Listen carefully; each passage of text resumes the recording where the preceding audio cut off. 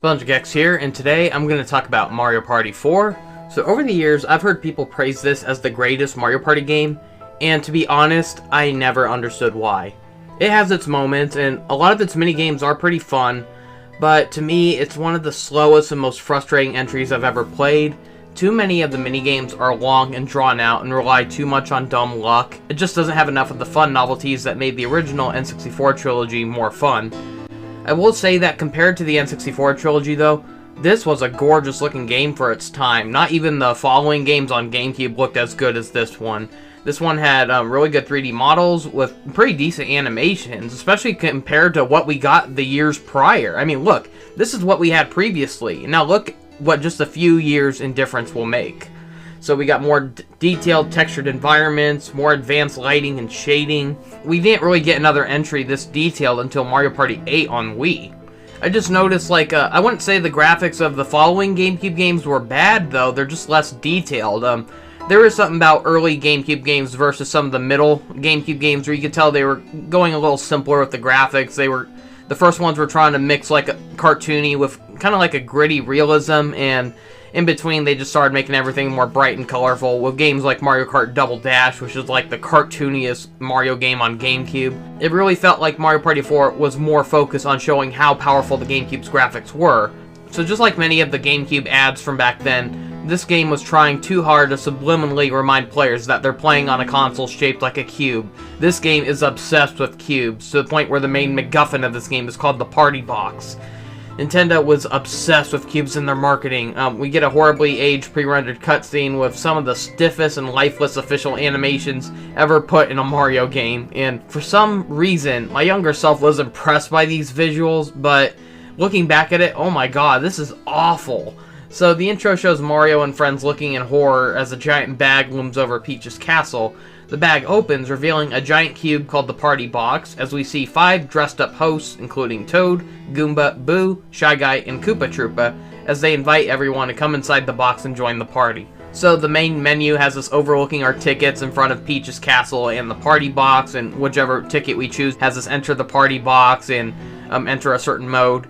So you got like the basic mode, like Party mode, which is just the basic multiplayer mode. Single-player story mode, the minigame mode, the useless options menu, and a bonus game mode. So I'm only going to go over the story mode, the board maps, minigames, and bonus games. So compared to other Mario Party games, this one really tries making it feel more like a party, with invitations, presents, and even balloons scattered across the presentation on the menus.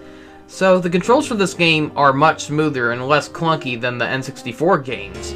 So the minigames no longer have us having to press the Z button in midair to do a ground pound. Instead, we just press the A button twice in a row.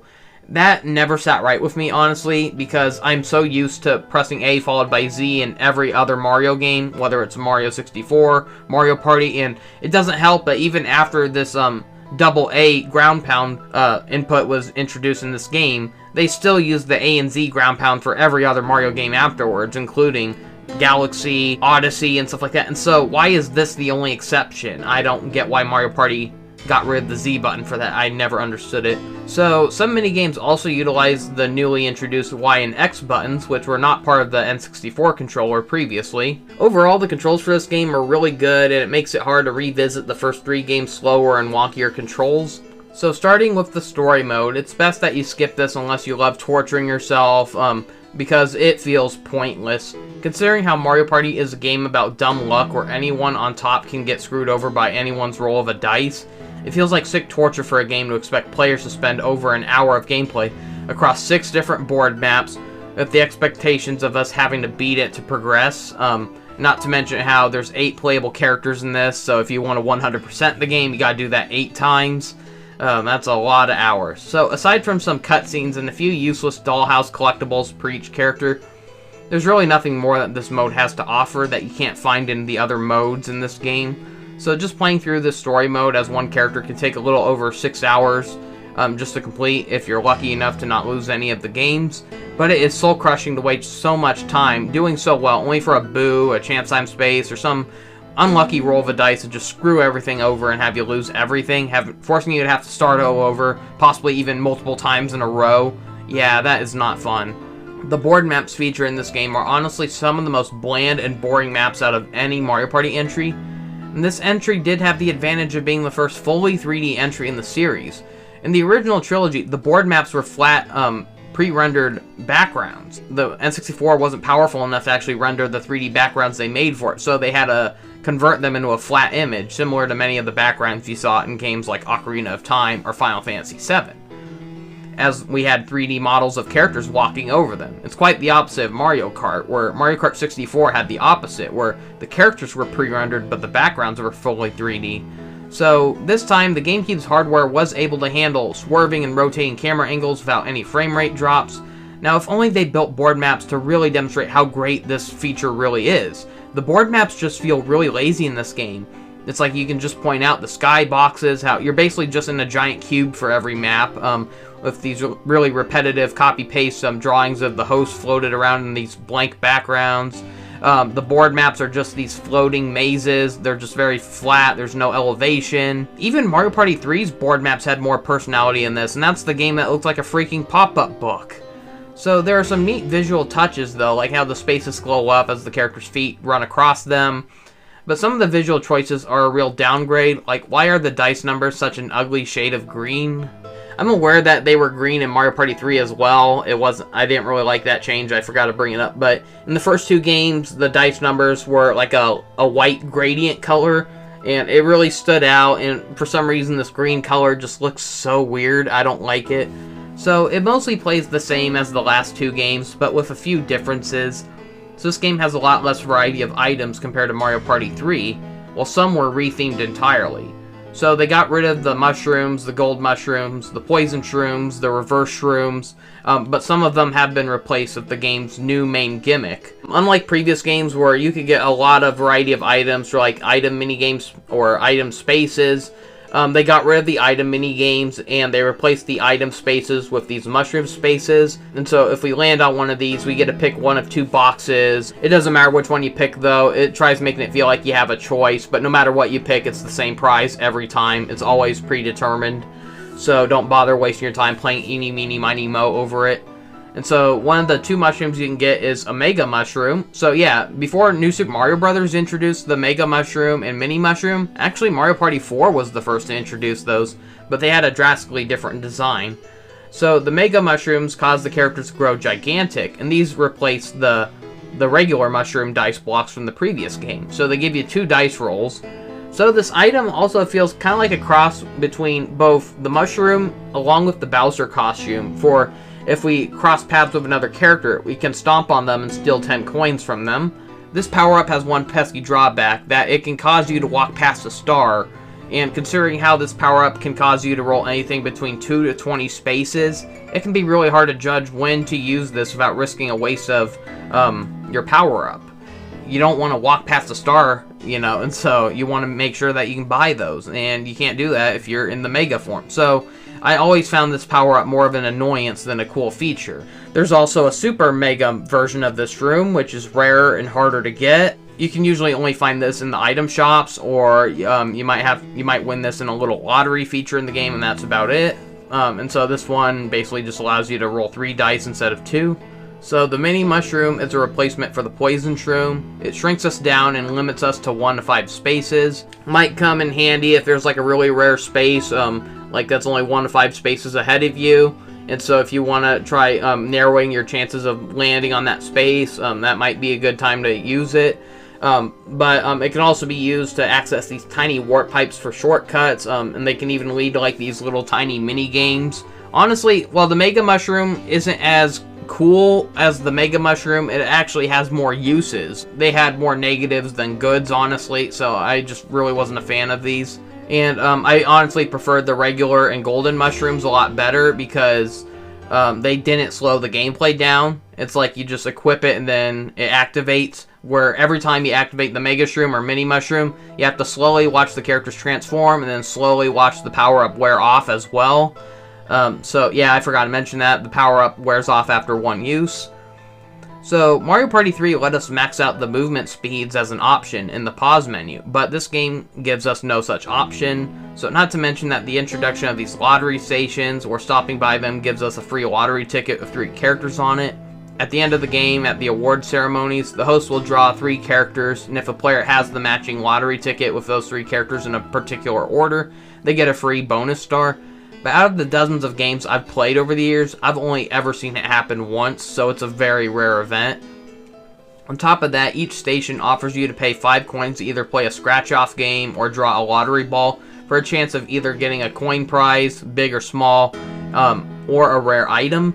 So more often than not, the results are a failure. You rarely ever see wins in this game, and usually if you do get a win, it's a really small one. You cannot skip whenever the CPU triggered these events, and they are sluggish, and there's so many of them in this game that it really causes the board map to come to a halt every time. And, I thought the third game had some really sluggish moments, and they feel even slower in Mario Party 4.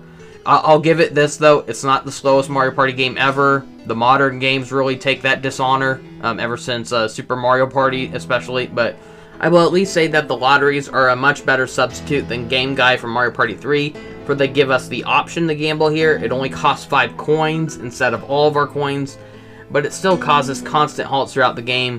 However, there is another space in this game, and it was actually one from previous games, and I'll argue that what they did with this particular space is even worse than the Game Guy spaces, but I'll get more on that later. So there's a mini Mega Hammer, which we can either whack another player with or ourselves with to either shrink or grow a player, so no matter how far away the player is, it can still work.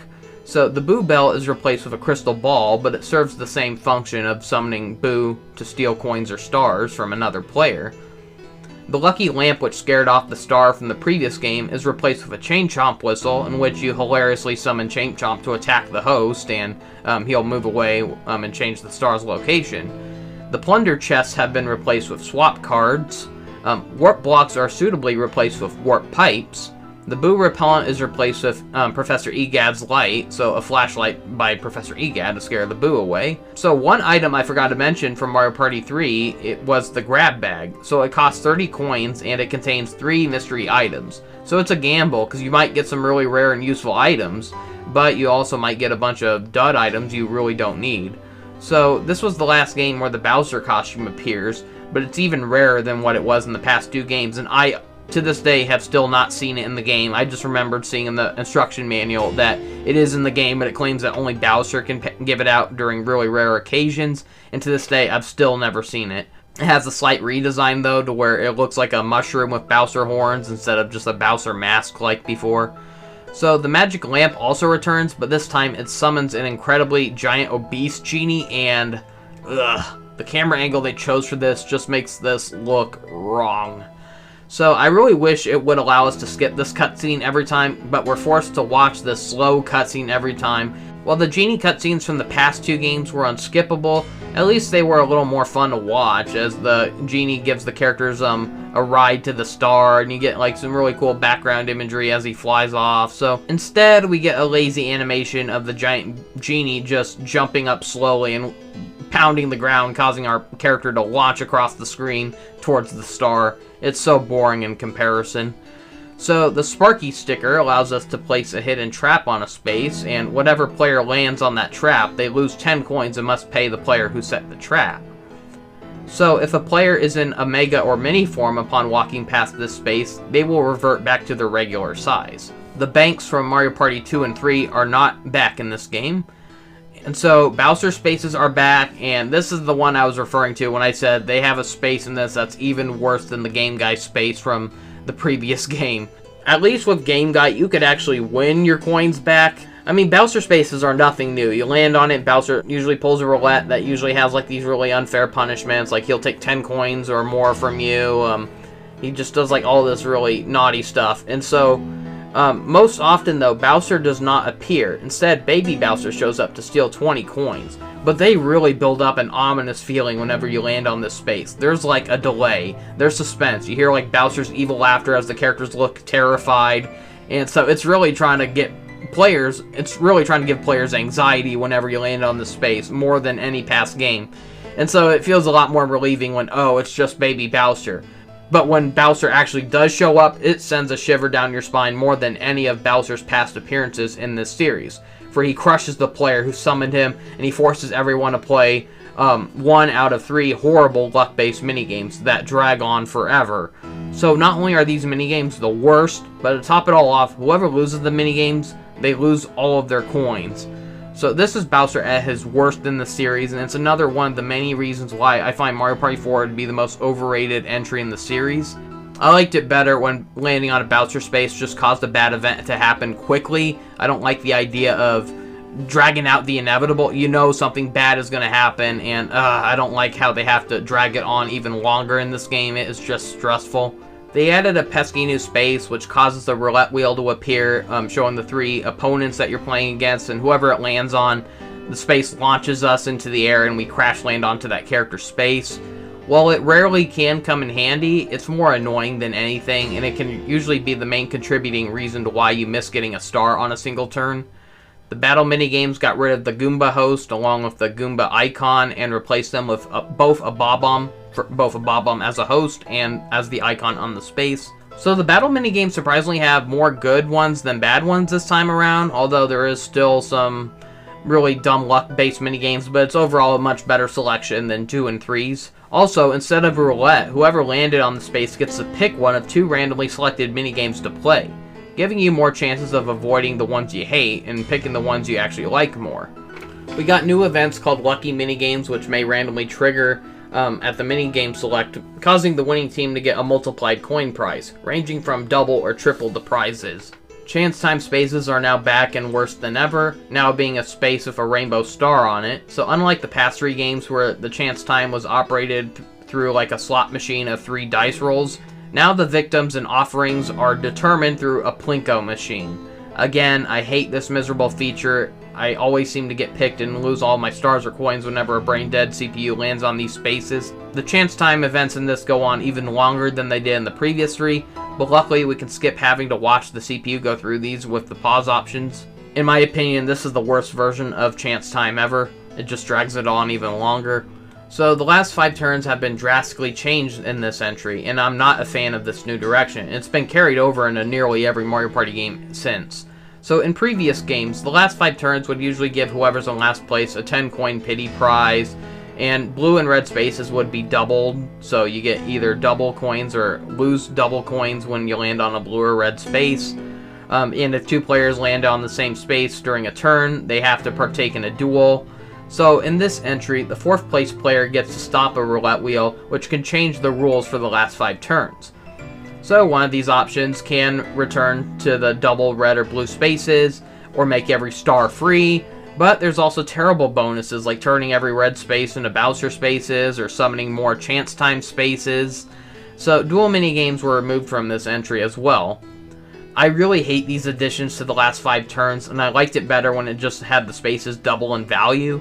I really wish Mario Party games gave us the option to disable these certain bonuses and choose which items we want and don't want on the board maps, so let players set their own rules for once.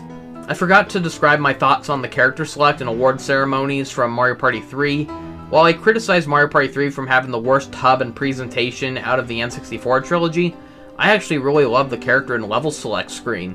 With the star lift, the visuals were pretty, the music was very dreamlike, the award ceremonies weren't as good as the happy ending cutscenes or events we got from the first 2 games, but it still had a nice setting as we float on these star platforms in front of this nighttime sky, and whoever loses, they get dropped off of their star platform. It was kind of funny. So while Mario Party 4 has a nice theme with the party host guiding us across these board maps inside this party box, this game has the most boring character select and award ceremony so far. Both are the exact same thing, in fact. Just characters blandly standing in front of a theater stage. Not as exciting as being magically transported to other worlds or floating through the sky or riding a star lift. It's just so boring in comparison. It's just the character standing on a stage with nothing happening. The same composer from Mario Party 3 returns for this, and this was their last time composing for this series. So, while I didn't like Mario Party 3's music as much as the first 2, I actually did like the music in that game, but for some reason, despite having the same composer, Mario Party 4's music is such a far cry from the wonderful music tracks we got in the first 3 games. Just none of the tracks were memorable to me, they were all bland and forgettable. So the story mode has a very minor story where, depending on which character we chose, in my case I played as Princess Peach, so it'll be that character's birthday. So each of the 5 hosts want us to participate in their board maps, and if we win, we can get a present from them. Wow, these sound like the most dickish party hosts ever. Imagine your best friend or parents offering you a present, but saying before you can have it, you must battle to the death with your 3 best friends or siblings to accept your present. Wow, that's just really, that's low.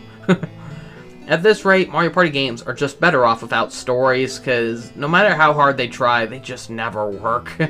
Upon beating a map, the host challenges you to beat them in an exclusive duel minigame, and if we win, we get a little dollhouse accessory to add to each character's personal dollhouse.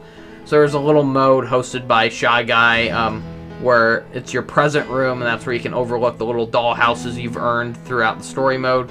So it might be fun for first-time users to get these cute little knickknacks, but in the end, they're very useless and very underwhelming.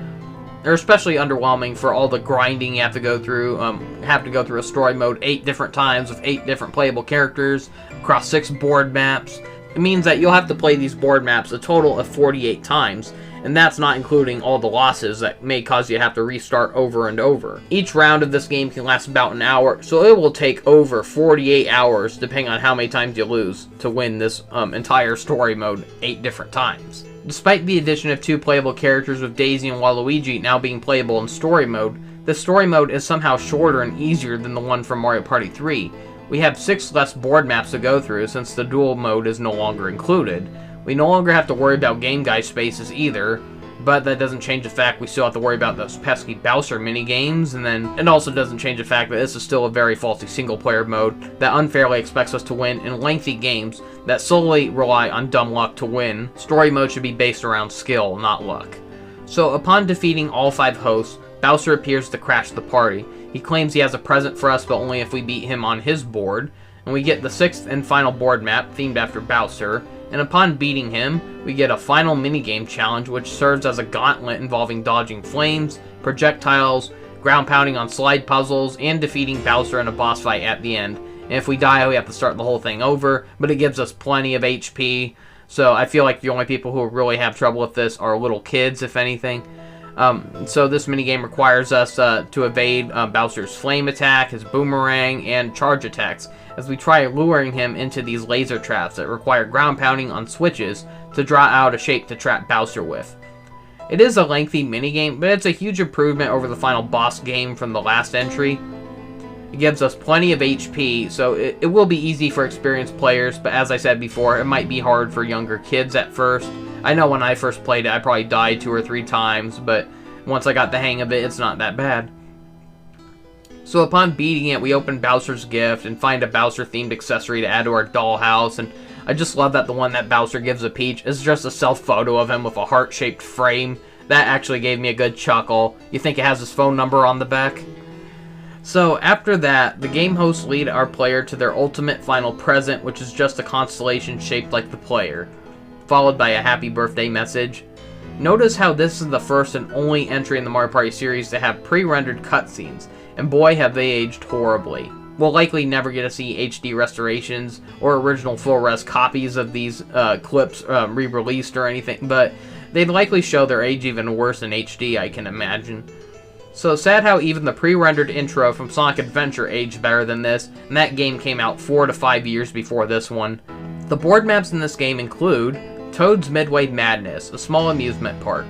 So an amusement park themed board map sounds really fun, but leave it to Mario Party 4 to make it bland and forgettable. What I hate the most about these board maps is how they don't feel immersive at all. All the board map layouts look way too similar. They're just flat, and meanwhile all the more interesting details are far below the player's reach. So instead of up on the ground level to complement the spaces we travel across, they're way down below us, and the scenery should feel like a world that we're traveling in, not tease us with stuff the players can't interact with. It's like my biggest pet peeve with Super Smash Bros. Stages, when most stages are just flat floating platforms or battle stage clones, instead of letting us fight in the gorgeous or cooler looking scenery you see in the background. I'd rather be fighting on that big field of grass than fight on these stupid floating flat platforms. It ruins the immersion. I love it when video games fool you into feeling like you're immersed into another world, but being in levels where you can clearly point out a skybox or floating platforms with no explanation, it takes me out of the experience every time.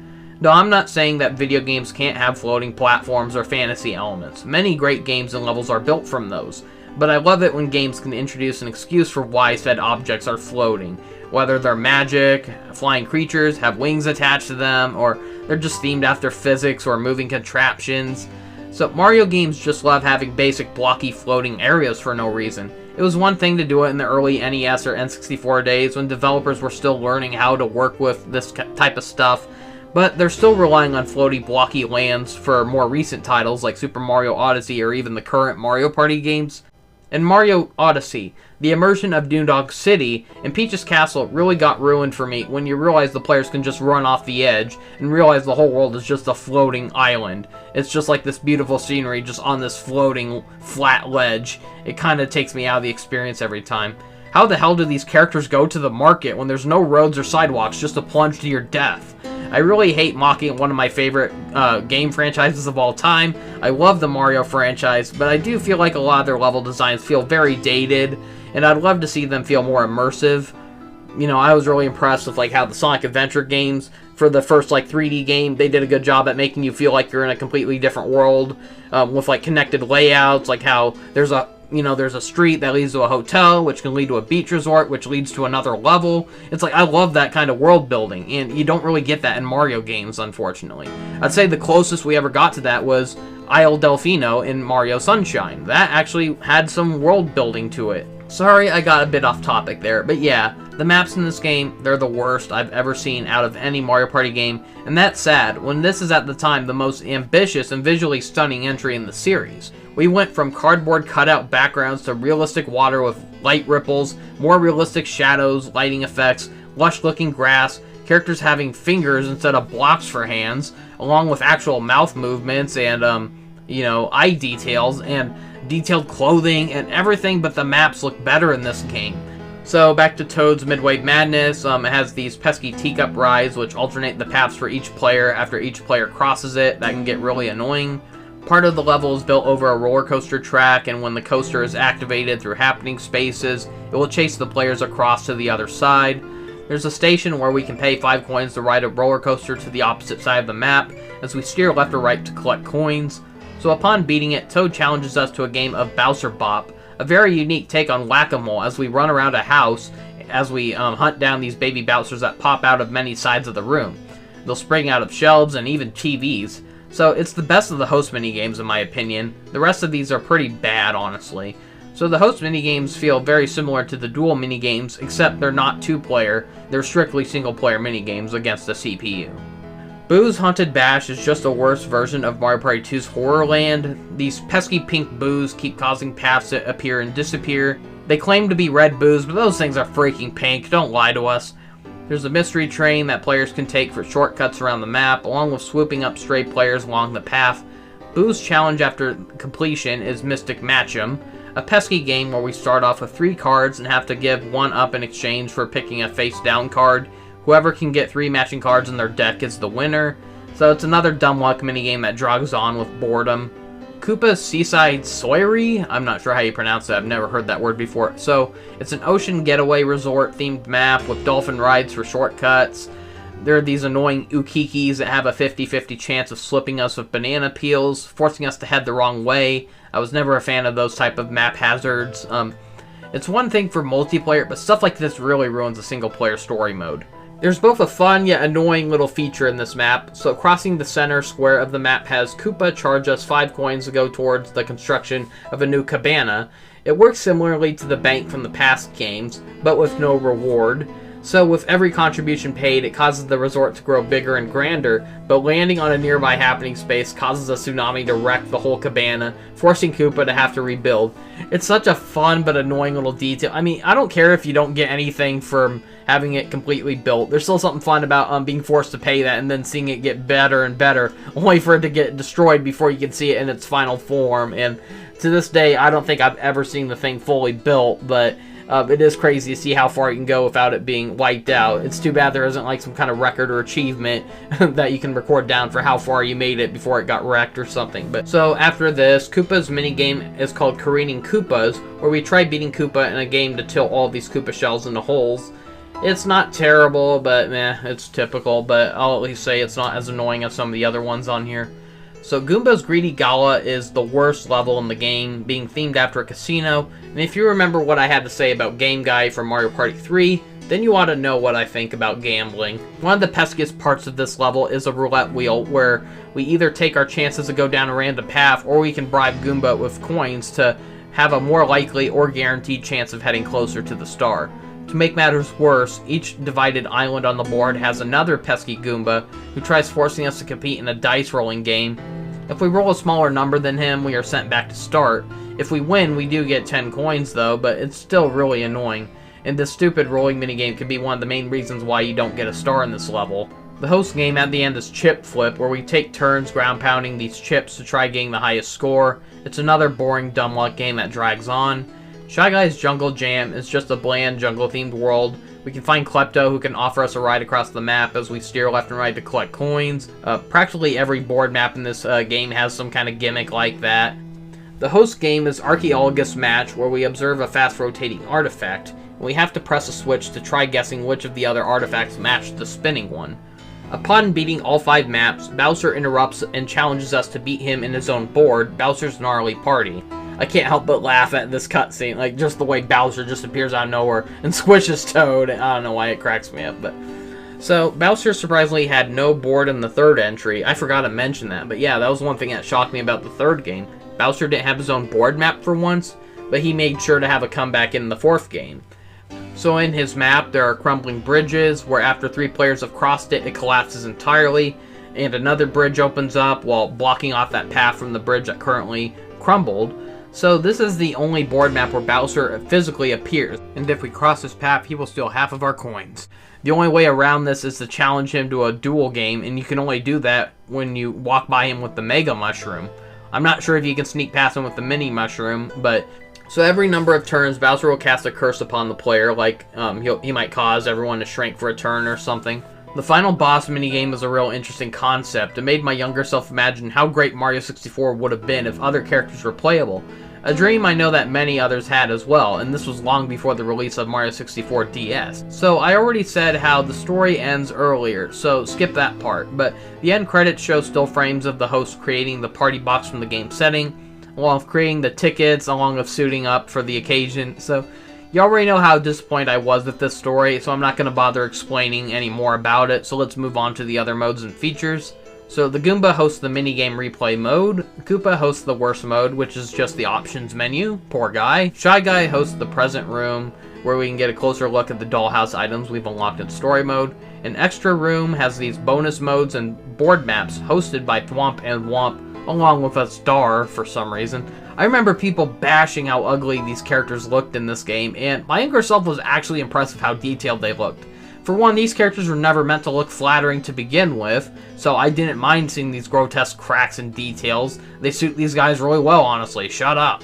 Starting with Thwomp's Backroom Ball, which are extra multiplayer modes, we got 2 additional board maps with very different rules. So these modes remove the minigames entirely, and are all about lasting a number of turns with the most coins, as we start out with only 100 coins, and the best way to get coins is to try stealing them from others. Mega Board Mayhem has us run around a board while trying to collect Mega Shrooms to steal 10 coins from our opponents, with the only other items we can get being Warp Pipes or Sparky Traps. Out of the 2 extra room board maps, the Mega Board is better in my opinion, but it still pales in comparison to the party mode. Mini Board Mad Dash is more frustrating, as there's a huge path of nothing but red and Bowser spaces. The only way to avoid it is to have a mini mushroom and use the shortcut pipes, but that can be really tricky to pull out, because even if you have a mini mushroom ahead of time, there's no guarantee that you'll be able to roll the number you need to squeeze through that pipe. And so, yeah, it just feels like too much of a gamble, and usually more bad things happen than good. Also, the Bowser minigames can be triggered in this mode, and so if you activate like a Bowser minigame and you lose it, there's no chance of you winning. There's no way you'll be able to get that many coins. So, yeah, this mode is incredibly flawed. It's the most brutal board map out of the game, and it's not fun at all. Panel Panic is a 9-player version of a minigame I'll later talk about called Panels of Doom. Challenge Book Squirm is just a regular game of Book Squirm, another minigame on this, but instead of ending after being the last one standing, it tries seeing how long you can go until you get a game over, while saving our highest score. Womp's Basement Brouhaha has the more interesting features, but they're strictly for single players only. Jigsaw Jitters are just single player variants of a minigame called Photo Finish, but with 3 different photos of varying difficulties. Very similar to the puzzle minigames from Banjo-Tooie. Barrel Baron has us walking across a wasteland, waiting for a rumble or exclamation mark to appear, as we have to pickaxe into the ground for oil, and each oil we strike varies in size and score. It's honestly one of my favorite Womp games. Mushroom Medic, we have to try and find out which patient ate a poisoned mushroom by trying to find out which one has a different heartbeat from the others. We keep going until we guess wrong, and this is kind of a dark minigame. It's almost like it implies that someone dies. So, Doors of Doom, the worst one of the bunch, as we have to pick a door from left or right. If we pick the door with Bowser behind it, we lose. It tries challenging us to see how far we can go, but I really don't give a care. I don't care how long I go in a game of 50-50. I'm not wasting my time. So, Bob-omb Crossing, this is a crazy one where we're stuck in the middle of an intersection. We try seeing how long we can last without getting caught in a Bob-omb's explosion. It's a mad one.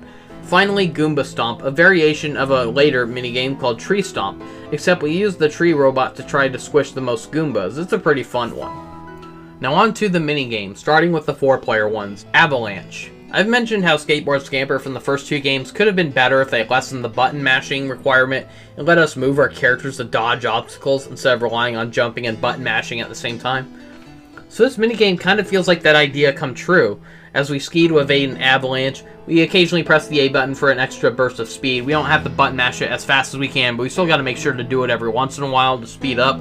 We aim for ramps for a bigger burst of speed, while trying to avoid rocks and other players. It can be tricky, but it's a fun way of spicing up the repetition and tiring gameplay of Skateboard Scamper. Bob-omb Breakers, a follow-up to Mario's Puzzle Party from the last game. We batch 3 or more colored shapes to clear the shapes for points, while also trying to trigger bob-ombs to blow up surrounding shapes. What makes this one different from other puzzle multiplayers is how each player's area is not divided off, so be careful not to help boost another player's score while you try racking up your own. First to 100 points wins. Book Squirm, I mentioned the longer version of this earlier. It's a challenging but fun one, where pages from a book begin closing as we try slipping through the cut holes out of the pages. The last one standing wins. Domination, a tiring button masher as we try creating the longest trail of fallen dominoes out of the Womp's long claw of the law. We are shown a poster of a wanted criminal, and the first player to grab 3 of those criminals is the winner. So the controls require moving a mechanical stretching arm left or right with the shoulder buttons, up and down with the joystick, and A to grab. As we move past doors that constantly open and close to try to find our culprits. Manta Rings, based on one of the only few memorable things about the Mario 64 level, Dire Dire Docks. Each player swims through these rings that a manta ray creates, and we mash the A button to try outswimming our opponents to swim through the most rings. The gold rings are worth more points, as we have to try watching out for bloopers, sharks, and giant eels. Whoever gets the most points wins. It's overall a pretty fun one, and it's pretty visually stunning for its time. Mario Medley, an aquatic race as we alternate between different button combinations to win the race. We can't go too fast or we'll end up using up all of our stamina. It's okay. Mario Speedwagon. Oh sweet, a minigame where we get to drive a car around it. Oh darn, it's a button timing minigame. So we have to wait for the right time to press A to change gears on a car to reach the end first. Don't you hate it when a minigame looks more fun than it actually is? And then you start playing it and you just realize how boring it actually is. I hate that. I wanted to be able to drift and drive, not just keep moving straight. That's what Mario Kart's for, I guess. Mr. Blizzard's Brigade, a fun yet challenging event where Mr. Blizzards try freezing us with snowballs as we slide across the ice to dodge. Last one standing wins. Paratroopa Plunge. Each player has to collect coins as we fall from the sky and dodge paratroopas and fly guys. Getting hit causes us to lose a balloon. We have 3 of them altogether, and if we lose all 3, it eliminates us from the game, but we still get to keep any coins we may have collected along the way. It's overall a fun coin collecting dodge fest. Photo Finish. We try solving a moving puzzle similar to the Jiggy Wiggy challenges from Banjo-Tooie. Slime Time, another boring button masher as we are stuck to these slime creatures and we have to mash the A button to try reaching the goal. Going too slow will cause the players to be flung back and have to start all over. Stamp Out, another one of my favorite mini-games where we ride around on stamps by holding and releasing the A button at the right time. Whoever fills the screen with the most stamps of their color wins. Take a Breather, we alternate between tapping the L and R buttons as fast as we can to take a deep breath in order to try winning an underwater breath holding contest. 3 Throw.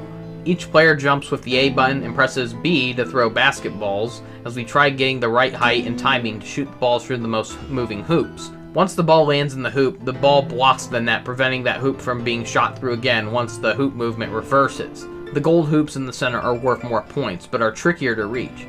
It is a tricky but fun one. I think Mario Party 4 was the last entry in the series to let each player have a color scheme which carries into the mini-games, like Peach having a pink ball or Waluigi a black ball.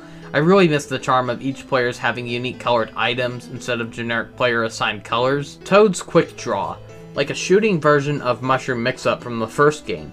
These colored balloons show up as we wait for Toad to raise a colored flag, as we race our crosshairs over to the correct balloon that matches that colored balloon, and we try shooting it first. The first to shoot 3 correct balloons wins. So it's an okay game, but the aiming controls could have been a lot faster. This would have worked a whole lot better if it was made for the 3DS touchscreen or the Wii with the motion controls. This just would have worked a lot better if those kind of control schemes. On to the 1 vs 3 games. Blame It on the Crane. It's a slightly better version of Crane game from the first 2 games, but still not a very good one. 3 players are trapped in prize capsules as one player tries using a giant crane to grab them, but watch out for the Shy Guys that flood the place. Trying to grab the opponents is really tricky, especially with the time limit, but at least we don't have to button mash to grab them anymore. Candlelight Flight. Candlelight Fight sounds like a more suitable name. Really? Flight? Why flight? There's no flying in this minigame. So, as one player with a candle runs through the dark, they try to evade the 3 players who will try squirting them out with water guns. I always have bad luck with this minigame, no matter what side I'm on. Evading the CPU is really tricky, and I miss near every time. And then when I try squirting them, I miss every time. So it takes dumb luck for me to win this one.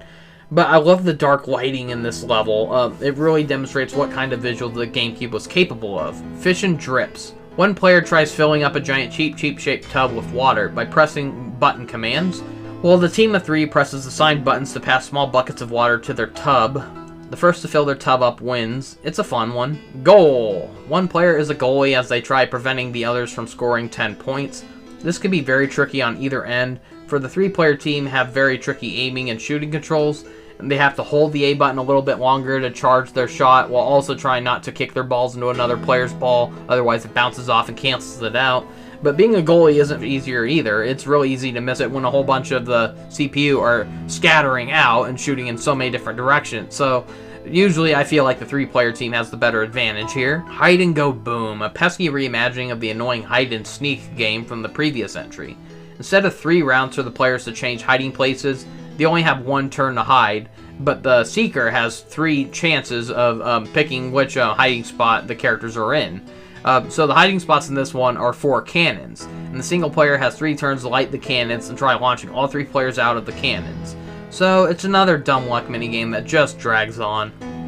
Hop or Pop. 3 players are trapped in big rubber balls as they try slowly bouncing away from the player in the rolling spiked plastic ball. The single player wins if all balls are popped. This one can feel very one-sided, and usually the spike ball player seems to have the higher advantage. Making Waves, similar to Title Toss from the previous game, but with much better visuals. Too bad the gameplay is even worse.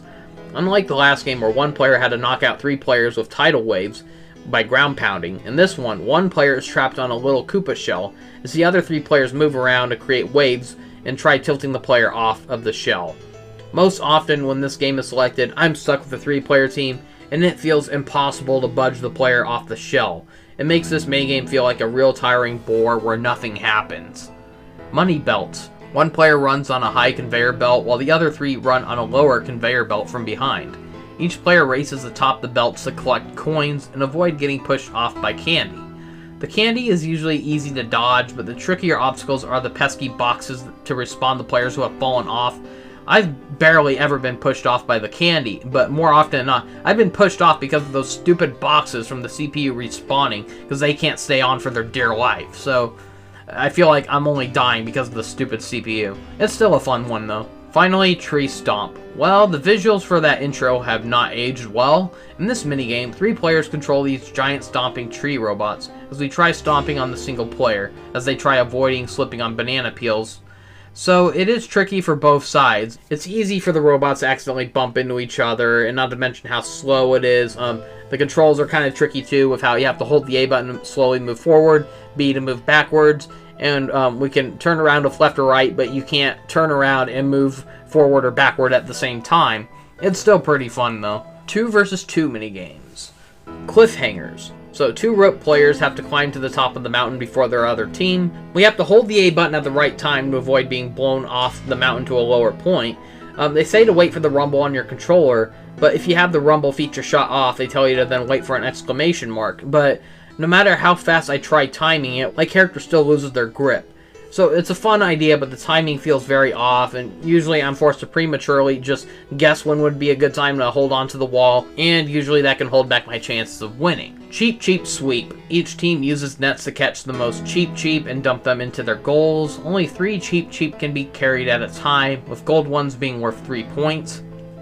Now this one was hard for me to figure out at first. I was never able to win this one as a kid, and it only took me till now to realize what I was doing wrong. But I blame that on the game failing to tell us how to do it. So they tell you to just press the A button and move your joystick to swing your net. But what you're really supposed to do is hold the joystick and slowly slide your joystick left or right until you scoop your net. So, yeah, it's like you gotta mimic a kind of like a swinging motion, but I feel like the instructions kind of failed to describe that. So you also have to move very slowly and lightly on the joystick, or you'll end up scaring away the fish if you move too fast and loud. So it might be tricky at first, but once you get the hang of it, it's not too bad. Dungeon Duos. It's a fun idea, but I think it overstays its welcome. It's got some pretty repetitive gameplay. Each team must work together to escape, including taking turns button mashing to open these gates for each other, rotating platforms for our players to hop across as they return the favor once reaching the other side, jumping through many warp pipes till we find the ones that lead to the next room. And then finally, we have to button mash to fill air into a hot air balloon. Again, it's a real fun idea, but it goes on a little bit too long. I feel like this might have been a little more fun without the stupid button mashing segments at the beginning. I feel like they take up too much of the minigame. Order up. The teams are shown a table of food before it's hidden on a rotating table, and we are forced to find 2 of the food items to serve. So the first team to reach 3 correct orders wins. It's less annoying than messy memory from previous games, but it can still be a bit overwhelming, and it drags on a bit. Parasailing. 1 player on each team drives a boat with a joystick while speeding up with the tap of the A button or slowing down with the B button, while the second team member parasails to collect coins. The parasailer can only move left or right, so they can't move up or down, and so the only way to change elevation is they gotta rely on the person driving the boat. So they'll go higher if the character's at top speed, but they'll go lower if the character slows down their speed with the B button. So they also need to rely on the driver for guidance, make sure they avoid obstacles so they don't stun and lose speed and all that. And so it takes a lot of teamwork. So overall, it's a really fun minigame, but darn it, this one kept getting picked multiple times. I swear, this one appeared like once or twice every time I selected a board map. Reverse a bomb. Each player races to press buttons to reverse the directions of conveyor belts to send bob-ombs to the opposing team's end. The team that takes the less hits from the bob-ombs is the winner. It's a frantic but fun one. Right or left. Each team paddles dory-shaped boats by pressing the A button to turn right or the B button to paddle left, and we race to escape a dark cave. There are pesky rocks and fire-breathing Bowser statues we have to avoid. This is a fun idea, but it is possible to get stuck in this. I remember once I was playing this with my sister back then, and there came a point where both of our boats got stuck behind rocks, and no matter what direction we rode, we couldn't escape. So we were forced to press the reset button and reload our save progress. So yeah, we had to redo a whole turn because of this minigame. I've never really seen that happen again, but oh, that was weird how it happened to both of us. And we weren't even on the same team. We were competing against each other. Team Treasure Trek. A fun idea ruined by dumb CPU. So each team runs across the map to find a matching chest and key. And those players, once they find their items, they gotta meet back up to unlock and open the chest. I found the chest, but my brain-dead CPU kept heading in the wrong directions, and they never caught up with me. So we lost it thanks to my stupid CPU member. It really sucked. The Great Deflate. Each team has to try to time their ground pounds evenly as we race to deflate a giant inflatable thwomp. It's a pretty fun one. On to the battle mini-games. We're not off to a good start. Bowser's Bigger Blast. Bowser's Big Blast was one of the worst Mario Party minigames in my opinion, but don't let the title of this one fool you. There's nothing bigger about it aside from the graphics. It's the exact same game as before. It's a dumb luck game as players take turns pushing a switch and hoping they don't trigger the one that triggers the bomb and sets them off. Last one standing wins. It sucks. Butterfly Blitz, a contest to catch the most butterflies. We activate sideways swings with the B button while doing vertical swings with the A button to try to catch higher bugs. So the yellow ones are worth 1, red ones are worth 2, and the blue ones are worth 3. It's overall a fun and pretty game, but catching a butterfly is a lot harder than it looks. Chain Chomp Fever. A mad chain chomp is set loose in an arena as we try avoiding the chomp while trying to avoid the bursting flames that grow out of the ground. Paths of Peril. Similar to Frigid Bridge from the last one, so each player races across very narrow canyons. We have to take different paths which may lead to a shortcut or a long and trickier path. While easier to traverse than Frigid Bridge's slippery paths, this is still a very tricky minigame, since you're racing to the finish and the paths are randomly generated for each player. It's still pretty fun though. Rumble Fishing. We either wait for the rumble on our controller or wait for an exclamation mark to appear to cue us to reel in the fish with the press of the A button. Whoever reels in their fish first automatically gets the biggest catch, and so whoever gets the biggest catch wins. So compared to QuickTime minigames from Mario Party 3, this one feels more fair when compared to the overpowered CPU from the previous games. Trace Race, one of my favorite Mario Party minigames. It feels like a fixed version of Crazy Cutters that had some fun gameplay, but it had a very faulty scoring system. So now it's a side-scroller where we move our control stick up and down to try following the lines as our character tries to trace over the lines with a giant crayon. Whoever most accurately traced their lines is the winner. As an artist, I've always loved these fun ideas that revolve around art or drawing in minigames. It's great to finally see one with more accurate scoring systems. On to the Bowser games. You know, I might have been a bit too harsh on Game Guy games. They still suck, but at least those minigames went by a lot quicker. You actually had a chance of doubling your bet. They were only triggered if you landed on the space, so it's like if a CPU landed on it, it's like, oh, you don't have to worry about it. You won't have to participate in it. But Bowser's minigames can be triggered by any player. They can take forever to finish. They rarely ever take a short time to finish either. They're all dumb luck based, so they all try being so suspenseful, which just makes these games more annoying than anything. Bowser would go on to have more minigames in future entries, but those are arguably less frustrating than the ones in this game. Balloon of Doom. Each player must take turns jumping on an air pump to fill a balloon with air. Whoever the balloon pops on is the loser. It's another terrible dumb luck minigame that drags on. I never like these kind of minigames where people have to take turns and wait whoever gets eliminated. I always hated these. Somehow this one goes on even longer than Bowser's Big Blast. And Bowser's Big Blast was an elimination game one, where these Bowser minigames, they only punish whoever loses first. So everyone else is spared, but whoever loses gets the punishment, you know. So somehow a minigame that doesn't wait for everyone to get eliminated, it goes on even longer. That is torture. Darts of Doom has us time the A button to throw 3 darts at once. Whoever gets the lowest score loses. But anyone who hits a Bowser bullseye automatically loses. This one is just not fun at all, and it feels rigged to have the CPU win, while player 1 feels rigged to always get a low score. And I hate this one, it sucks. Fruits of Doom. Bowser gives us an impossibly fast list of fruits, and we have to try to serve him the order of fruits he wants in a particular order. So this one also drags on, it takes forever, relies too much on dumb luck. All of these flat out suck. They're all basically the same thing in disguise. So aside from the final battle, there's also 2 additional minigames categorized as etc. minigames. Bowser Wrestling, I think this was triggered during Bowser's board map. I think like it's one of the minigames you trigger when you try dueling Bowser. So, Bowser Wrestling has giant player sumo wrestling with button mashing, while trying to collect gold shrooms to give us boosts to pushing the other player out of the ring.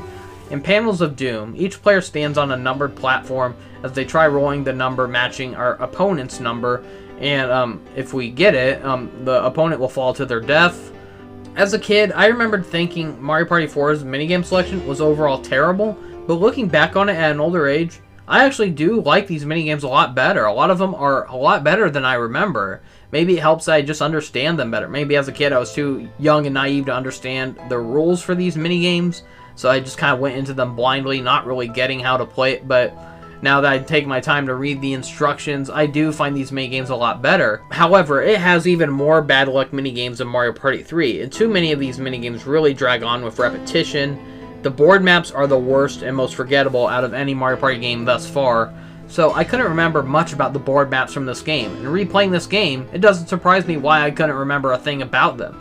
They're visually boring and overall just unpleasant compared to the wonderful boards we've had in the past games. So while I do appreciate many of the minigames and the game's wonderful graphics, especially for an early GameCube title, along with its improved controls, I still think this is the most overrated Mario Party game. The items and board hazards were a huge downgrade compared to what Mario Party 2 and 3 offered. The gameplay just felt overall slower, despite being on more powerful hardware. It gave us the option to skip so many CPU-triggered minigames, but even then, it still doesn't change the fact that this is a very slow game, with too much suspenseful waiting and events for like Bowser minigames and such. It keeps players shouting, "Get on with it!" The toughest part is deciding where to put this on my tier list. I can already say that I don't think this is good enough to sit on an A rank with the first two games, or Super Mario Party Jamboree, but I'm gonna have to put it right before Mario Party 3 on the B list. This was very tough, because Mario Party 4 has better minigames, graphics, controls, collectibles, and side features, but Mario Party 3 has better board maps and items. So it's like one definitely is more preferred for playing when it comes to minigames, while the other is more fun to play for the board maps and item choices. Choosing between better minigames over better board maps is a real tough choice, but because Mario Party 4's controls are a lot smoother, and because its story mode isn't as long, I have no choice but to say that Mario Party 4 is the better of the two. The past few games were much easier to rank in my opinion, but this was the first time where I was really puzzled. I really had to go back and forth, not sure what to call which one better or worse, so I give Mario Party 4 a 6.5 out of 10. It is quite a shame that the GameCube and Wii Mario Party games are such overpriced antiques nowadays. The first three Mario Party games can be found with ease on Nintendo Switch Online for online memberships, but it would be great to either get a bundled re-release of the 4 GameCube Mario Party entries, remastered in HD, or even get remastered ports of Mario Party 8 through 10 to work with Joy-Cons. Maybe the next Switch will add GameCube titles to their catalog, hopefully with the option to upscale them with HD textures or something. That would be really nice. So join me next time where I look back at the surprisingly underrated Mario Party 5. Thank you for watching, see you next time, and have a great day. SpongicX here. Over the years, I've seen a number of discussions regarding what's the worst Mario Party game ever made, and many brought up various entries, which I can understand their reasonings for, like Mario Party Advance for only having 4 playable characters, very few minigames, and for lacking the multiplayer board map gameplay that the series is known for. I've heard people claim Mario Party 9 is the worst for getting rid of the coins and stars, and for making the board maps too linear with the car system, but there was one game I could not believe that was mentioned numerous times, Mario Party 5. There were people claiming that this was either the first bad entry in the series, or even the worst. Did they get this mixed up with another game? I mean, I know everyone has their own opinion, but I remember Mario Party 5 being the one I loved the most. In my opinion, it was the only one on GameCube I actually loved. It was the one I played the most out of, even more than the ones I grew up with on N64. Around this time, I remember hearing a lot of game critics on websites being very fatigued by the series at this point. It's like Mario Party 4 was really the last one that got them excited, and then after that they just grew very bitter towards the series. And as a kid, I didn't understand it, but looking back as an adult after playing so many of these in a row, I can kind of see where the fatigue was coming from. When you play so many of these in a row, you start noticing a lot of tiring similarities between certain board maps and minigames.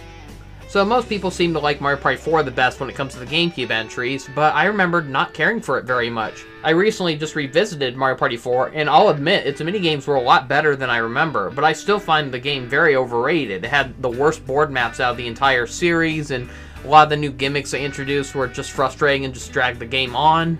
Before we get started, I just want to say that out of all the Mario Party games that were advertised in North America, Mario Party 5 had one of the strangest campaigns.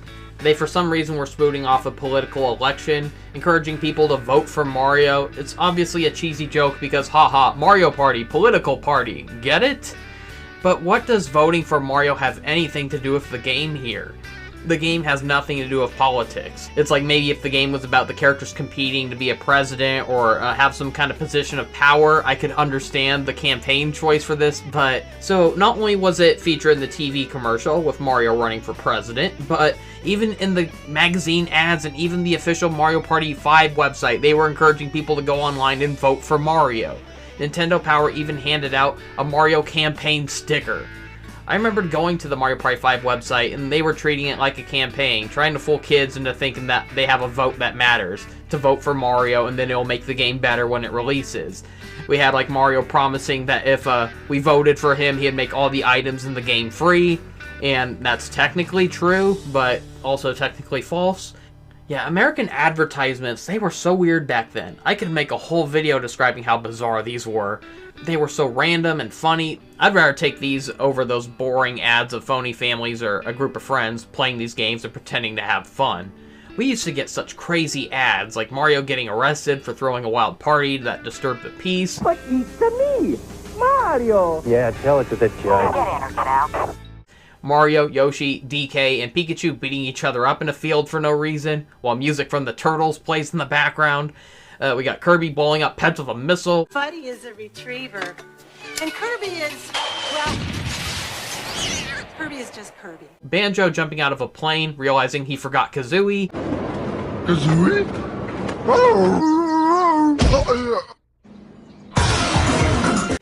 Peach destroying Luigi's car after hitting a home run. And whatever the hell was going on in the Conker's Bad Fur Day ad. I know, you love that.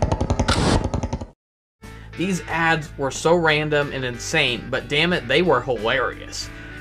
They made me want to play these games so much, and compared to whatever the hell commercials are doing nowadays, I swear, commercials nowadays do not make me want to play these games. They bore the heck out of me.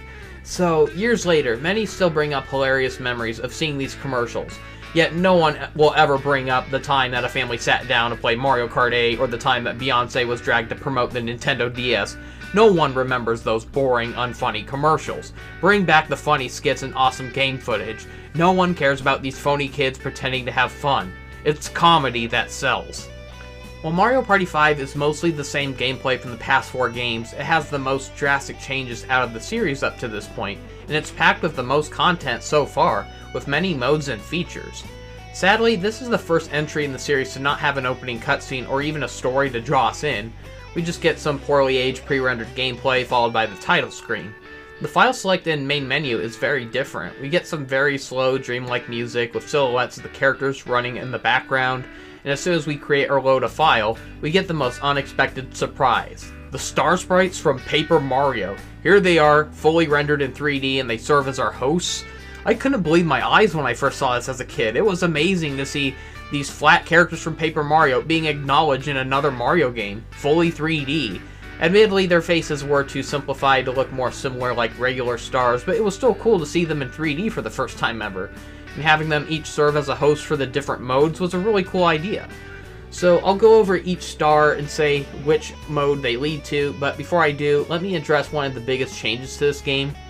So this game adds 3 new playable characters to the roster, being characters who've played non-playable character roles since the game's debut in 1998. So we've got the original host of the game, Toad, he's finally playable. We also got the coin and star-stealing thief, Boo. And most shocking of all, Baby Bowser. It would have been cooler if we got Bowser instead, but I guess his bastard son is still a nice surprise. So, strangely though, they changed his name out of nowhere, and now he's called Koopa Kid. I'm guessing this was what his name translated to when going from Japanese to English or something, and the localizers just didn't bother looking back at the past English localizations or something. So, yeah, it's honestly a strange name change in my opinion. I thought Baby Bowser worked a lot better. So this was an even bigger roster change than when Daisy and Waluigi were added in Mario Party 3. Sadly, this is the first time in the series where a beloved character from the past games was kicked out. So if you look closely, you'll notice, where's Donkey Kong? So is this the main reason why a lot of people hated Mario Party 5 because they were mad that they got rid of Donkey Kong? I'll admit as a kid I found it a shame, but to be honest it didn't bug me that much because I never really played as Donkey Kong to begin with. And Donkey Kong is still in the game. He serves as an opposite to Bowser's role in this game now. While Bowser serves as the game's main villain with spaces that host brutal and punishing minigames, Donkey Kong serves as the game's hero, for he has a rare space that players can land on, and it will summon Donkey Kong to have us partake in very rewarding minigames, where we compete for bananas, and Donkey Kong will trade us coins for every banana we collect. He even has the chance to double or triple the coin values. So while it doesn't make up for cutting him out from the roster, I at least did enjoy the Donkey Kong spaces and minigames. Too bad there's only one on each board map, and I've rarely ever seen it get triggered. During my entire playthrough for this review, I've only seen it get landed on once. Just once. So my biggest guess as to why Donkey Kong was removed from the roster is maybe that it was becoming too difficult to program him into every single minigame. I mean, you gotta admit, compared to all the other playable characters who play exactly the same, like no one's faster or slower than the other, no one has better stats than the other, so most of these characters, they run around on 2 legs. Donkey Kong looks the hardest to animate in comparison because he has to run around on 4 legs. He has more animal-like movement, being the biggest and most muscular of the bunch. It must have been a nightmare to fit him in with the other characters while making him equally balanced with every other minigame. So, for many years, Donkey Kong remained unplayable, and it wasn't until 2015, with Mario Party 10 on Wii U, where Donkey Kong finally made his playable return. And it's too bad that Mario Party 10 was likely the poorest selling entry in the series because barely anyone ever bought a Wii U. That was their loss though, because honestly the Wii U was a great console. But, so, ever since though, Donkey Kong has been back in every Mario Party game since, ever since the Switch debut. And the Switch has had 3 games so far, so he's been in every single one of them. So maybe the programmers and animators finally figured out an easier way to put him back into the series and fit along with all these other characters. So, while I wouldn't consider this the greatest roster in the series, it was arguably a bigger change than what Mario Party 3 offered. I do think Boo is the most questionable choice out of the bunch, but I can't deny that there were fans who were upset that Toad wasn't even playable in the very first few games, so Toad was a character that has been long in the waiting for many fans.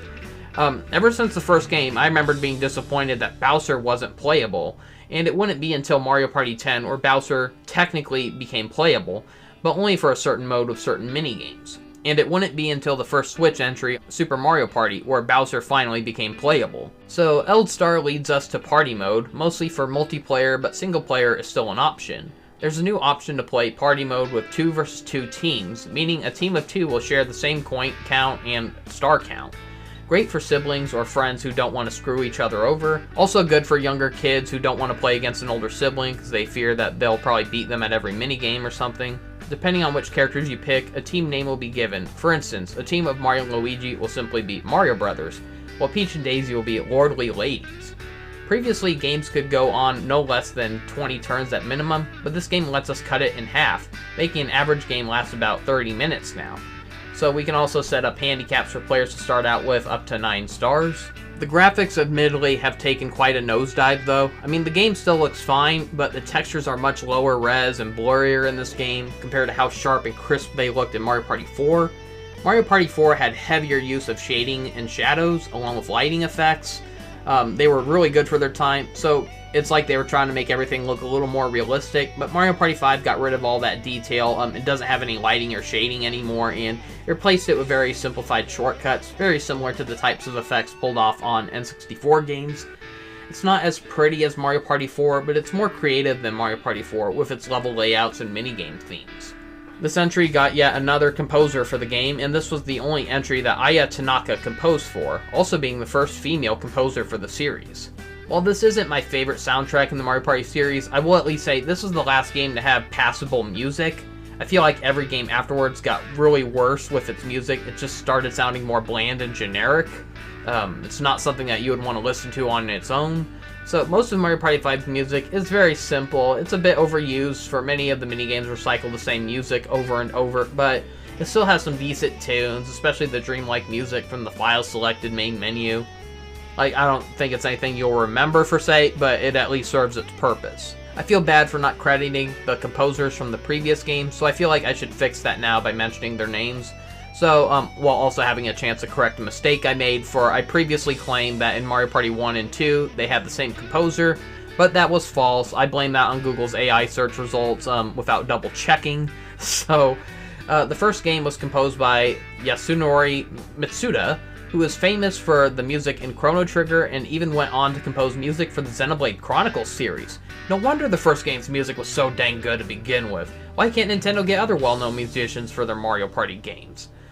Mario Party 2 was composed by Kazuhiko Sawaguchi, who went on to compose for a few of the One Piece movies and even one of the Pokemon movies. It surprised me to know because the music in Mario Party 2 fits so well with the style from the first game. It completely blew me away that it was done by different people.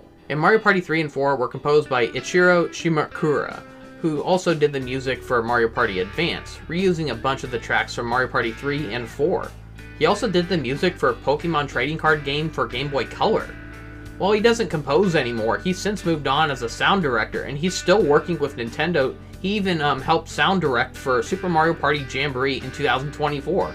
That's actually insane to me. You got one of the guys who made the music in Mario Party 3, yet Nintendo still can't find musicians to match or outperform the music from the games that are over 20 years old. Because, yeah, I've expressed many times before, I don't think the music in modern Mario Party games are good. It's especially jarring when you listen to the remakes of past music and you just knows how terrible it sounds in comparison. So yeah, that's crazy. You actually have the composer right there, but he's not composing anymore. He's just sound directing. The setting for Mario Party 5 is oddly the strangest one in the series. Yes, even stranger than Mario Party 3, the one where we're magically trapped in a toy box and everything gets turned into a pop-up book. All of Mario Party 5's worlds and settings are in a dream world called the Dream Depot. What is this, Sonic Shuffle? This is the second time that Hudson made a party game with a dream setting and story that doesn't fit in.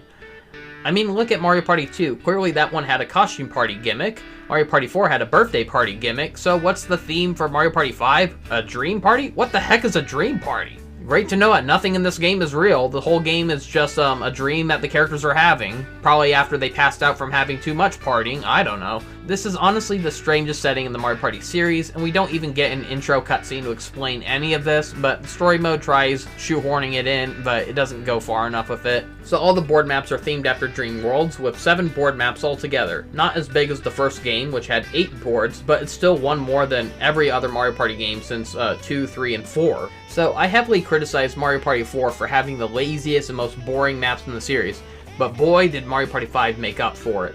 These are some of my favorite looking board maps in the series. While every past game had simple flat maps, here we have elevation with steps, cliffs, ramps, stairs, and ladders. It makes the traversal of some of these maps more entertaining than ever, not to mention how interactive and winding and detailed these worlds are. I love how just stepping on a space can trigger nearby background objects, like having cuckoos pop out of these clocks in the toy level, and revisiting these maps just reminds me of why this one stood out to me as a kid. Back then, I was too young to point out why exactly this game stood out to me compared to the others, and replaying this at an older age, it reminds me of why this one works so well. These may be some of the smallest levels in the series, but I found it kind of welcoming with how constantly the stars change locations. It gives players more chances of getting high dice rolls to get some distance around these boards. I really like these smaller board designs, and they're still pretty complex with having many splitting paths and such. So before I describe the board maps in this game, let me go over the biggest changes to the board maps, along with some of the other modes first. So, while it still plays similarly with rolling a dice from 1 to 10, collecting coins to buy stars and such, the game had the biggest overhaul with the board gameplay. The biggest change is the drastic overhaul of the items that have been introduced in every game since Mario Party 2. The item shops and spaces are now gone, and in its place are these gacha capsule machines. Approaching these machines allows us to collect a randomly selected capsule for free. We can only hold 3 at a time. These capsules contain items like the mushrooms and many baddies from the Mario series like Chain Chomp, Hammer Bro, Klepto, and many others.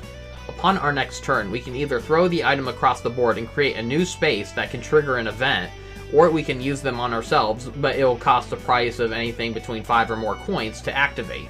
For instance, a mushroom capsule lets us pay 5 coins to use a mushroom for a second dice roll on our next turn, or you can risk making it into a space and allowing any player who lands on it to get free second dice blocks on their next turn. There are many enemies with abilities for sabotaging other players, like the Spinies, which allow us to spin a roulette to launch a Spiny at a victim and steal 10 coins from them, hiring a Paratroopa to steal coins from every other player based on a dice roll, but we don't get any of those coins in return. Now this is a really pesky one, not only for how many coins he can end up taking, like he can take up to 30 coins, but especially with how long this one takes, as we have to slowly watch him fly to each character and steal from them one by one. It would have been easier if it had a skip button or a fast forward button, or at least let it show him doing it all at once instead of having to do it one by one. So Bob-ombs can create time bombs that will go off when a third player steps on that space, taking away their coins. Klepto will transport the player to another random player's location on a roulette wheel. The tornado enemies from Paper Mario, called Tweesters, replace the Lucky Lamp, and the Chomp Whistles from the previous games are now used as the Boos.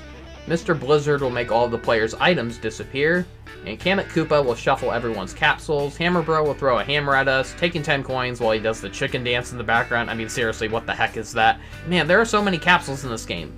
Some are more rare than others, and I was not able to get footage of every single one of them during my hours of playing this. There are just too many to list. It was still really fun to discover all of these, no matter how devastating their results could be.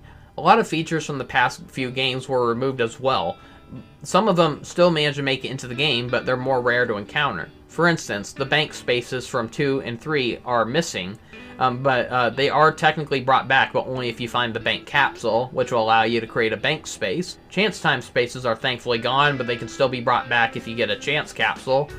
The magic lamp item is no longer a thing, which originally it would warp you straight to a star, and I don't even think you have a substitute item for that feature anymore. Although you have a substitute for the lucky lamp, which originally scared away the star, now that's in the form of Tweester. And as I've said before, Boo is no longer here, but Chain Chomp can be summoned. The only way to scare him off is if you have an item called the Lucky Bone Capsule, where you can throw a bone and have a Chain Chomp be lured away from stealing your stuff. And then, of course, there's the Bowser Capsule, which summons Bowser to create his own Bowser space.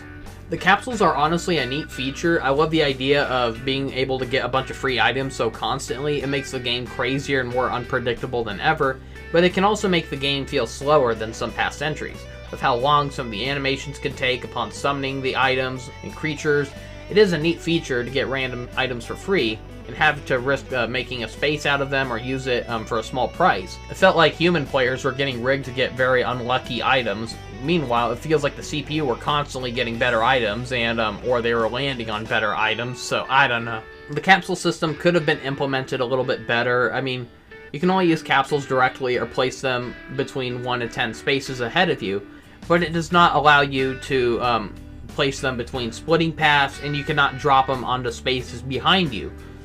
There were so many times where I was ahead of an opponent and I was hoping I could drop a space behind me to create a negative space in hopes that the people who are trying to chase me for the star would land on it and lose coins, lowering their chances of getting it. But you can't do that, unfortunately. You can only throw them ahead of you, and that really stunk, honestly. Being forced to throw them only ahead of you is a terrible idea because a lot of these items are negative. They can badly affect you, cause you to lose coins, stars. Swap places with another when you don't want to, and so I don't want to throw it ahead of me and then accidentally risk rolling a dice number that lands directly on that space. That's terrible. So one of the most frustrating things about these capsules is that after a number of turns, it can be hard to remember whose space was whose. A lot of these spaces end up having the exact same symbol as other spaces, so it's hard to tell if this one with a coin on it, will it give you coins, will it take coins from you? It's hard to tell. It would have been nicer if these actually showed the pictures of the item or the enemy that it summons instead. So why can't the Hammer Bro space have a picture of the Hammer Bro on it, for example? So overall, this is a fun feature, but with many flaws. It's too bad that this was the only game to feature capsules.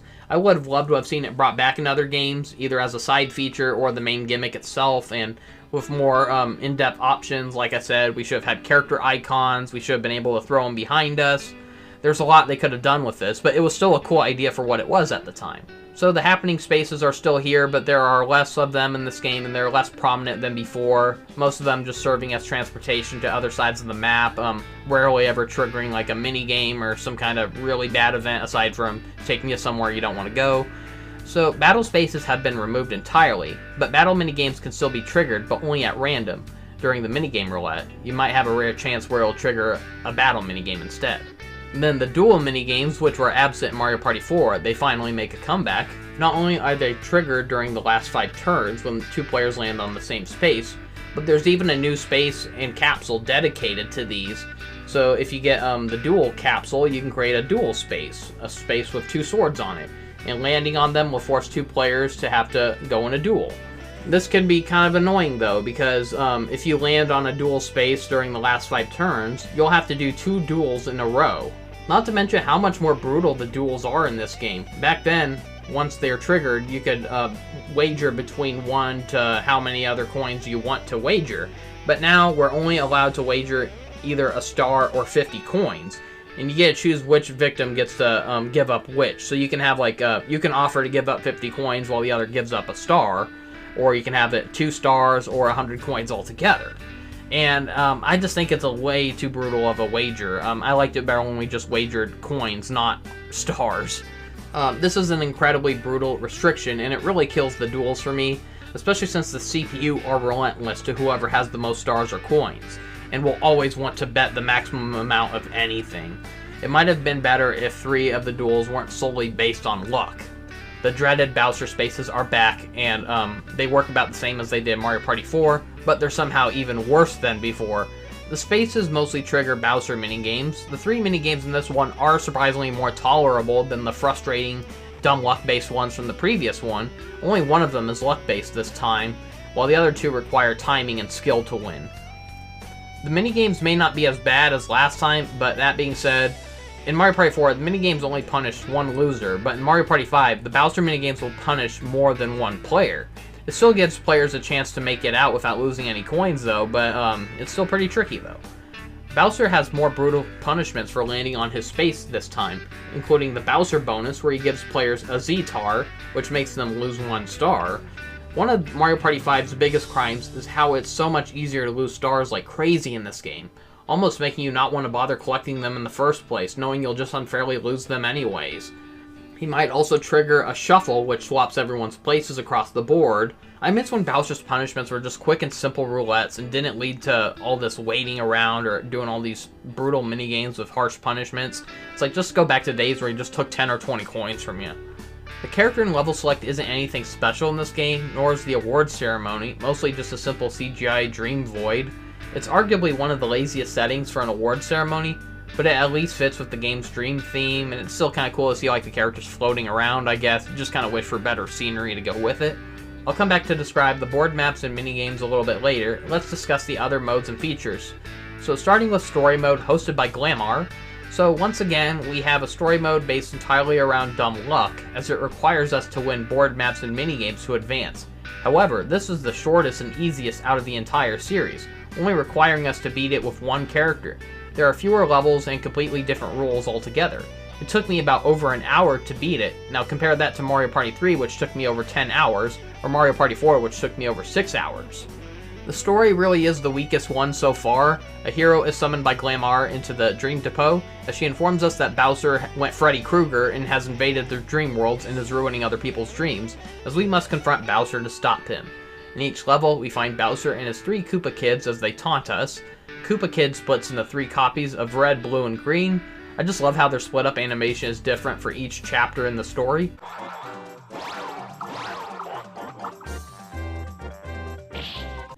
The goal to winning the story mode is not to collect the most stars, but to chase the 3 Koopa Kids across the board and beat them in versus and duel minigames. If the Koopa Kids lose a minigame, they lose coins. If they lose all of their coins, they lose and disappear from the rest of the game. The key to winning is to eliminate all of the Koopa Kids' coins.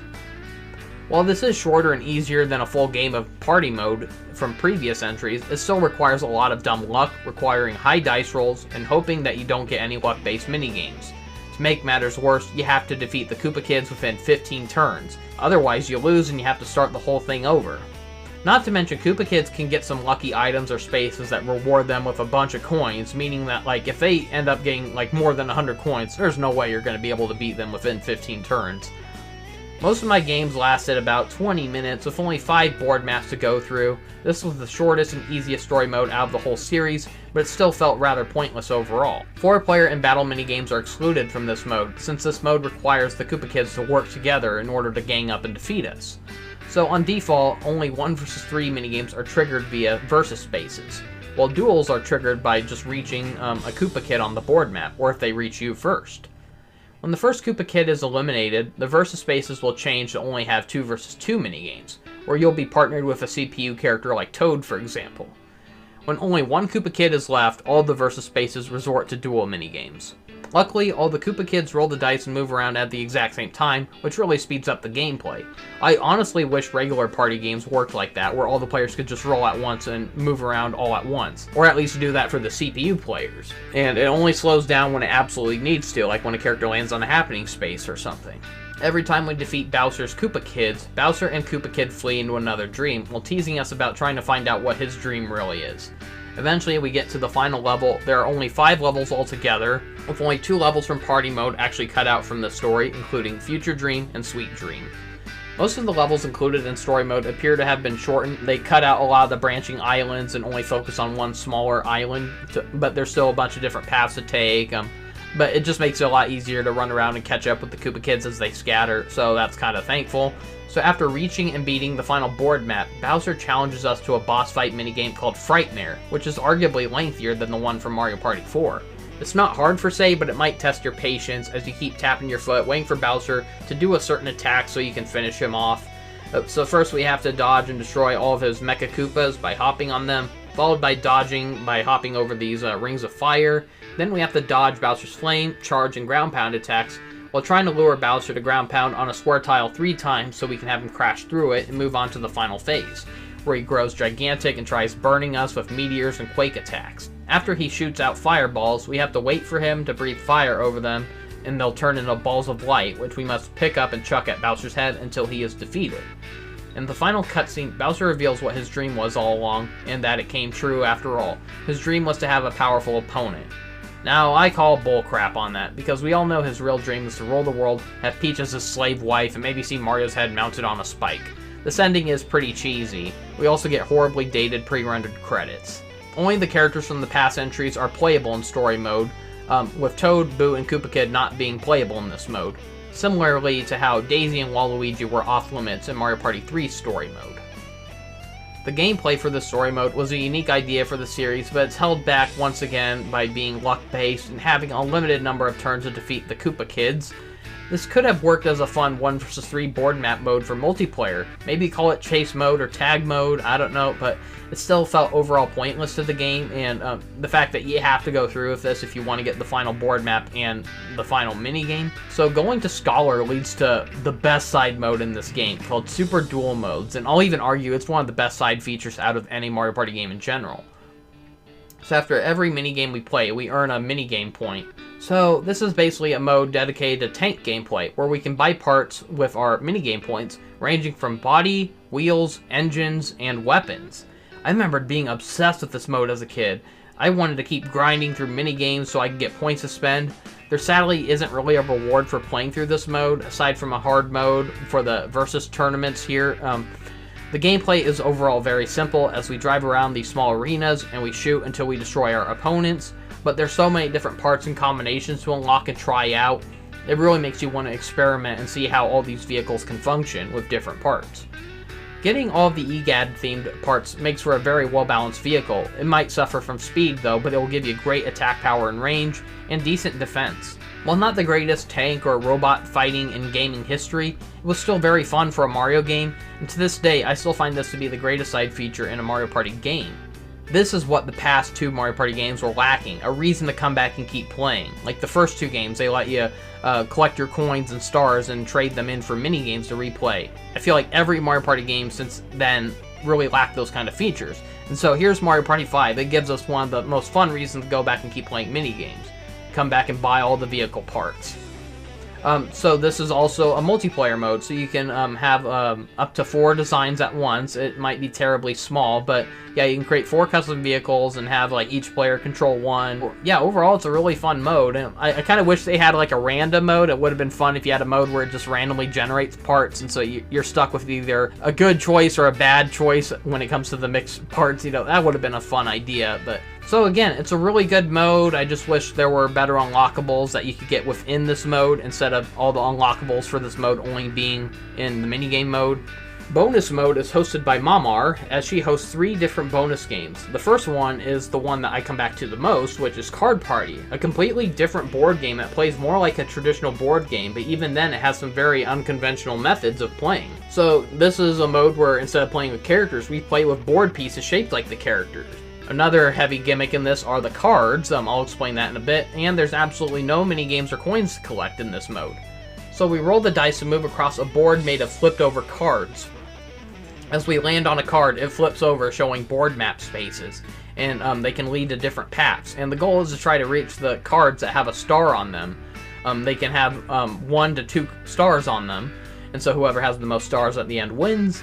Landing on mushroom cards will give us extra dice rolls, but don't bother heading for the question mark cards, for more often than not something terrible happens to the person who triggered it, like having a pink boo steal your stars and hand them to someone else. You can also summon a regular boo who can steal from another, but it's really not worth the gamble. Problem is that the CPU will always go for it, if only they were smart enough to realize it's not worth it. A Bowser space is hidden under some of the blank cards, so be careful.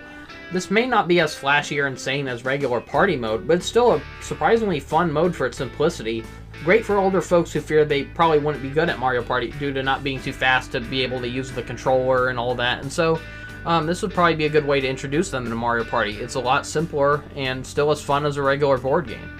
I don't see myself coming back to this as often as I would with like party mode or minigame modes or super duel mode, but it's still better than most of the side features in a lot of other Mario Party games. Up next is Ice Hockey. It's just a simple game of 2-on-2 hockey. It's not bad, but it's pretty bland. You're better off just playing hockey in one of the Mario and Sonic Olympic Winter entries or Mario Sport Mix for Wii, for those had much better, more fun options and ways of playing hockey. Finally, there's Beach Volleyball, another simple and short minigame that was done better in both Mario and Sonic and even the Mario Sports Mix game. So while it's functional, I feel like the timing for this minigame is kind of off. It feels like it wants you to press the buttons prematurely to hit the ball, and instead of rewarding players for timing it just right like in other volleyball games. Compared to hockey, this one has more advanced options like playing with a bomb or playing with a dice roll, where depending on what number the dice lands on when you land a score, the side who got the point will actually get a score based on the number that was on that dice roll. That makes for some really crazy matches. So while not as big of a selection of bonus games compared to the bonus mode in Mario Party 4, I still prefer the bonus mode in this game over that one. For most of the bonus boards or mini games in the previous one are ones that I'd never see myself coming back to. But I actually do see myself coming back to play Card Party. It actually was pretty fun for its simplicity. Sometimes you just don't want to bother playing mini-games, you just want to sit down and play a simple board game, and I feel like this has one of the best alternatives of playing a simple board game out of any Mario Party entry. The mini-game mode is honestly one of the best mini-game modes in the entire franchise, hosted by Muscular. Instead of just relying on a mini-game selection or generic tournaments, we got actual new modes of different rules and goals.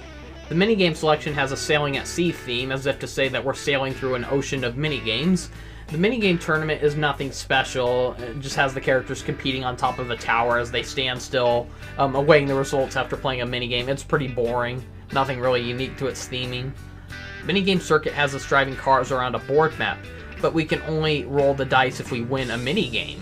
So we can wager whether we want to use a mushroom or a gold mushroom after the minigame has been picked. But if we lose the minigame, our item is wasted. So best to only use them on minigames that you're sure that you'll win in. Don't waste them on dumb luck minigames where you can't guarantee who will win. So this is a kind of fun idea, but I feel like it is a little too strict to only have the person in first roll the dice. I feel like they should have at least ranked it to where if you get second, third, or fourth, you'll get like weaker dice blocks. Like they could have had it where whoever got in first gets 2 dice rolls, and then whoever got in second gets like just a simple 1 to 10 dice roll. You could have had it where third place can only get like a 1 to 6 dice roll, and then whoever gets in last can only get like a 1 to 3 dice roll or something. You know, they could have done a little bit better. There are also dual spaces and Bowser spaces we gotta look out for. So while this is a fun and unique board map for its time, I feel like it's way too slow paced. The idea of only being able to roll after winning a minigame is a fun idea, but it takes too long for every character to get ready, as it slowly has to ask each player one by one if they want to use a mushroom before the minigame begins. Speed it up already. As much as I hated the racetrack board map in Super Mario Party Jamboree, I'll at least admit that was somehow a better realization of what this one tried offering. Minigame Decathlon is one of the most fun minigame modes ever introduced in the series, and I'm shocked it was never brought back. The characters compete in a tournament of particular minigames. I think there's 10 altogether, but instead of rewarding the winner to whoever wins the most minigames, all the minigames are reworked to reward players with points based on how fast or well they performed in the minigame. And some of these minigames would normally end as soon as someone reaches the goal, but in this game, it keeps on going until every single player reaches the goal. So the idea of winning minigames based on your overall performance with scores, instead of solely relying on whoever just reached first, that's a really cool idea, instead of the usual best 2 out of 3 formula like most tournament modes. This is a very fun mode to revisit on, and as we try to get a higher score than the last time we played it, yeah, I highly recommend it. I'm surprised they've never brought it back. Minigame Wars is the worst minigame mode, not only in this, but arguably out of the entire series. It has some really stupid rules and restrictions. We're forced to go through a tournament of 19 minigames. I really wish they at least let you slow it down, maybe like have it where whoever wins 3 wins or something, but every time a player wins a minigame, they get to claim a hexagon panel, but a player can steal every hexagon claimed by another just by placing their hexagon next to theirs. And can you imagine wasting over 30 minutes winning all of these, then losing just because one person won the last minigame and they get to steal all of the hexagons you've already laid down? That is really unfair.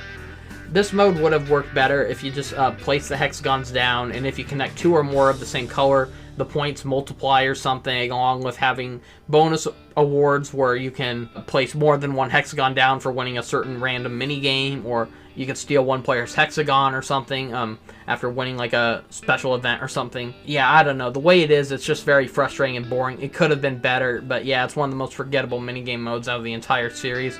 I never see myself wanting to go back to this. It's just a total waste of time. Here's yet another minigame tournament mode in this, but strictly for dual minigames, and it takes place on a ship where the loser gets thrown off the plank, basically. So yeah, it's pretty forgettable as well. Now onto the board maps. The first board map is Toy Dream, a big land made of wooden toys. It's one of my favorite new board maps in this game. It was the perfect first level to be introduced to upon getting this game on Christmas back in 2003. What better way to celebrate a day filled with playing with toys than playing a level all about toys, as the characters run around and hop across these wooden building blocks, toy vehicles, a giant mechanical Bowser Canyon that launches you back to start. It's one of my favorite levels in the game. Pirate Dream may not be the first time we've gotten a pirate-themed world, but I'll admit it's actually better than Pirate Land from Mario Party 2. It also serves as a better cave level than Creepy Caverns from the third game. Taking place entirely within a cave full of waterfalls, cliffs, treasure, and a giant pirate ship, it really gives off Goonies vibes, and even a little bit of Indiana Jones is thrown in there with a boulder chase through mines. It feels less like a pirate level and more of a tribute to Steven Spielberg. This is one of the bigger maps in the game, which has many branching pathways. Rainbow Dream is a grander version of Mario's Rainbow Castle, divided across 4 islands, starting with an electric generator, a fish fountain to the left, a snowland to the right, and a mighty castle on the North Island. We either need to pay shortcuts to advance to the next island, or land on certain happening spaces. It's overall a fun and pretty level. It's very Jack and the Beanstalk meets Castle in the Sky, so it's another favorite of mine. Undersea Dream is an undersea level that strongly gives off Atlantica from Kingdom Hearts vibes. Just everything about the colors of the seashells and coral, it just gives off PS2 Little Mermaid vibes. We've got many looping paths, a sunken ship, dolphin rides, and a lot of aquatic life popping out as we land on spaces. While the music isn't as good as Deep Blue Sea from Mario Party 3, I will admit that I think this is the better underwater-themed board. Some of the details in this level are really fun, like how there's a Cheep Cheep that opens a door when you land on the space in front of his house, or how Bowser fumes bubbles out of his nostrils. It's just a lot of fun attention to detail. Future Dream is the only level I didn't care for. It's just a more boring version of other better sci-fi levels, like Spaceland or Eternal Star. It's just a bunch of boring floating metal islands with teleportation pads and rocket rides, with less adventurous music from the previous sci-fi maps. Sweet Dream is a better version of Peach's birthday cake from Mario Party. Instead of one giant cake, we got a bunch of cakes to run across with crumbling cookie bridges that regenerate directions each time someone crosses and breaks it. Bowser Nightmare is the best Bowser-themed level out of the entire series that I can recall. Finally, a Bowser's Castle-themed board map complete with a lava moat. I swear, this opening water fountain gives me Kingdom Hearts vibes. It just reminds me of that water fountain from the first room in Hollow Bastion. The stage also has one of the funniest happening spaces, where Bowser decides to go through a stroll as he stomps on anyone who gets in his way, but he doesn't even notice him until after he does it and he starts laughing. He doesn't even bother looking down to see who he stomped on. He just laughs knowing that he stomped on someone. That's just hilariously dark. So he also turns every blue space he walks over into a red one. I do think this happening event does go on for way too long, though. It can take up to a minute for him to get this over with, so it might hold the record for one of the slowest happening spaces, but it's still kind of funny to see, at least the first time, maybe. So I find the level name in this kind of strange, though. I mean, Bowser Nightmare seems to imply that we are in Bowser's Nightmare, but this wouldn't be a nightmare for him. This would be a dream for him to live in his own giant castle surrounded by lava, tormenting his victims. I thought he already lived in one of those, but maybe this level's more of what he wishes his castle looked like, or I don't know. So, on to the minigames. I'm not kidding when I say this game overall has the best collection of minigames the series has ever seen. This game isn't free of any bad minigames, though. There are still plenty of really bad, dumb luck minigames, very unfair minigames, and the dumbest CPU out of any 2 vs 2 game I've ever seen. But a lot of these minigames are still pretty good. They actually outweigh the frustrations of some of the board maps. There were plenty of times where I was so ticked off for having so much bad stuff happen to me on the board maps, like everyone stealing my stars or coins, followed by triggering a Bowser minigame, followed by landing on a small dice roll when I was so close to getting a star, only for the player next to me to get it immediately in the next dice roll. But then you get a fun minigame like Coney Island or Pushy Penguins. As soon as they pop up, my anger shifts towards excitement. I can't think of any other Mario Party game where no matter how much bad luck I have, just the selection of a minigame can put a smile on my face. Starting with the 4-player minigames. Chimp Chase. So 4 mother ukikis of different colors have lost their babies, and the players must race around to catch the chimps and bring them back to the correct mom of the same color, while gold chimps are worth 3 points that can be returned to either mother. This is a very simple yet extremely fun minigame. Chomp Romp, a fun puzzle game where we press the A button to blow a whistle as we try guiding a chain chomp to the goal, while making sure to run out of the way as he charges at us. He'll keep crashing into objects as we have to reposition our characters, blow the whistle again, the cycle repeats. This takes a lot of fast thinking to get the quickest routes. I really do have a blast with this one, but I really wish there were more variations of this or randomly generated obstacles to add more variety and unpredictability with this otherwise fun minigame. Coin Cache, a nod to Mario's roots as the players bash 3 vertical rows of moving bricks as we try collecting the most coins. It's simple and fun, and it's neat how this is the first entry to have Peach's Castle as a set piece in a minigame. Coney Island, one of my favorite minigames out of the whole series. We stand on top of a Statue of Liberty shaped like Mario. He's holding a giant ice cream cone instead of a torch, as we run around on top of the cone and trying to catch as many falling ice cream scoops as we can into our cones. Whoever can get the tallest ice cream cone wins. I've heard many people claim that this is a tricky minigame, yet I've never recalled losing this one. You just gotta study the shadows and line up your character's cone, line up with those shadows before they land, and your character moves slower the taller the cone gets, along with it being harder to catch with your cone getting so much taller, but I'm just glad that nothing can knock over your cones or anything. So, who else gets hungry for ice cream after playing this one? Dodge Bomb is basically a crazy game of dodgeball, but with bob-ombs. There's nothing more to say, it's as fun and crazy as it sounds and looks. Fish Upon a Star has us running for dear life on a crumbling star-shaped arena as Cheep Cheep come flying from the sky and try to crash us down. We can even try punching our opponents off. This feels like a more fun and crazier version of Bombs Away from the first 2 games. I really like this one. Fish Sticks has us racing to reel in many fishing poles by approaching them and pressing the A button. We have to act fast as a pole's line starts bending hard, but sometimes it can be hard to tell if it's a bite or a nibble. Some lines can have gold Cheep Cheeps that are worth 3 points, so this mostly feels like a luck minigame. Flower Shower is a very simple yet fun minigame where we collect falling flowers from a wedding bouquet. Walking through water will slow you down, so maybe some will find this too easy or boring, but I for some reason always found this minigame very fun and charming. Frozen Frenzy is a fun idea, but it's heavily held back. So players run around an icy cave with many slopes and moving platforms as we chase and fight over 5 crystals. You can punch players and make them drop their crystals and try to steal it from them. I think what holds this game back from being a lot better is the 5 crystal limitation. I feel like more crystals should have been able to spawn over time. Maybe it didn't need to be like a major collectathon fest, but I at least feel like some of them should have fallen through the sky after a certain number of time. So most often I collect either 3 or more crystals and end up winning in the end because of how easy it is to outrun everyone. If it was a non-stop collectathon where we could just punch people's crystals out like crazy, it might have been better. It's not bad, but it just feels kind of empty. We already had Flower Shower, which was basically this but done a lot better.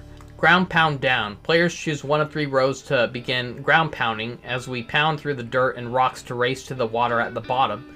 This one requires both luck and skill, for you can't tell which paths will lead to more rocks or less rocks. So you can plow through 3 dirt tiles at once by ground pounding at the peak of your jump. While I don't like luck-based minigames, I do like this one. It's visually fun and it still requires skill to win.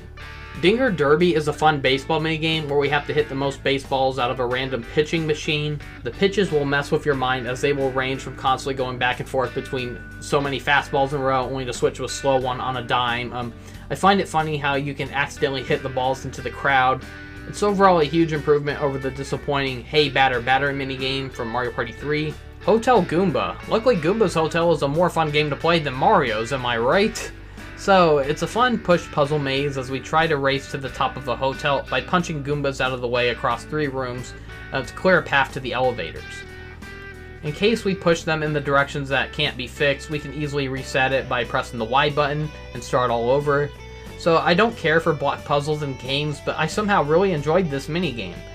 Maybe it's just because it was done in small doses, unlike other games like Zelda, Pokemon, or Conker's Pocket Tales, where they littered these throughout a majority of their game. Hydro Stars has us racing through 5 numbered stars before reaching the goal. This is another simple and fun game, but I wish the stars were more randomly generated each time to spice things up. This is also a high score minigame, tracking your best time, but it's still a good one overall. Later Skater is a 5-lap race around an ice track as we hold A and tilt left to turn. The turning might feel off when you first play it, but once you get the hang of it, it's a fun and easy race. It feels like a faster version of Waterworld from Mario Party 3, but faster and more slippery. So Leaf Leap has us pressing A to keep jumping as we tilt left or right to try to hop up on these leaves to reach the top of the beanstalk. The fun thing is that this is like a never-ending game, because I've never been able to get anything higher than outer space, but as simple as this game is, it's still very fun to see how high the players can jump.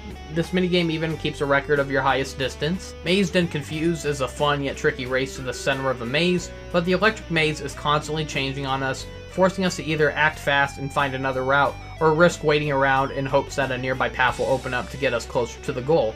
It takes luck and skill to win. Nightlight Fright is a game of chicken where each player has to shine the flashlight on a chain chomp. The one who shines the light closest to 0 seconds wins. I was never a fan of these chicken games, so it's interesting how each player's chomp will move at a different speed, so you can't rely on waiting for the other characters to chicken out, for you gotta keep an eye on your own chain chomp, for they'll move at a very different speed from your opponents. Popstar Piranha is a best 2 out of 3 game where we have to find the piranha plant who is not dancing like the others, as we hold a sign with a matching button to point out the odd one out. So it surprises me to realize that Piranha Plant was absent from Mario Party 4, so this was his first appearance on GameCube in a Mario Party game, and it still maintains its old N64 design, where they used to have smaller green lips, and it wasn't until the DS released where the Piranha Plants were redesigned with bigger white lips. Pushy Penguins pushes on the edge of being an action, skill, and luck-based minigame all-in-one, as a stampede of penguins began marching towards us as we tried moving around them without getting pushed into the icy water. It can be very tricky, but it's so fast-paced and chaotic. I have fun with this one, even when I lose. Rumble Fumble has us trying to recognize a rumble that a fly guy makes as we race around trying to find 3 buckets that have a matching rumble. Whoever finds 3 fly guys first wins. But we lose a bit of time if we unearth a bucket with a different enemy underneath. Triple Jump is a triple jump event where we mash the A button followed by the B button, and then finally again with the A button to do a triple jump. Still a lot better than the triple jump gameplay from the Mario and Sonic Olympic games. At least we can't get penalized for starting too early, late, or crossing the line. Vicious Vending is a short dumb luck minigame where we do nothing but rotate the joystick to operate a toy capsule and see what we get. Some players will get coins while others get crushed by a thwomp and get nothing. It's mostly an annoying minigame. Willflower is one of the most boring button mashing minigames, as we mash the A button to try making a flower grow with our minds. Something about this minigame just feels so slow and boring, despite how it can only last up to like 15 seconds normally. It's not as fun as mashing A to wind up toy fly guys for a race, or knock over womps like dominoes, for example. So it's just repetitive gameplay we've seen already done to death, but with less appealing visuals to accompany it. Onto the 1 vs 3 minigames. Beam Team has one player being chased around by 3 players who are piloting UFOs as they try abducting the single player with a tractor beam. If the single player evades them all until time runs out, they win. It's a tricky and crazy one. Big Top Drop is a strange case where the CPU die way too easily when I'm playing as the single player. Yeah, I can dodge a CPU with ease when the tables are turned. In this minigame, one player swings over a tightrope as they drop a bunch of balls to knock over the other 3 players. It's incredibly frantic, yet I don't recall ever being eliminated from this one. The balls are actually pretty easy to dodge, despite how there's so many of them that can be dropped at once. Usually the CPU put up a better fight than this in other minigames, but they're easy to defeat in this one. Curvy Curbs is a fun one unless you're on the 3-player team. One player has to drive through this Candyland-looking pathway without bumping their cart or trailer onto the edges, while the other 3-player team needs to work together with their linked vehicles. Player 1 may have the slicker path, but CPU will mess up way too much, which may mess you up in the process if you're teamed up with them. I've never been able to win this one when on the 3-player side, and I do much better luck when I'm driving on my own. Fight Cards is a dumb 1 vs 3 clone of Rock Paper Scissors, a dumb luck minigame, but if one player matches the same move as one of the 3 players, then that player is eliminated. From the 3-player team, that is. Just like most of these games, one player must eliminate all 3 players within a certain amount of turns. It's overall pretty boring. Flatiator has one player rolling around on an oversized bumper ball as they try flattening the 3 team members, while also avoiding the Monty Moles. This can be tricky, but it's still fun. Heat Stroke. Now I know I've been praising most of the minigames and features in Mario Party 5, but this has got to be one of the worst 1 vs 3 minigames I've ever seen. And I was so frustrated that they brought it back in one of the later Mario Party games on Switch. It's incredibly unfair, and it feels built to have the single player win every time, as they have to rapidly swing a hammer to fling these disc-shaped panels off of a tower, along with the other players that are on top of it as they try dodging it by jumping. I've never seen the 3-side team win this minigame. The single player can even do fake-out swings to try to trick the opponents into a false sense of security. This minigame usually ends before you know it. It's just incredibly unpleasant. I don't even take joy in being the one with the hammer in this one. It just makes me feel so filthy. Mario Mechs is hands down the greatest 1 vs 3 minigame ever made out of any Mario Party game. It has 3 levels, including Parched Ruins, Dark City, and Starhole. I'm sorry, but why Starhole? That sounds like another word for anus. Anyways, one player controls a giant mech with rapid fire, charge blasts, and shockwaves, as they try gunning down the 3 smaller and faster mechs before they strike the big mech down. As if the Super Duel mode wasn't fun enough with its mech fights, but here we got another minigame that's all about mech shooting, and it's still fun to play. Other Mario Party minigames never really left me wanting to sit down and replay them non-stop in a row, but then comes Mario Party 5 with this minigame, and it's the most time I've ever spent on a single minigame. I probably spent the most replays on this out of any minigame in history. It's just addicting, no matter what side you're on. It's like this could have served as its own game if they wanted to. So both sides have great odds at winning, with the bigger mechs being slower yet mightier with their attacks, while the smaller mechs being faster and easier to move. How dare Nintendo still not remake this minigame for the later Switch entries? Mathletes has one player spinning 3 roulette dice to create an equation, and based on the outcome, we can get rewarded with coins that equal the equation. For instance, if you land a 1, a plus, and a 3 on the dice, you get 4 coins. The 3-player team has the same goal, but each player is assigned of being in charge of one of the landing numbers on their dice. So the middle player has to land on the plus, minus, or multiply symbol, while the others have to land on the other numbers that equal the equation. So it's a quick and simple minigame, still kind of a fun one. It is disappointing if you end up getting a minus, because then you likely won't get much, or you might not get anything at all. However, I don't think this deserves to be a minigame, though. It feels more like something that should have popped up as a board map event instead of an actual minigame that you gotta go through a loading screen for. Quilt for Speed. It's a fun minigame for single players, but it's a nightmare for the 3-player team, especially with the brain-dead CPU. Each player must guide a slot machine-controlled Goomba mech to spring across these tiles on a quilt to reach a goal. The single player can only move one quilt tile at a time. The 3-player team can move 3 spaces at once, but each player is in control of 1 slot. So there might have been plenty of times where the best move would have been to move up 3 times, but instead your brain-dead CPU accidentally land on a left or a right instead, and then you get trapped behind another pesky obstacle, and it just ends up wasting 3 turns. It can be frustrating with your partner's incompetence, but overall it's still a fun minigame. Revolving Fire. It's very similar to many other 1 vs 3 minigames, where one player tries wiping out the other players, this time with a revolving dual-sided flamethrower. Over time they can build up a power to ground pound and create a wave of lava. This one is surprisingly boring, for the flames shoot out way too slowly and the attacks are easy for players and CPU to dodge. It feels like the single player has a very low chance of winning this one. Squared Away, eerily similar to Fladiator except with role reversal and everyone is now a cube. The single player is a fast but tiny cube and must evade the 3 bigger yet slower cubes. It's another tricky one, it's really fun, and it honestly has one of the funniest endings I've ever seen to a minigame. 2-Bit or Lose It. One player drives around in a giant spiked inner tube as we sled down a snow slope with the A button to accelerate and B to slow down as we try popping the inner tubes of the other 3 opponents. The single player loses if one of the opponents reaches the goal. It's a tricky but fun chase. On a 2 vs 2, banking coins. Now you'll hear me say this a lot during this section, but I hate how the CPU keep ruining some of the most fun and innovative 2 vs 2 minigames. 2 teams are trapped on a tilting disc with a vase filled of coins floating in the center. The players need to work together to have one player focus on jumping under the vase to spout out the coins, while the other needs to focus on collecting the coins. However, because we're on a disc that moves in the direction we tilt in, that means we gotta keep balance in mind, and so there might be times where it's best to swap positions with your partner to try to both get more coins out and collect the coins out at a fast and efficient manner. Too bad the CPU is too busy dicking around most of the time.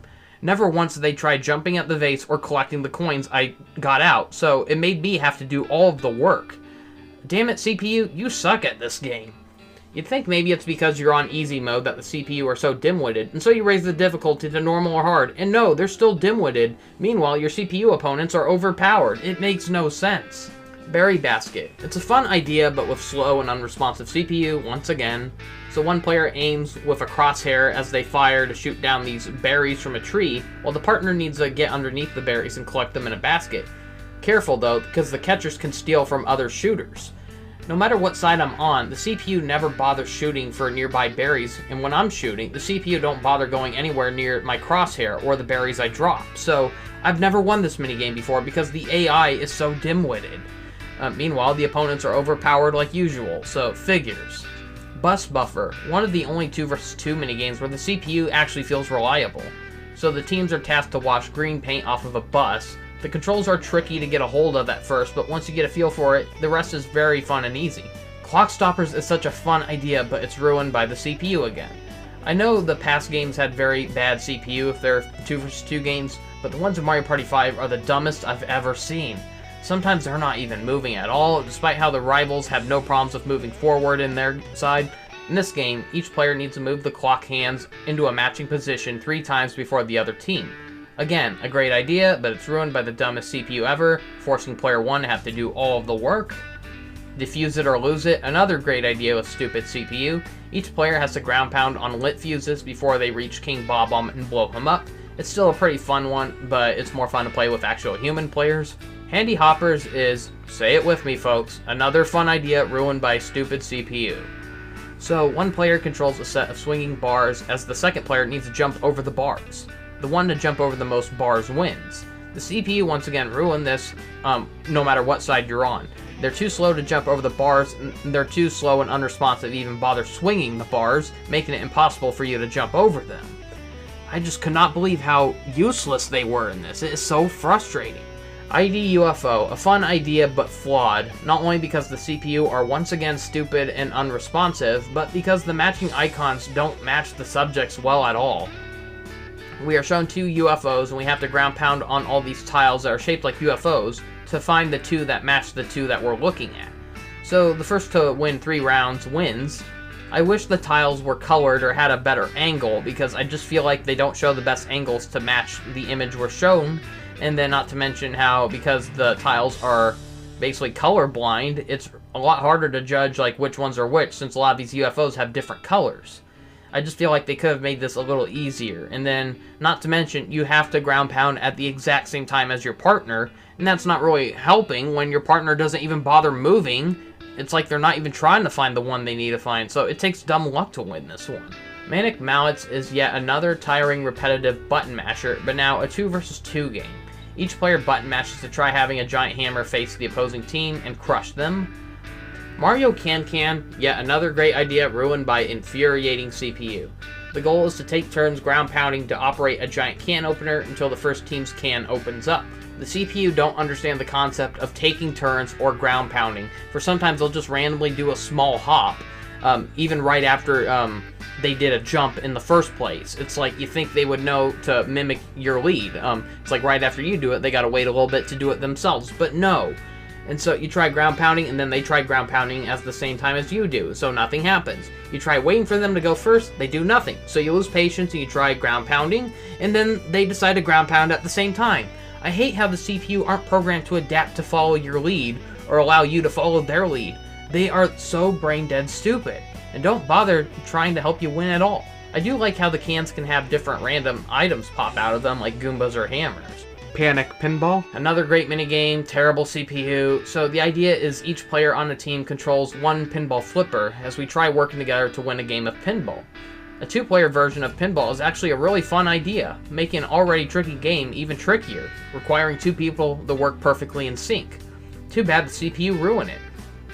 They do not know how the game of pinball works, and they just flip the panel at random at very sluggish speeds instead of trying to time it right.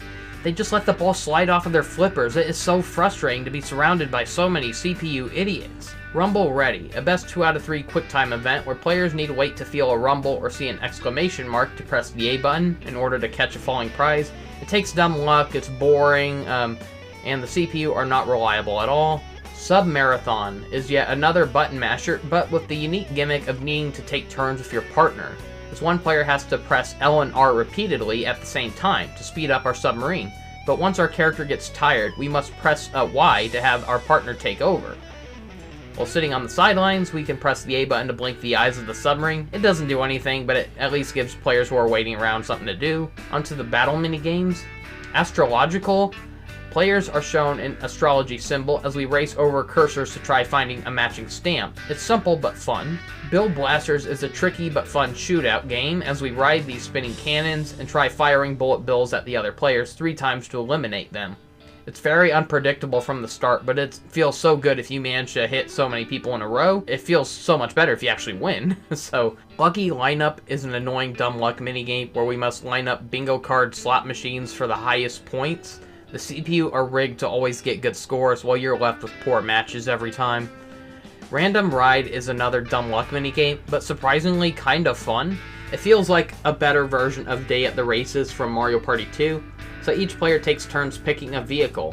We have to try picking the one with the most suitable name while avoiding the ones that flat out guarantee a loss. Some of these names might be a little tricky to pick between, for some can sound close to a winner, while others sound very vague, and so yeah, it can be kind of hard to tell. So, despite how I hate these dumb luck minigames, this one was just too silly and fun to hate. It still sucks that you have to take turns to pick one, but I like how there's at least 2 more options to choose from compared to Day at the Races, where player 4 was always stuck with the last option without any options or choice, so at least this one, it still gives them 3 to choose from.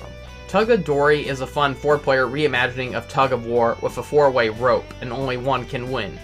As we bash the A button to tug on our rope. I never liked Tug of War from the first game, but I actually do like this crazier 4-player reimagining of it. Twistin' Out is a fun yet tricky fight with a growing twister as we try knocking other players into the twister with giant hammers.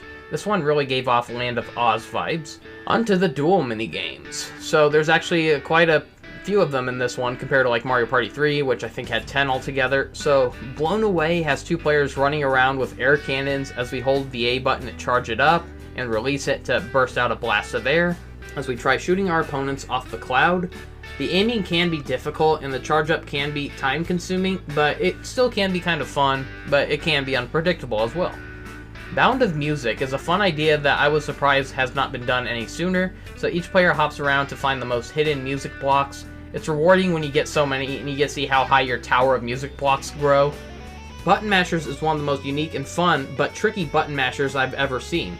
We start off holding one heavy box that has a button on it, and we have to mash the button that is shown on it, only for more boxes with different buttons to appear, forcing us to uncomfortably stretch our fingers across the controller to bash those other buttons. We do this until one player collapses under exhaustion and collapses under all the weight. This is a genius minigame. You can really feel the struggle that your player is facing just by the aching of your hands. It's just such a brilliantly designed minigame. It is so funny. Countdown Pound has us needing to ground pound on a switch the closer it gets to 0 on our countdown, or our balloon bursts. It's pretty boring. Get a Rope is another lazy dumb luck minigame. We just pick a rope and pull on it and hope it doesn't crush us, or hope that it shoots out more confetti than the other. I never like these luck minigames. Headwaiter. Speaking of terrible luck minigames, this is the worst duel game in my opinion. It's just a frustrating luck-based minigame where we have to throw a Bowser head-shaped bomb back and forth. We press A to have a countdown go down by 1, or B for it to go down by 2. It's just a more frustrating version of Hot Bob-omb from the first game. There's absolutely no point in giving us the option to have the countdown go off by 2 points. Either way, it feels too rigged to always go off on whoever's the second player. Mary Poppings. Each player is tied to a bunch of balloons as we rapidly press both A and B at the same time to spit rocks to pop the other player's balloons, before we fall to our defeat. This is a funny idea, but I always wondered, why do we have to press 2 buttons at once instead of just simply mashing the A button? This feels more like a minigame that would have worked perfectly on the DS Mario Party, with the DS microphone. Imagine if we just had to rapidly puff into the microphone to spit the rocks. That would have been a more fun way of playing this minigame. Peace Out is a dueling minigame where the only way to score is to grab pieces off a conveyor belt as we place them in our screen until we fill it up completely. We get bonus points for getting more matching colors next to each other. This may have slower controls, and the way to score is even a lot slower, but it's still a fun and unique take on a traditional match 2 or more puzzle game. Pound Peril, a dumb luck game where players run around and ground pound on these booby trap switches. Whoever finds the one with lights and confetti wins. I at least like how this one doesn't involve slowly taking turns or waiting around. It's still not very fun to lose at this one, but at least it's slightly more entertaining. Pump and Jump. How many overused button mashers does one game need? We just mash the A button to jump the highest. There's already better button mashers in this game and even other entries in this franchise. Shock Absorbers. Each player tries outlasting the other as the place gets flooded with amps. Now this one is pretty tricky, but it's still a lot better and easier than All Fired Up from Mario Party 3. Shy Guy Showdown, a dual cross between the Quick Draw event from Mario Party 2 and Shy Guy Says, except unlike Shy Guy Says, I don't mind this one that much. So Shy Guy will raise a sign with a button on it, and whoever presses it first gets to shoot ink at the opposing player and they win. So careful not to fall for Shy Guy's blank signs though. Sky Survivor is a challenging yet fun survival flight match where we pilot giant flying paratroopa shells and avoid crashing into the floating red spike balls. The obstacles are everywhere and they can be hard to dodge, but it's still pretty fun. Now Womp Maze has us racing through an invisible maze as Womps are buried underground and they block us off if we get too close to them. The first to the goal wins. It's tricky, unpredictable, but still fun. Wind Wavers. We alternate between the L and R buttons to try fanning a twister away from us and winning a race on a cloud. So it's a funny idea, but I feel like this would have worked better with waggling the joystick left and right instead. On to the Bowser minigames. Cajun Cooking. Okay, first of all, that is a hilarious pun in the title, and it's probably the easiest of the Bowser minigames, as we just have to quickly press the buttons as they appear on our cage to escape before Bowser burns us. One slip up can really cost you the minigame, and you gotta do it as fast as you can. It is possible for more than one player to break out, but it barely gives you enough time to get out, but it's still possible. I messed up when I first played it because I thought we had to button mash the buttons that showed up, so yeah, I messed up when another button prompt came up right after and I thought we had to button mash it. Rain of Fire. Bowser launches fireworks as the players have to dodge the dropping flames. It's tricky, but it's not impossible. Scaldin' Cauldron is the worst Bowser game in this. It's still more fun than the crap Bowser games from Mario Party 4 though. We have to pick one of 3 cauldrons to hide in as Bowser will breathe fire into 2 of them, eliminating them from the game. Now this one is suspenseful, for Bowser sometimes does fake outs to really mess with the players. Every time I played this, he faked out the cauldron that I was in first, but somehow I never got caught, and so yeah, he would just move to another cauldron instead and breathe fire into that instead. And so it's crazy how that happened on every game I played, where it looked like he was about to get me, but he got the other players instead. And finally, the 3 DK minigames. Banana Punch has us punching barrels to collect the most bananas inside.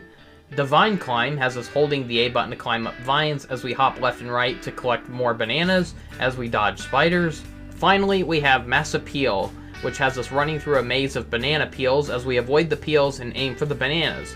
These minigames are really fun, but I feel like they are just way too short, especially with how rare these DK spaces are in the first place. So over the years, I remembered considering Mario Party 5 the last great entry in the series, before the Switch era gave this series a well-deserved comeback after some disappointing entries over the years. So I was mostly unhappy with every entry that released after Mario Party 5. And after all these years, this is still the most fun I've had of the series. It's hard to say if it will stay that way, because I'm still going to have to revisit the other games and see if I've changed my opinion on them, but as of right now, Mario Party 5 is my favorite entry in the entire series. It has the best collection of minigames, some of the most fun and best laid out board maps in the series. It also has some of the best bonus modes out of the entire series, with major highlights being Card Party, Minigame Decathlon, and especially Super Duel. The main feature that will have fans coming back to keep playing minigames, so we can unlock more of these cool robot parts to fight in. I also like how the story mode was incredibly short and it doesn't challenge us to beat it with every player for once, but I still found it to be a very useless mode altogether. The item capsules were a fun and unique addition that really makes the gameplay stand out. This game is not perfect though, it arguably has the weakest presentation and story so far. The removal of Donkey Kong is disappointing, and his spaces are rarely even landed on, making his minigames mostly feel unnoticeable. The punishments in this game are more brutal than ever, they're more constant than ever, with like the Bowser spaces, the last 5 turn bonuses, and being forced to bet stars and 50 coins in every duel.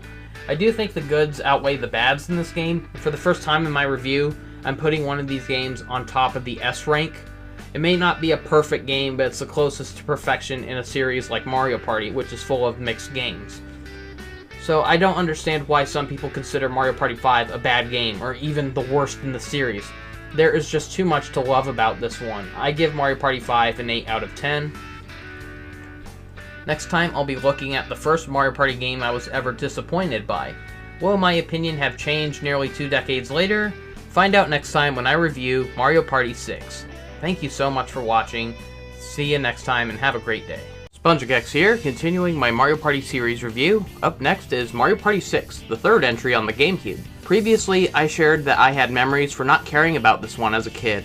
But worry not, fans of Mario Party 6, after revisiting this game, I realized the game is a lot better than I remember. But how does it compare to previous entries? Let's find out. The game originally released in Japan and North America in 2004 around the holiday season, 1 month apart, with Japan getting it first in November, followed by December for America. The game once again got someone else to compose the music, but this time they got 2 composers from Hudson, with Hironobu Yahata and Shinya Utoge. I hope I pronounced those correctly. They also did the music for Bomberman 64, Mario Party 7, and Mario Party DS.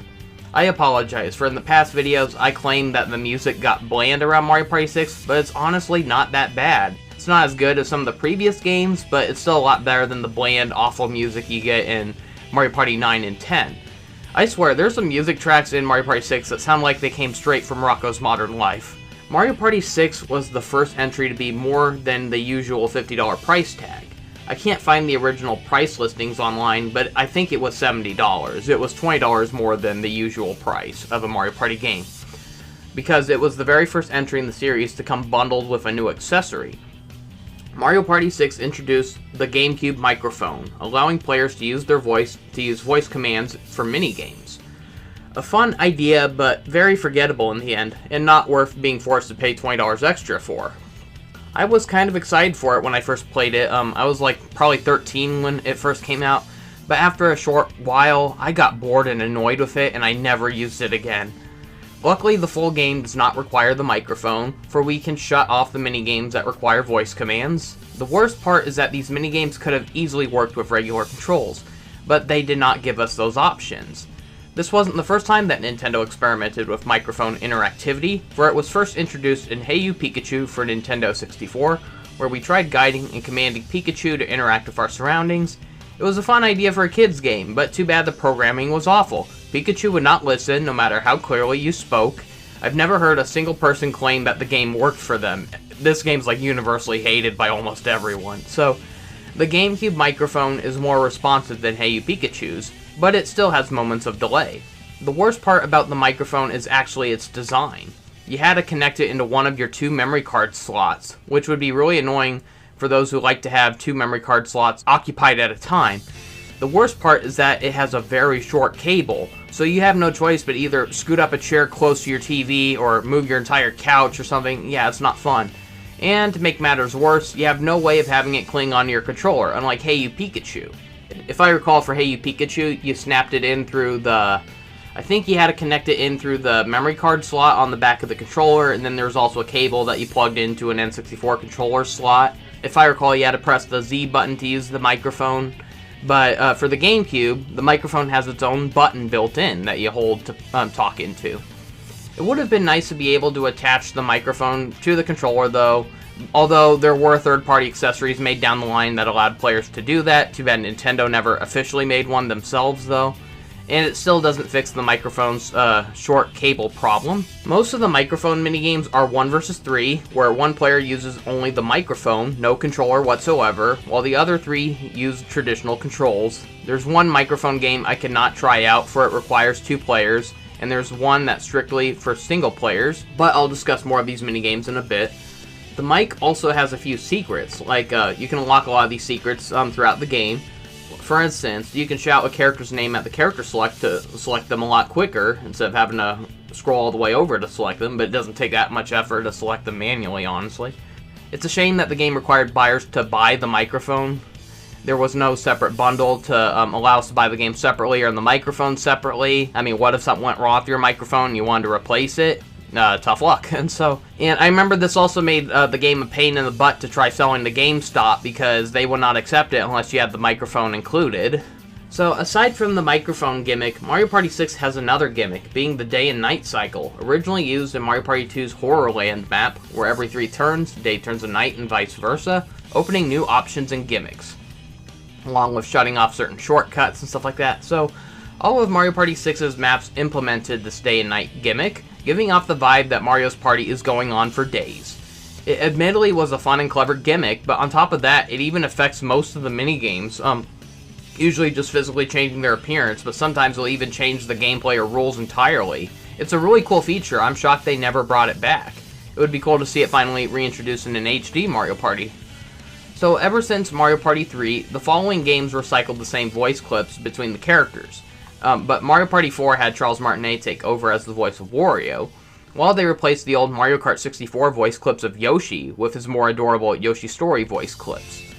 The voice clips in Mario Party 4 and 5 were starting to sound outdated, as every other game on the console updated the characters' voices and personalities, like making Luigi more timid and having Daisy be more tomboyish, competitive, and loud. So Mario Party 7 finally gave the characters new voice lines, along with replacing Jen Taylor's Daisy voice with Deanne Mustard's. And Deanne Mustard became the longest running voice of Daisy, voicing her for about 20 years before she recently dropped the role. They sadly ditched Bowser's monstrous sound clips from the N64 era and gave him his more bumbling villain voice that we've been hearing since Mario Sunshine. So Donkey Kong still uses those annoying ape sounds that he made in Mario Kart 64, and I don't think it was until Mario Party 7 where they finally used DK's modern voice that's been used since Mario Power Tennis. They finally got rid of that annoying and nasally female voice announcer from the first 5 games, and they replaced it with just a regular sounding guy. I mean, nothing too exciting, but at least it no longer sounds like Lois Griffin is nagging at us. So, just like the N64's third entry, the GameCube's third entry replaced the round spaces with octagons, except they're rotated at a different angle. Also, like Mario Party 3, this one has a cartoonier and less detailed graphic style compared to its other GameCube releases. Mario Party 3 had a pop-up book art style, but Mario Party 6 couldn't seem to make up its mind on what they wanted it to look like.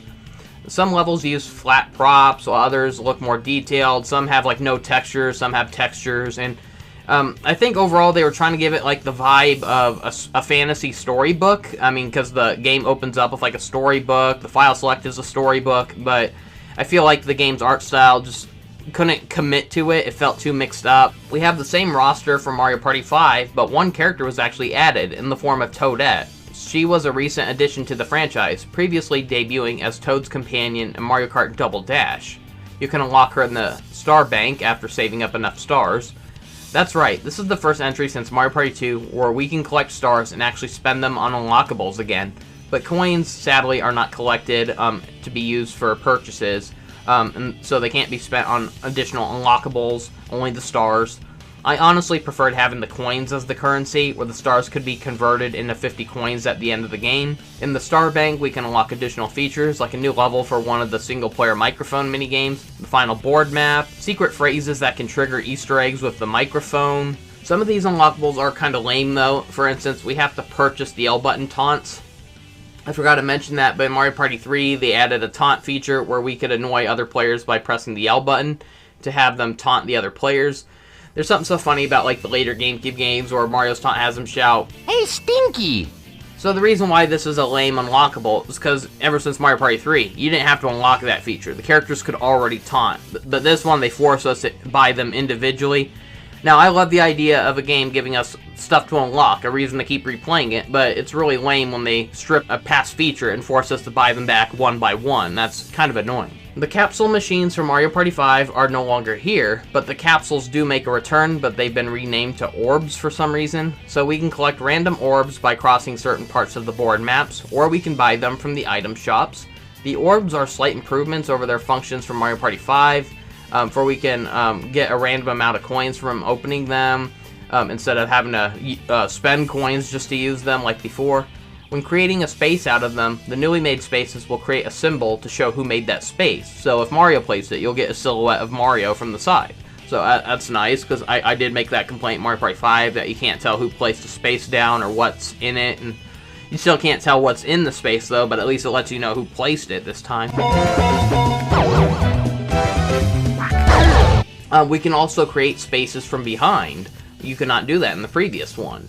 It doesn't have as far of a throwing distance as creating it forward, but still cool how you can drop them from behind. It especially comes in handy when you get some of these new trap orbs. Sadly, there's a lot less orbs in this game, and sadly, many of them have been repurposed to have different effects than the previous game, and a lot of these new effects I think are a lot worse than what they were from before. But on the bright side, it doesn't slow the game down as much as Mario Party 5 did every time these were triggered. We even have these trap spaces where you don't have to land on the space, just having an opponent walk by it triggers a bad effect. So there are two new orbs in this entry, including the Metal Mushroom, which is for protecting players from an orb trap for one turn, along with the Slow Shroom, which is arguably one of the coolest items in the series. It allows us to spin a slow motion dice from 1 to 10 to try to have us land precisely on a space that we want. So Mushroom Orbs can no longer be used to create spaces, we have to use them on the player who got it. The Chain Jump from Mario Party 5 is no longer used for stealing coins and stars, but since Boo has been playable since Mario Party 5, instead of having a Boo be the one we hire, we got pink Boos instead. So they serve the exact same role as the Boos from the first 4 Mario Party games. I only saw Pink Boo one time during my playthrough. It was during one of the island levels, and I think they only spawn at night. The Magic Lamp item, which warped us to the star, is gone, but it's been replaced with Flutter, the adult form of Wigglers, so they fly us to the star instead. So finally, a flight to the star that doesn't drag on with a long cutscene every time. The Bowser and DK spaces return. This time there's a lot more DK spaces, where I complained to Mario Party 5 there was only one, and it barely ever got triggered.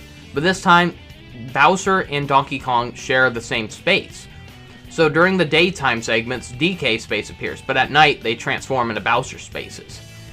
So DK once again has us play one of 3 minigames to collect bananas, with a chance to multiply them in exchange for coins.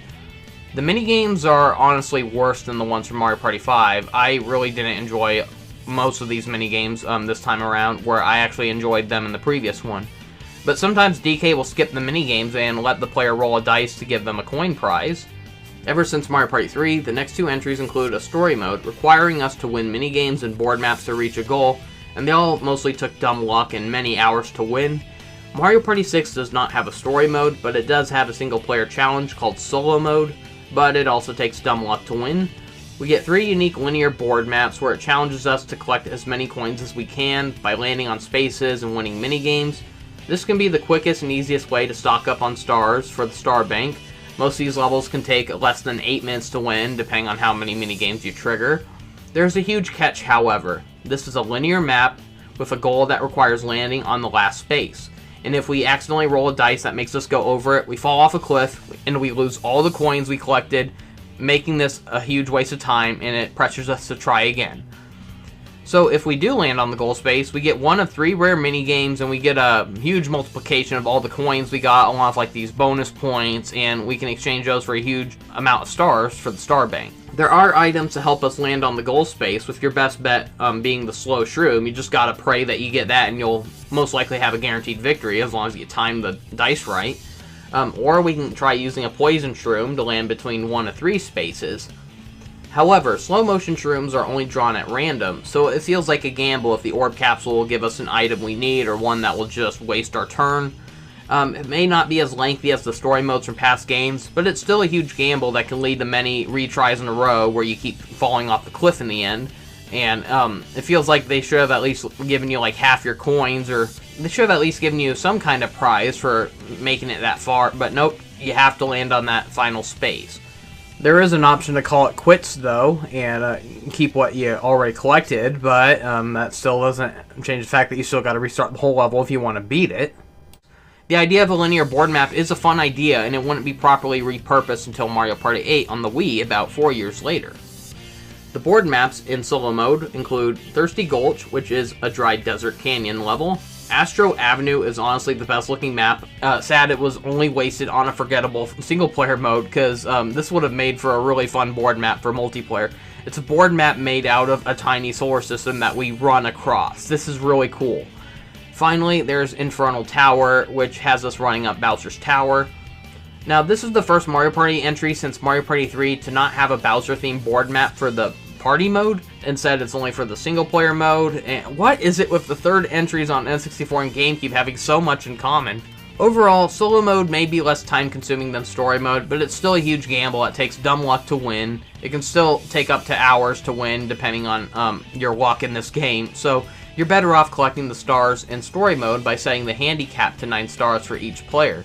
Quit encouraging kids to gamble, Nintendo. While there isn't a story mode in this game, there is still an opening narrative, but the game does not even have an ending, just end credits that we can unlock at the star bank. So aside from Mario Party 5, which had no intro cutscene at all, this game has the weakest opening sequence. It's not even animated, it's just cutouts of the characters being presented in a storybook fashion. I'm sorry, but as a kid, I was spoiled with games that had cutscenes to lure players in, so seeing an intro like this in a Mario game just felt incredibly lazy. And we see too many video games nowadays that don't even have intros, period. I really miss the charming little cutscenes we used to get in games. Nowadays, you either got games that have no cutscenes, or you got games that are nothing but cutscenes. I miss when it focused on the gameplay, but it had sprinkles of cutscenes here and there to catch our attention. But nowadays, I just get bored of so many cinematic video games. It's like usually anytime gameplay comes back, we're just slowly walking through a hallway waiting for the next cutscene to trigger. I can't stand it. So our story opens up claiming that everyone loves to whoop it up in Mario Party World. What the hell is Mario Party World? Where did this come from? In past games, Mario and pals were throwing their parties across whatever planet Mario and pals live on. Now they're ignoring that and acting like all of his parties take place in a magical realm called Mario Party World. Where did this come from? We're introduced to 2 new characters being personifications of the sun and the moon, called Brighton and Twyla. They claim to have always hosted the parties. No they didn't. We've been through 5 parties and you guys never showed up. We've had plenty of hosts. We've had Toad, Koopa, Bowser, Baby Bowser, Boo, Goomba, Shy Guy, Tumble, an old creep claiming that he's the Millennium Star, but we've never been hosted by a sun or moon. The story is basically the same thing as the first 2 games' conflicts. Characters have a petty argument over who's the best, and everyone decides the best way to settle this is to kill each other in a series of crazy minigames and board maps. Except instead of the whole gang fighting, it's just Brighton and Twyla fighting, and Mario decides collecting stars in the star bank will settle this fight. How? This is the weakest and dumbest plot of the whole series. I know I've said that like with Mario Party 3, and then I think I said something similar with Mario Party 5, but this is honestly the dumbest. This game doesn't even have a conclusion or an ending, just end credits. The developers clearly didn't give a care this time. They were better off just not having a story at all. At least Mario Party 5 kind of did that. I mean, it still had a story mode, but they didn't have like an opening cutscene to get you interested, and most of the cutscenes are just characters floating around in a dream void. So you could say it was the laziest, but hey, it's better than whatever they tried doing here. So yeah, this makes Mario Party 3 and 5's plot look logical in comparison. The main menu admittedly has a nice theme, taking place inside of a storybook land, with everything having a painted texture to it, kind of like Skyward Sword. The menu is split between day and night, with Party Mode and Star Bank split right in the center. On Brighton's side contains Solo Mode and the Microphone Mode for playing the microphone exclusive minigames. Over on Twilight's side are the Options menu and the Minigames mode. So let's check out Mic Mode first. First off, I can't play the minigame Speak Up, for it requires another player, but it's basically a quiz show where you have to speak in your answers using the microphone. I remember I played this once with my sister and we were kind of bummed out by it. It wasn't as fun as it sounded. Star Sprint is the only single-player mic game, with 3 variants altogether, including Meadow Road, Dark Path, and Magma Flow. Magma Flow has to be unlocked through the Star Bank. It's just basically a Bowser's themed version of it. I didn't bother doing all 3 of them because one of them was annoying enough, along with being very embarrassing, so this minigame had no reason for being a microphone game. The goal is to carry a star to the goal, while avoiding obstacles and jumping and dodging. However, instead of easily moving the character with our joystick and pressing B to speed up or A to jump, we have to shout the commands. We have to physically tell our character to grab the star, and if they drop it, we gotta tell them again, grab the star. And we have to tell them run 5 times in a row. And you can't do it too fast, otherwise it won't register. And so that's the only way to have them speed up. They can only go up to 5 speeds, so you have to tell them run 5 times to reach max speed. And then we have to tell them to jump, move up or move down for them to move side to side. It is very tiring and annoying. It made me feel like one of those annoying kids who think shouting words over and over will actually help Dora explore. This minigame was clearly made for little kids in mind, and it just makes grown-up Mario fans feel awkward and embarrassed for playing it, and not in a fun way. I actually have fun playing some of these embarrassing mini-games from games like WarioWare Smooth Moves or Move It. Despite how embarrassing the motions and poses can be, I still think a lot of those games can be very fun to play.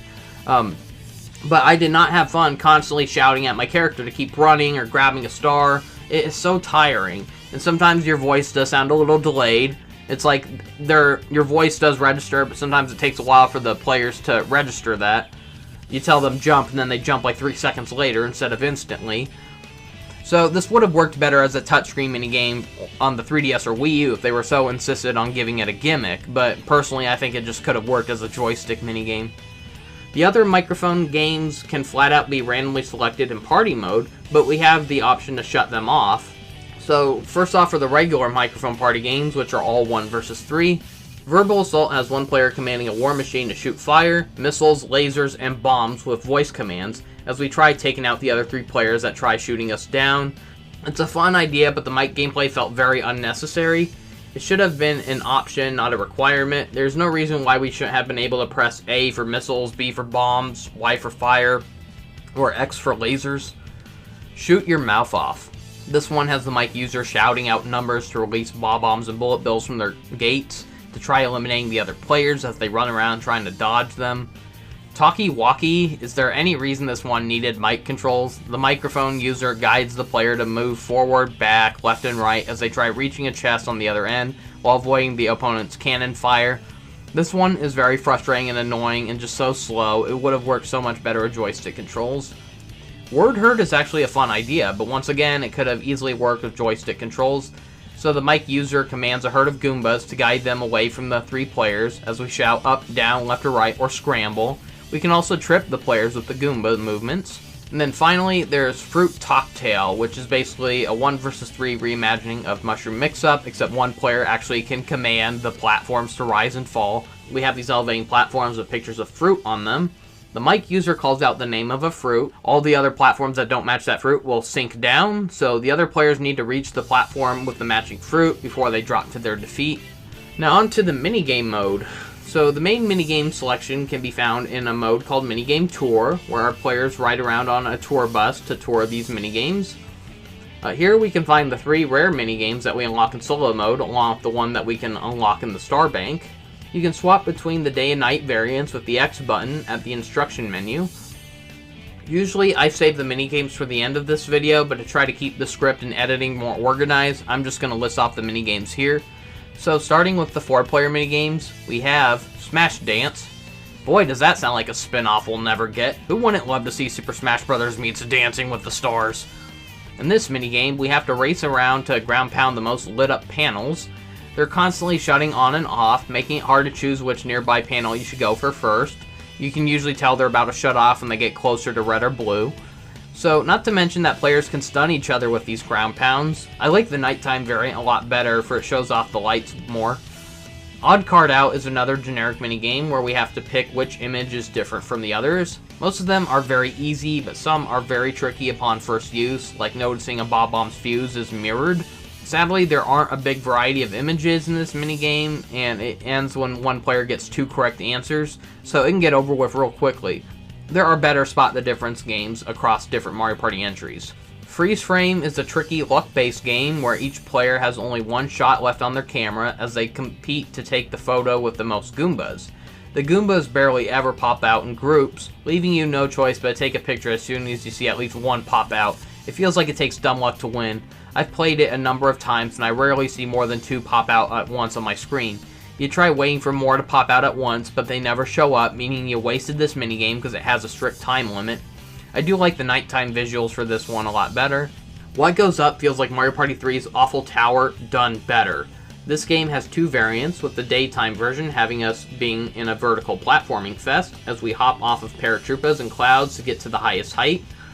The jumps can be tricky, requiring us to swerve left and right to swerve around to get over on top of the paratroopers who are directly above us. The nighttime variant has us starting off at the top, and we have to race to reach the bottom as we dodge the paratroopers and clouds. It's overall a fun minigame on both variants. I like the daytime version a little bit better, for it requires more skill. Granite Getaway, I do not remember this minigame being from this entry, for it was remade in Super Mario Party Jamboree, and at the time I thought that was new to the game, honestly, but nope, it's from Mario Party 6. So it's basically the iconic boulder chase from Raiders of the Lost Ark, reimagined as a Mario Party chase minigame, as we run and jump over stone blocks to escape the temple before getting crushed by the boulder. It's crazy and fun. Circuit Maximus has us racing through an octagon-shaped maze split into 8 rooms as we dodge the amps and reach the goal. It's overall a fun one. The ending is pretty funny as well, as we see the other players being chased in circles by amps. Catch You Letter is a crazy chase as we try collecting fallen mail, and we try giving it back to the mail-delivering Shy Guy. Getting the letters is the easy part, but catching the Shy Guy is the tricky part, for he moves incredibly fast as he panics in many random directions, so pink letters are worth the most. You know the NPC AI is ridiculous when even the CPU have trouble reaching the Shy Guy. I've never seen the CPU actually win this one in neither easy or normal mode. Snow World is such a simple but effective minigame as we launch off a ski jump and we have to perform the most spins by circling A, B, Y, and X in that order over and over. It's so simple but still fun, especially since you might find yourself getting better and faster each time you play it. I feel like every time I played this I kept getting a new record. There's something about the nighttime version that makes this look so much prettier, but what's the word I'm looking for? Aurora Borealis? Daft Rafts is basically platform peril from the previous entries as we hop over ramps before falling down a waterfall. The platforms aren't too hard, but the hard part is when the obstacles start popping out of nowhere. During the day, the obstacles are spinies, and at night, they're Potaboo flames. Tricky Tires has us racing through an obstacle course. The tricky part is that we steer with the left and right analog sticks. The left stick controls the left tires, while the C stick controls the right tires. And moving both sticks forward at the same time allows us to move forward at a faster speed. The controls aren't so bad, but when mixed with the moving obstacles, it makes for a bit of a challenge, but still very fun minigame. This minigame also has a nice nighttime glow effect. Treasure Trawlers has us driving boats with cranes as we wait for a rumble on our controller, so we can press A to drop the crane and scoop up treasure, while hoping not to gather bob-ombs. It's a fun idea, but incredibly slow. It's basically just a multiplayer version of that oil digging minigame from Mario Party 4, but not as fun. I love how the nighttime variant gives us a dark and rainy night setting. Memory Lane has us trying to memorize a Shy Guy's path as we have to race across the correct tiles to reach the castle at the other end. It's crazy but fun. Motown, I'm not kidding when I say this is my favorite minigame from Mario Party 6, and all we're doing is mowing a lawn to create the tallest grass pile. It's so simple, but so addicting. There's something so fun about just mowing that grass down and seeing our pile getting taller. It's too bad there's not like a record for this minigame, but there's something funny about seeing the night variant of this. What kind of monster just disrupts a neighborhood by mowing a lawn at night? Cannonball Fun may be a lame name, but the same cannot be said for the gameplay. It's basically Shell Shock from Mario Party 2, but so much better. It's faster, easier to control, and it can go on a little bit longer. So instead of being the last one standing wins, instead it's the first to hit the other players 5 times wins. We pilot these hovercrafts as we fire dual cannons, but we can only fire one at a time. We can strafe left or right by holding the R button and tilting left or right on the control stick. There are many trees that we can hide behind. Overall, it's just a fun shooting game, and I love the bell sound effect that you get whenever you land a hit. It's just so comically funny. Finish! Note to self has us jumping to try bumping into these bouncing music notes. Whoever bumps them the most wins. It's simple but fun, and the painted wall changes based on whether you're playing the day or night version. Same is lame. More like this minigame is lame. I'm starting to remember why I hated this game as a kid, because this minigame kept popping up multiple times in one board map. This is one of my most hated genres of minigames. It's bad enough that I hate the dumb luck minigames, but this is one of those ones where we have to press a button and hope that no one else picked the same button, otherwise the game just keeps looping over and over, making no progress. And there's no time limit to end it if it goes on too long. The first player to score 3 points wins. I'll give it this at least. It's the least offensive, for Nintendo found ways to make this type of minigame even worse in the future, by adding in collectibles that are worth more points, like the donut minigame from Mario Party 10, or that awful one in Super Mario Party Jamboree with the lava and the tiles. Oh, I hated those. So this minigame still usually takes forever, with endless loops of everyone picking the same button, no time limit to wrap the game up short. I really hate these minigames. Just absolutely hate them. And yeah, this is the game that gave birth to those kinds, so yeah, it sucks. Lift Leapers is a neat idea for Mario Party fans, but it will feel very dull for fans who've actually played Mario platformers. It's basically a platforming obstacle course, themed after older Mario titles as we race to the finish. The platforming does feel a bit clunkier and sometimes unresponsive with the jump button. I fell a few times because despite how I pressed the jump button, the character didn't jump. It's still a pretty easy course, though. It's usually not too hard to beat the CPU, even if you mess up, because they, for some reason, mess up even more. I kind of wish it was randomly generated or had more variants, but it's okay. Blooper Scooper has us getting shipwrecked by a giant blooper as we try avoiding getting sucked in by the giant whirlpool, dodge barrels, along with the blooper's arms. It's a crazy one that can take luck and skill to win. Now, if you're expecting me to make a hentai joke, keep looking. Trapeze Artist is mostly a dumb luck minigame, very similar to Freeze Frame. It has the exact same goal to capture the most Goombas with the press of the A button, except this time we're caging them. Sometimes the Goombas on your screen will barely move, forcing you to either drop the cage at a bad time or wait around for nothing to happen. There's even gold Goombas worth triple points. Pokey Punch-Out is a fun one where we run around trying to punch out the most Pokey pieces. We can get multiple points faster if we manage to knock out a Pokey's head while there's still parts below it. Money Belt. No, this is not a remake of the 1 vs 3 minigame of the same name from Mario Party 4. In Mario Party 4, we had to run across conveyor belts to collect coins while avoiding being pushed off by giant candy. In this one, we observe an X-ray to determine if the boxes coming down the conveyor belt will contain coins, while trying to avoid the ones that contain bombs and punch traps. And then we try opening them, trying to memorize which one has the goods, which one has the bads. So, not as fun as Mario Party 4's minigame, but it's still a decent one that tests your patience and memory without being too fast and overwhelming. Sunday Drivers is a simpler and less punishing take on Shy Guy Says, as we press the buttons matching the Shy Guy's commands as we race to swing and hit 10 golf balls before the other players.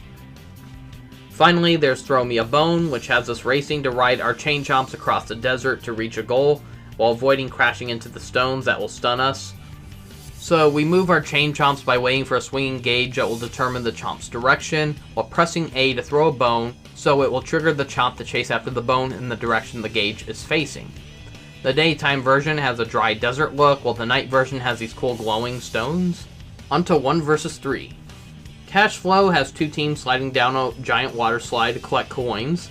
The single player has the best advantage as they ride a giant Koopa shell that protects them from Spinies, but the 3-player team have to avoid bumping into each other, along with bumping into the Spinies, or they'll be eliminated from the slide. They'll still get to keep any coins they collected from their teammates, but they won't be able to collect any more. So it's a simple but fun sliding game, but they should have saved this for Mario Party 7. It just would have fit that game's party cruise theming it had going on. I mostly found myself enjoying the nighttime visuals in most of these minigames, but this is one where I prefer the daytime version because I love the fun in the sun vibes it gives off. Sink or Swim has 1 player dropping bombs into the water as the team of 3 try avoiding getting hit by them. They need to surface to replenish air or they'll be immobilized. It's a lot harder being on the 3-player team with its slower controls, dodging, and constant requirement of regaining air. The luminescent glow of the nighttime variant is very pretty. Snow Brawl is an odd case where the 3-player team is outmatched as they snowball fight with 1 player along with 4 Ukiki CPU. 1 hit freezes and eliminates the players. It sounds like a fun idea, but the aiming and throwing range is honestly kind of bad. It's just kind of hard to deal with, so I like Snowball Summit from Mario Party 3 a lot better. The nighttime version admittedly has prettier colors, and it makes the snowflakes more visible. And it also replaces the Ukikis with Shy Guys. Balldozers is a fun one, that is, if you're on the single player side, because the CPU are brain dead idiots. The goal is for each team to guide a pinball to the goal by smashing these pegs that are blocking its path. The single player gets a smaller ball, but the 3-player team get a giant ball requiring the team to split up and work together to break pegs from different angles. Too bad the CPU stand around or wander in opposite directions, far away from the ball, and smash random pegs. This one is infuriating when you're on the 3-player side. You're the only one making an effort to get it to the goal, while the others are just dicking around. I'm so used to the CPU being dim-witted in the 2 vs 2 minigames, but I expected better from them in 1 vs 3. Surge and Destroy has 1 player controlling an electric orb as they try zapping the other players who try evading it. If the players touch the electric grid, they will slow down, but only the orb will eliminate them. The controls for the orb may take some getting used to, as you move horizontally with the left stick, yet vertically with the C stick, moving in an X and Y axis. The movement is very slow, unfortunately, but it's still okay though. Popstar has us racing to pop a balloon before the other team. The single player bashes the A button repeatedly to swing a hammer to fill it with air, while the 3-player team has to press the A button at the height of a jump to ground pound. Now, it is kind of an interesting idea, one where you have to button mash and one where you have to ground pound as fast as you can. It's a neat idea, but the CPU are brain dead no matter what side you're on, so I never lost this minigame no matter what side I was on both easy and normal difficulty. Stage Fright has 3 players on cannons that automatically slide left and right as we press A to fire to try shooting paintballs at the single player on the stage. The tough part is that shooting puts the cannons to a halt, and we have to avoid shooting our teammates or we'll stun them. The CPU kept shooting me on the back on the 3-player team, and we lost because of it. Conveyor Bolt is a very unique 1 vs 3 minigame, in which the roles can be reversed depending on the time of day for the gameplay. In the day variant, 1 player on a storm cloud hovers over a conveyor belt as they drop lightning bolts to either trap or eliminate the players below, while they try avoiding these spike traps. It's a very fun and chaotic one, but then the nighttime variant turns the tables. It has 3 players on clouds as they have to gang up and try to strike out 1 player with lightning. Both versions are insane and fun. It's too bad other entries didn't come up with flip 1 vs 3 minigames like this one did. It would have been cool to see more wild takes like this. Crate and Peril. Hey, remember that awful Sonic Shuffle minigame where the players get sucked into a tilt puzzle as 1 player tries tilting the box to trap the players in a hole? So yeah, this is basically that exact same minigame, but it's actually playable. It has better tilting physics, but this time we're trying to tilt the Spinies into our enemies instead of tilting our enemies into a hole. I'll admit Sonic Shuffle's version was more colorful and it had a better presentation compared to Mario Party's simple cardboard box theme, but this minigame is otherwise the better choice gameplay-wise. But this minigame just reminds me of how far graphics and animation have gotten in video games. Back then, people praised the GameCube for its graphics, but while the models look decent for their time, you can't help but notice how dead-eyed and lifeless the characters look. Something the Mario games really didn't get better at until Mario Kart 8, Super Mario Odyssey, Luigi's Mansion, or Super Mario Party on Switch. While Mario characters still aren't as expressive as characters from Sonic the Hedgehog per se, they still come a long way from the blank doll stares that they gave in the 28-year gap between N64 and the Wii U era.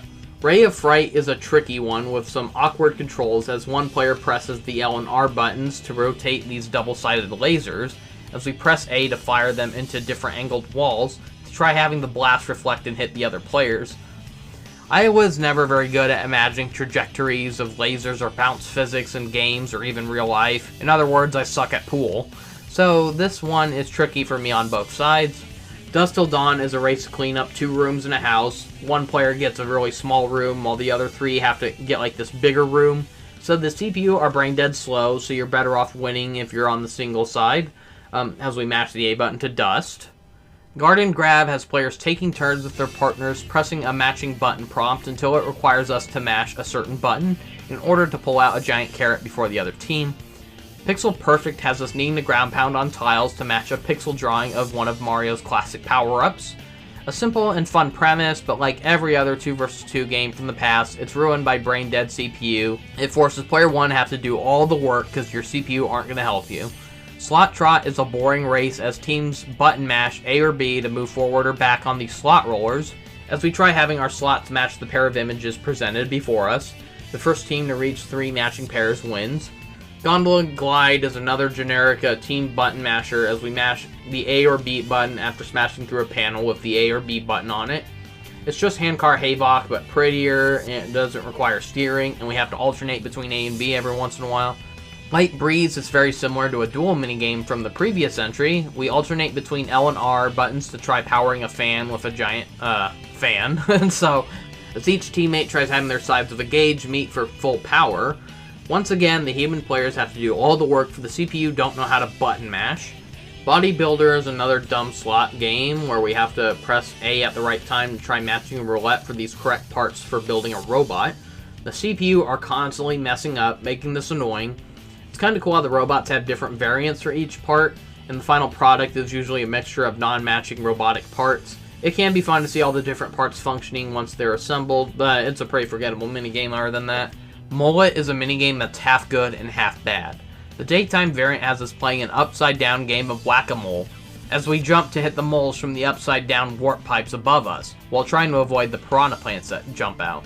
It's interesting to see a take on whack-a-mole in a Mario game that requires jumping at the enemies instead of on them like usual. The nighttime variant is not fun though. It's flipped upside down, so the piranha plants and moles are a lot harder to dodge, as they burst out of nowhere and will stun you. The plants are impossible to jump over, and if you only had to jump on the moles, this would have worked, but no, you have to ground pound on them or they will stun you. I'm just not a fan of the nighttime version of this, but I love the daytime version. It's also weird how the Monty moles looked really weird in this game. They had longer noses compared to the ones you see in regular Mario games nowadays. Catapult is a slow and boring game of taking turns jumping off a teeter-totter as we steer our characters to collect coins. The controls in this are very stiff and rather unpleasant.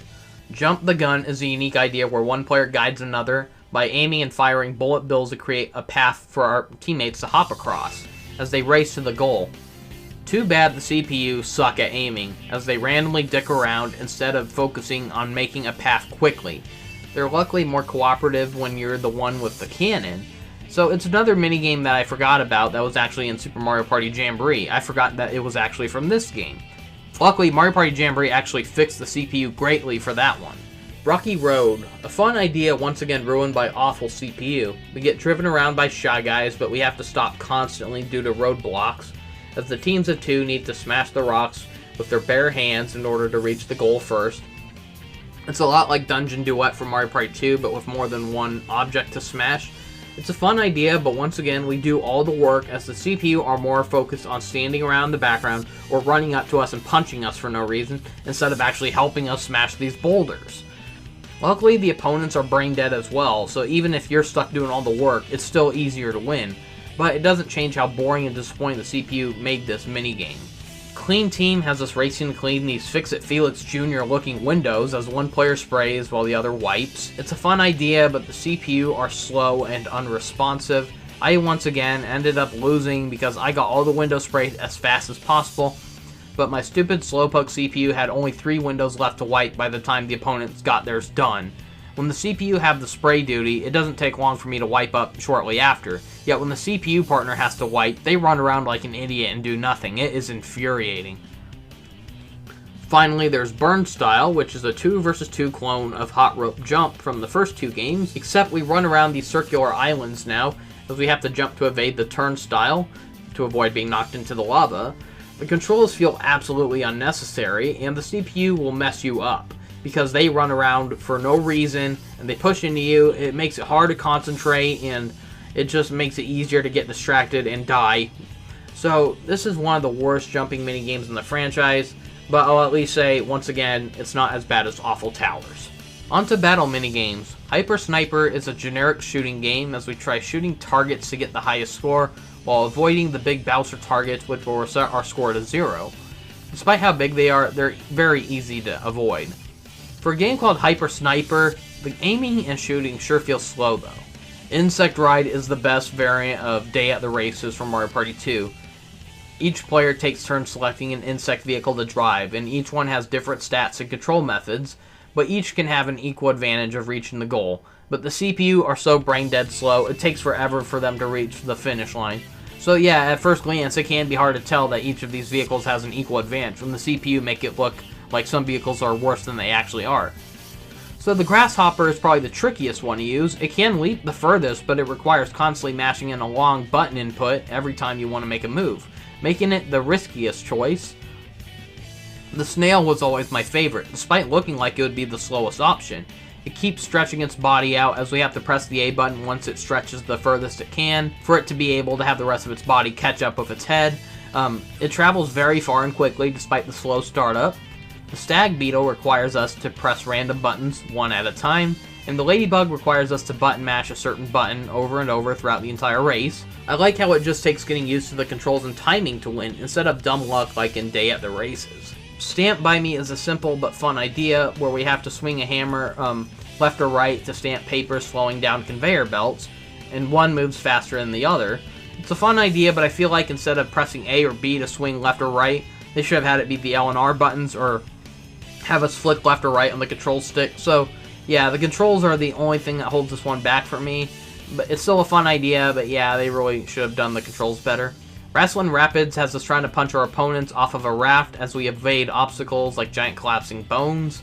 Strawberry Short Fuse is this game's equivalent of those dumb luck minigames like Bowser's Big Blast, except with a bit of a memory mix-up element. So it's just a boring game of taking turns picking an Okiki and hoping they have a cake instead of a bomb. It's a bore fest.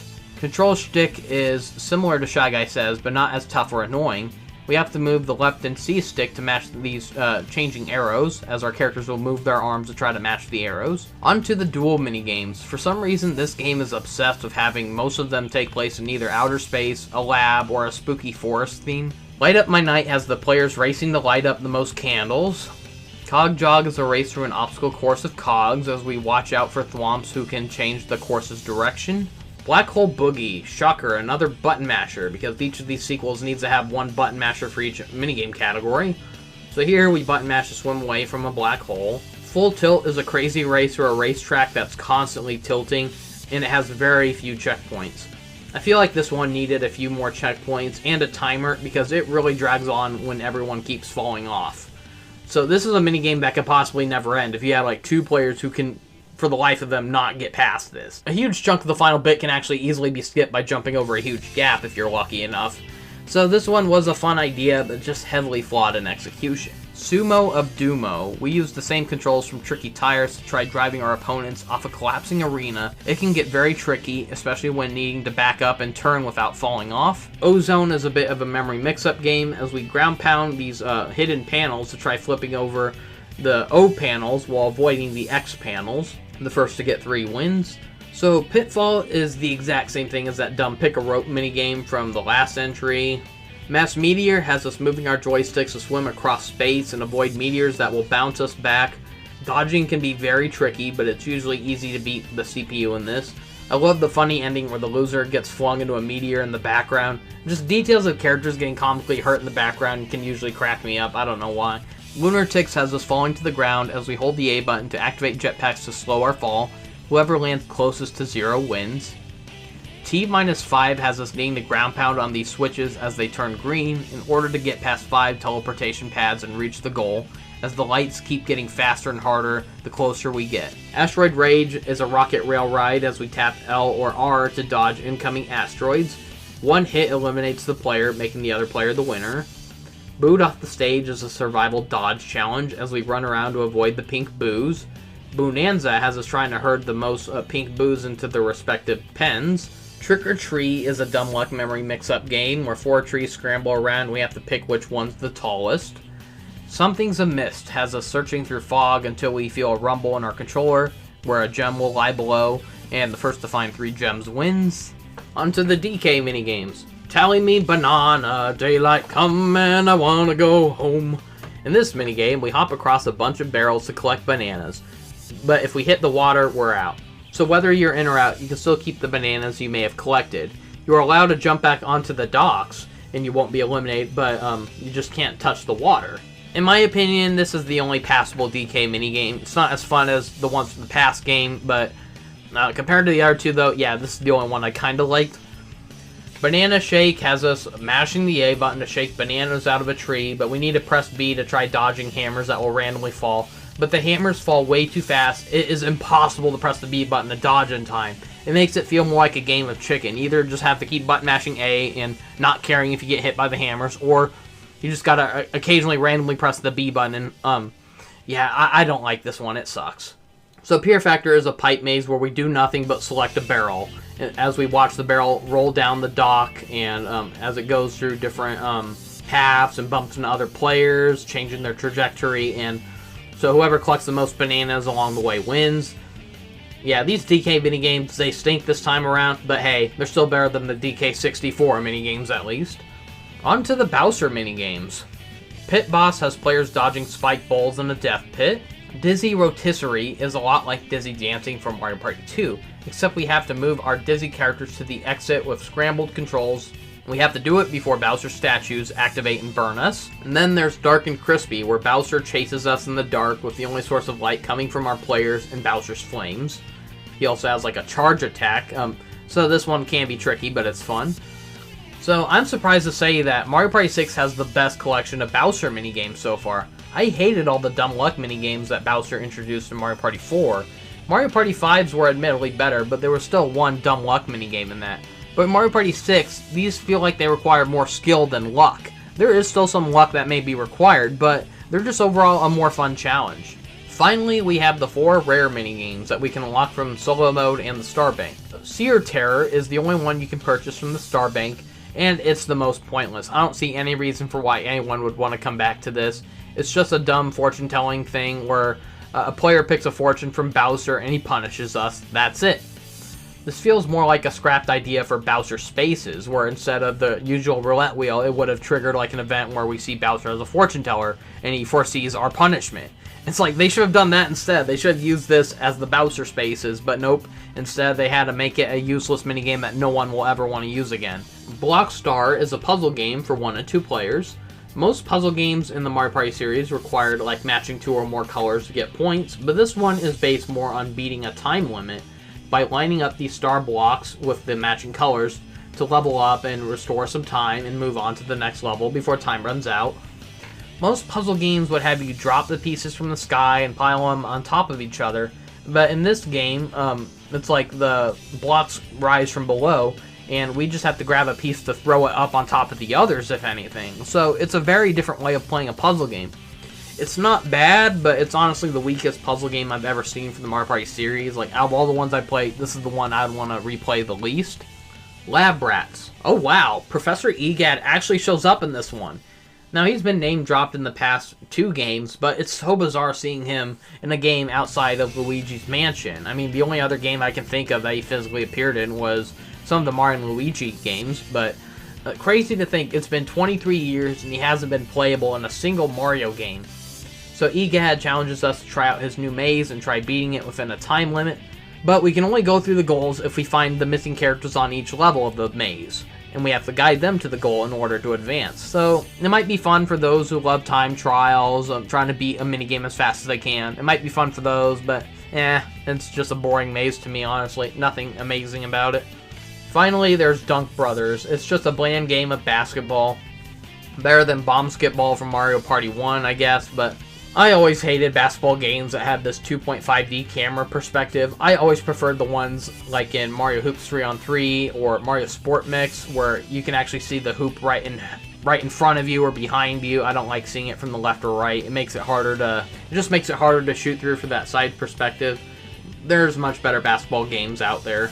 The rare games are not as good as the bonus modes from Mario Party 4 or 5, that's for sure. Overall, the minigames are not as bad as I remember. There are some legit good ones in here, but most of them do feel like lazy rehashes or rethemes from past games, and not the kind that fans like to play. Too many button mashers and dumb luck games. I really loved Motown and Cannonball Fun the most. The microphone minigames were very forgettable, and I have no desire to replay them. Onto the other minigame modes. Next, there's Battle Bridge, which is a generic minigame tournament where winning a game allows you to move closer to crossing a bridge. The first to reach the other end wins. The gameplay is slow, boring, and repetitive, but I do love the colorful scenery, very Yoshi's Island-esque. Treetop Bingo is one of the worst modes in this game. I'll at least say it's not as bad as Minigame Wars from Mario Party 5, but so winning a minigame allows us to select a number off of our bingo cards, and the first to get 2 or more bingo lines wins. The catch is that whatever number we pick, we also mark that same number off of the other player's bingo cards if they have that same number as well, which is really stupid. So there's even bonus rounds where we can mark 2 bingo numbers in one turn. So it's just a lengthy and boring minigame tournament. Mountain Duel is just a lazy tournament of nothing but duel minigames where the winner advances higher up a boring mountain. Decathlon Park is the return of Decathlon Marathon from Mario Party 5, which was the best minigame mode from that game in my opinion, and strange, I could have sworn Mario Party 5 was the only game to have that mode, but it's back here. It has a less interesting setting, unfortunately. In Mario Party 5, we were playing in a sports complex, like a baseball stadium, but here it's just a boring, empty park. The minigame selection was more fun in Mario Party 5 as well. This is still a decent mode in Mario Party 6. We still compete in minigames to try to get rewarded with the most points. So instead of being based on whoever wins the most minigame, it's based on whoever earned the most points across minigames. It's a really cool idea. Endurance Alley is a survival challenge to see how many minigames in a row we can win to try to reach the exit of a cave, but one loss makes us lose and we have to start all over. It's a fun challenge for those who love to torture themselves, I guess. On to the party mode board maps. It doesn't have the most exciting character and level select like past entries, but it does have the best award ceremony out of the GameCube entry so far, as the characters magically spiral into the air and the winner is the one who goes up the highest while the others just kind of prematurely fall. So one of the 3 bonus stars were replaced in this game. In all past entries, one player would get a bonus star for having the highest amount of coins collected at any point in the game, and that has been replaced with a star for whoever has the most orbs used across the game. I used to hate this change, but after realizing how unfair the game can be, where you could have spent so many turns fairly earning coins in mini-games just for someone to steal them because of a boo, a chance time, or item capsules and orbs, it made me realize that, yeah, maybe this change was for the best. It's not as frustrating as it was when I was a kid. Back as a kid, I was used to usually getting like the bonus stars for collecting the most coins, but over the years I've seen how easily you can get screwed over by chance time. So yeah, I think I'm not too angry about this change anymore. Mario Party 6 has the most drastically different board maps out of any series. Only 3 of these feel like traditional board maps, but the other 3 have very different rules that make collecting stars drastically different. First off is Towering Treetop, my personal favorite board map in the game.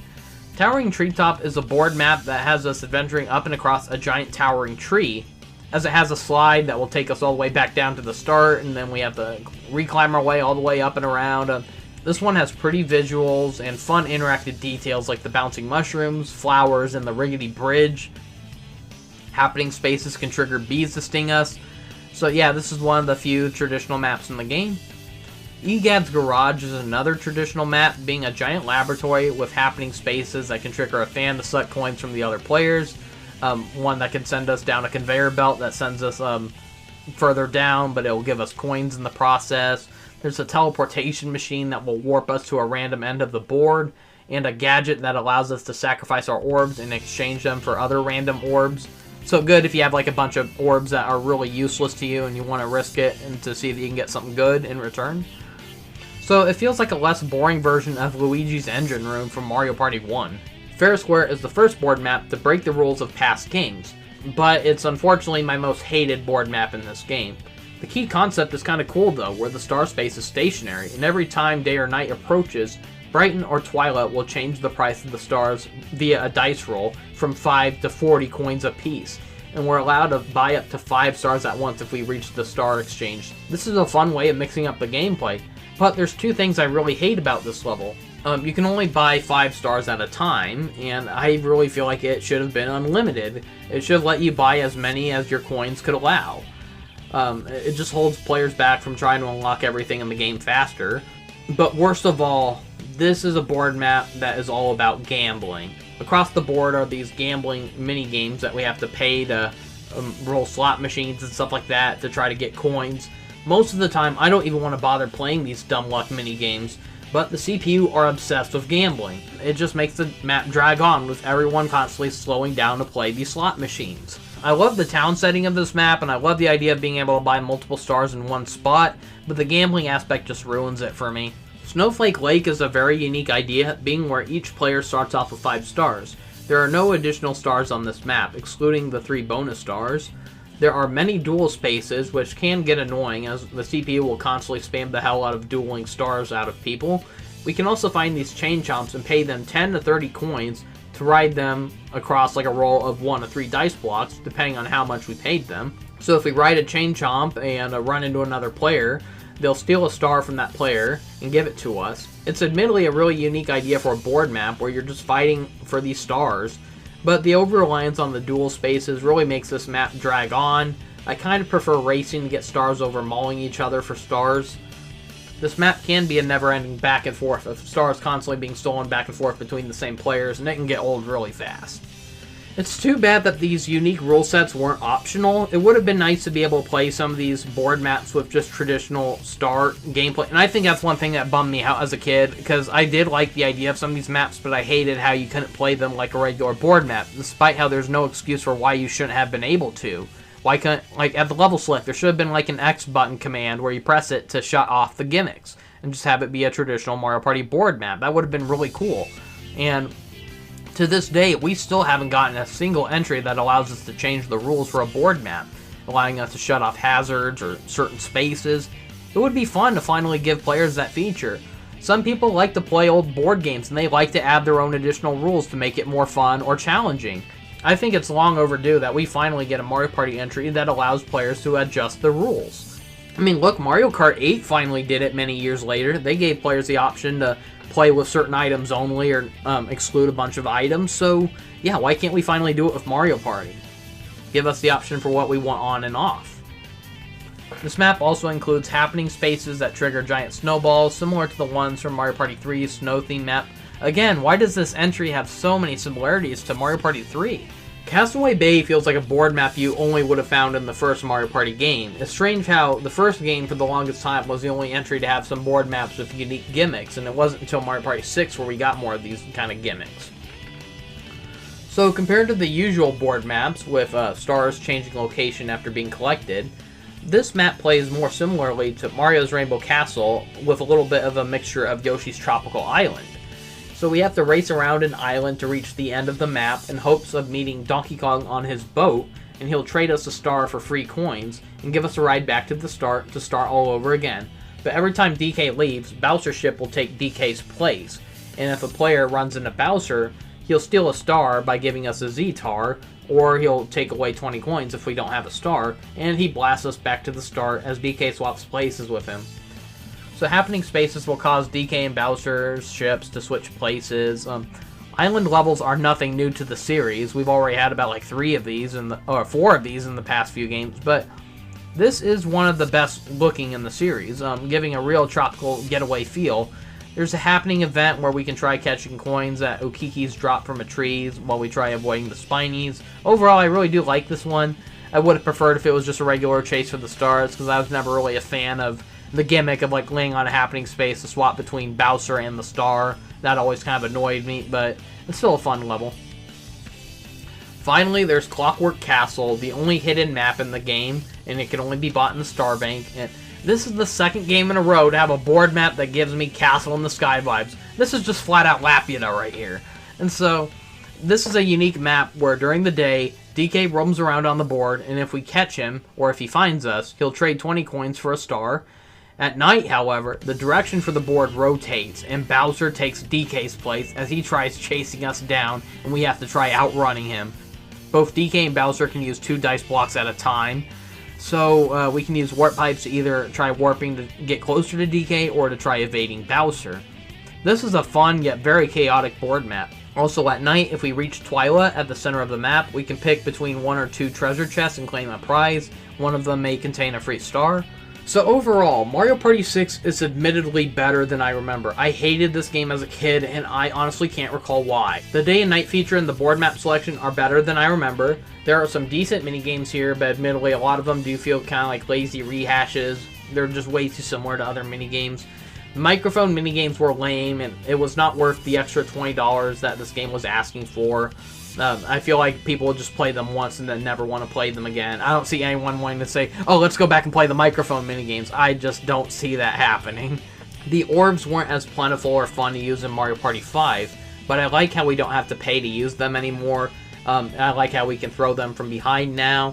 The bonus modes were not as fun as the ones from Mario Party 4 and 5. The lack of a story mode is refreshing, but the solo mode is an annoying gamble. And it stinks that we have to beat the 3 maps if we want to unlock the rare minigames. The rare minigames really aren't worth unlocking, but the fact that that's the only way to get them. I really owe this game an apology, because as a young teen, this was the first Mario Party game to absolutely bore or annoy me. I mean, I wasn't too impressed with Mario Party 4, but I wouldn't go as far as to say I hated it, though, because I was impressed with the visuals and some of the minigames that were really good. But for some reason, Mario Party 6 was the first entry that was so forgettable to me. And I don't know why. Admittedly, the game is a lot better than I remember. Maybe I was just let down because the game was asking for $20 more than a usual video game. And I was, they were heavily advertising this microphone gimmick, and it was just so disappointing to me in the end. So as for the tier list, now when I first started reviewing these games, I felt for sure I was probably going to put this towards the bottom of the list. I felt like this was probably going to be C tier if anything, but I was surprised by how much better this game is than I remember. I'm honestly putting it up in the A tier. I found it better than the first Mario Party. I am not going to lie. I think it has aged better than the original Mario Party. But I don't think it's as good as Mario Party 2, though. Mario Party 2's was just more fun for its costume, party gimmick, along with its presentation. So I'm sandwiching it between the first 2 games. Personally, I think it functions a lot better than the N64 trilogy, but like I said, I think Mario Party 2's was just more charming with its costume gimmick and all that, but I don't think it's better than Super Mario Party Jamboree or Mario Party 5, though, so those are still ahead of this. So Mario Party 5 is the only one that's still in the S tier. I'm still surprised I was able to put it up this high, though. Like I said, when I started this, I was not expecting it to be in high regards, but so, yes, I do apologize, because across the years, I've heard some people admit that Mario Party 6 was the best, and in my opinion, I was wondering, why? That one was so forgettable, but I apologize. This game has aged a lot better than I recall. So, who knows if Mario Party 7 will be better than I remember, because I honestly thought Mario Party 7 was the most forgettable in the series. But if Mario Party 6 was able to turn me around after so many years, who knows? So up next, I'll be reviewing Mario Party 7, which was the last entry on the GameCube before it moved over to different consoles. So that's all I have to show for now. Thank you for watching, see you next time, and have a great day. Hello, SpongicX here, continuing my Mario Party series review. This time, we're looking at Mario Party 7 for Nintendo GameCube, the last entry on the GameCube, and sadly, the last entry to use classic joystick controls. After this, the Mario Party series moved on to many different consoles, including handhelds like Game Boy Advance and DS, 3DS, and motion-controlled consoles like Wii, Wii U, and Switch. It wouldn't be until Mario Party Superstars, the second entry on Switch, where we finally got to use a classic-styled controller again. This game opens up with Peach's long-forgotten butler, Toadsworth, as he invites everyone to a vacation on a cruise aboard Peach's new cruise ship, as our heroes travel to party around the world. Now, either Peach had a second castle built onto her ship, or that crazy woman ordered her toads to pack her entire castle onto that boat. Bowser wasn't invited, and he is furious as he plans to follow them and make their vacation a horrible experience. Finally, a story that doesn't open up with characters fighting over who's the best and all that junk. But this vacation is anything but relaxing. Toadsworth is actually a demented old geezer, sending them across the world to basically kill each other with the promise of a false relaxing vacation. I must admit, out of the first 7 games, this has one of the best opening cutscenes. It doesn't go on too long, it's got some pretty nice visuals, especially when Bowser shows up. Too bad the rest of the game doesn't look as polished.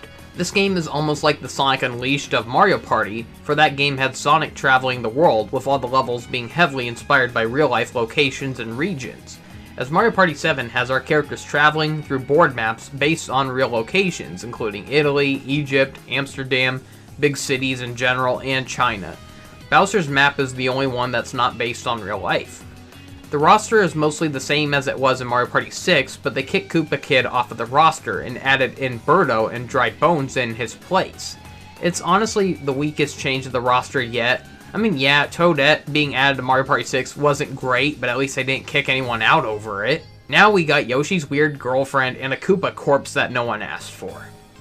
Mario Party 6 ditched the day and night gimmick from the last game, yet they kept in the microphone gimmick that no one liked. So Mario Party 7 once again forced players to pay $20 extra to buy another microphone bundled game, despite how many likely still had theirs from the previous entry, and they did not offer to sell each of them separately. The microphone from the last game wasn't great, but it still had some okay minigames if anything, not ones I'd really want to go back to, but they were kind of a fun little gimmick.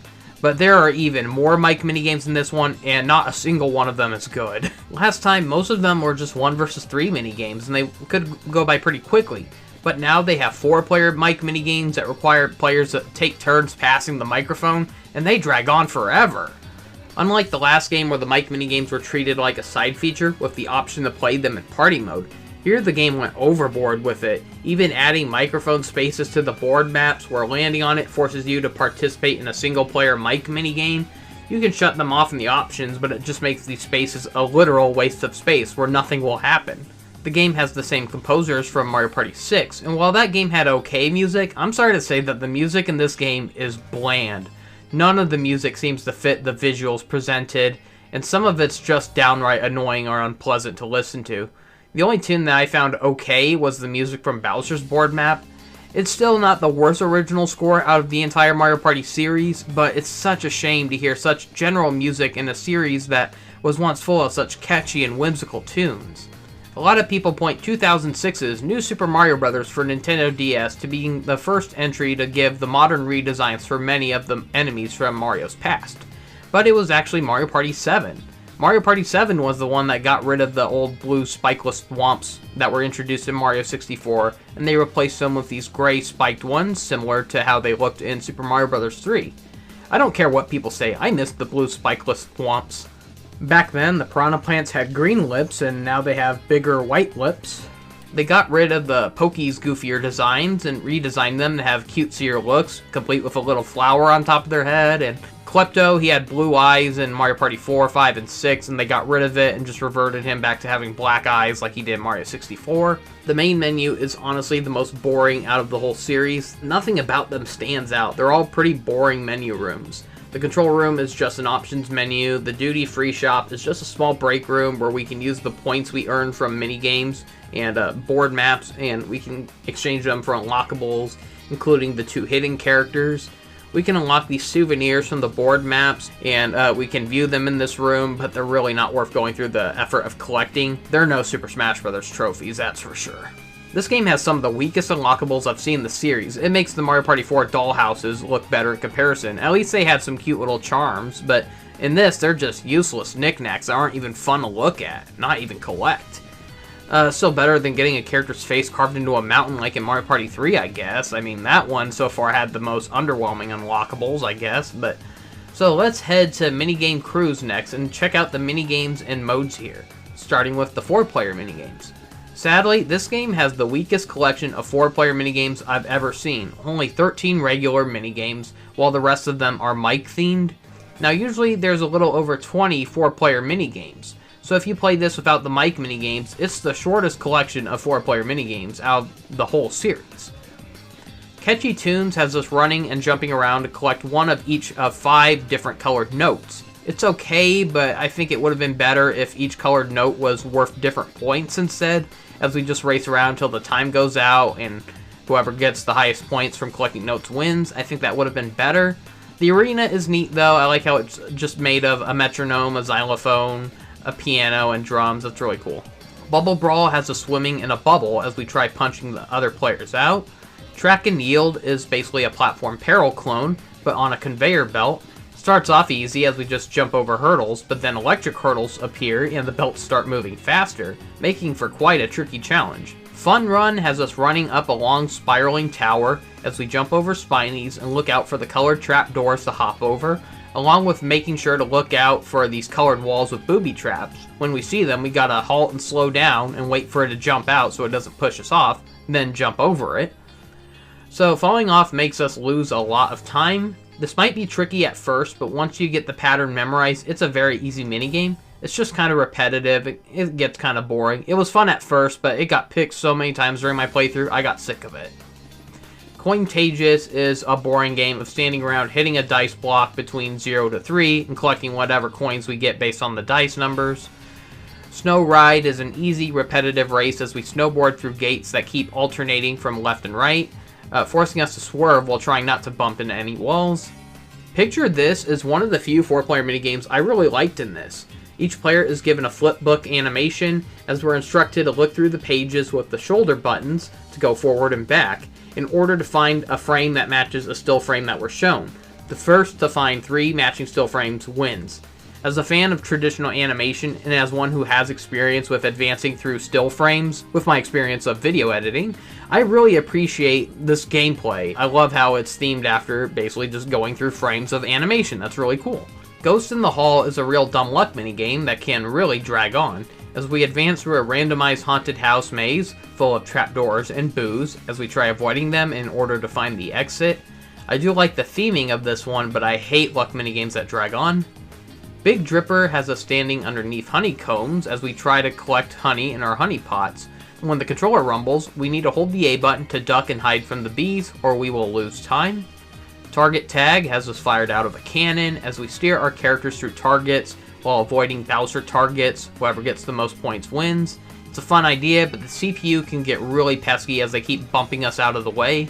Pokey Pummel is yet another one of the many button mashers that infest these games, but it's got the fun theming of being a race to smash a towering Pokey piece by piece with a hammer before our opponents. Take Me Home. That sounds like something Nazca would say in a weird wet dream. It's a typical game of running around jumping over obstacles, which are electric blasts that are activated by thwomps. Cartwheeled is a clone of Waterworld from Mario Party 3, but with carts in a figure 8 track. It's actually a fun top-down race with tricky but fun controls. Arguably one of the best minigames in this entry. Onto the 4-player mic minigames. Boy, are these long and annoying, requiring players to take turns passing the mic around. None of these had any business to need microphone controls, and even without mics, these games would still probably be a slow bore. Balloon Busters, oh god, it just gave me haunting flashbacks to a terrible minigame from Sonic and the Secret Rings. It's a long, dumb luck minigame where players have to take turns passing the mic around and say bigger into the microphone to inflate the balloon. So after each player's turn, they hide behind a shield, so once the balloon gets big enough, it bursts, and only the person behind the shield will survive it and win. Clock Watchers has each player be given a random number, as we're forced to speak into the microphone after counting a number of seconds based on our given number. Whoever counted the most accurately wins. Dart Attack has us needing to say the word fire 5 times to try and shoot targets for the highest score. Oil Crisis has us steering a car by saying left or right and mushroom to speed up. We tried dodging oil spills while collecting barrels to fill up a mushroom speed boost gauge. And Mathemortician has us needing to shout numbers between 1 and 9 to try shooting these pink boos as they come close to the numbered areas on screen. The timing for this one feels horribly slow and delayed. On to 1 vs 3. La Bomba is a painfully annoying minigame for both sides. One player has to ground pound on these crates to drop bob-bombs, as the players below try to run away from the bob-bombs. Spray Anything is a painfully slow game, where one player has to avoid the 3 players as they try shooting these slow water bubbles at the player, while trying to avoid shooting their teammates. Balloonatic has one player flying on 3 balloons, as they try avoiding having their balloons being shot by the 3-player team. Spinner Cell, aside from its obvious parody name, this is a fun idea, where one player controls a small spinner with the C stick to stun the players, while controlling a bigger spinner with the left stick to knock the players out. Think Tank is a terribly one-sided minigame, where one player pilots a big tank with way too much HP as they try shooting down the smaller tank players with only 3 HP. I don't see how anyone on the 3-player team can actually win this one. They are too outmatched, thanks to the single player's huge amount of HP. This is no Mecha Mario from Mario Party 5.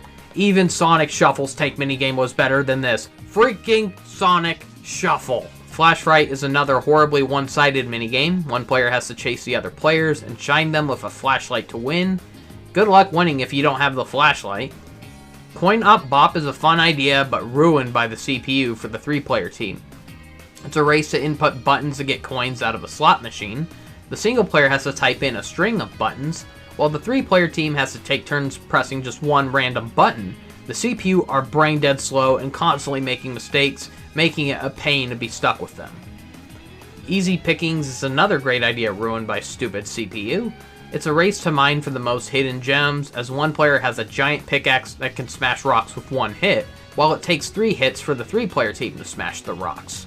Most of the rocks have nothing in them, making it a game of luck and skill, but you're better off being alone with the big pickaxe because the CPU are no help.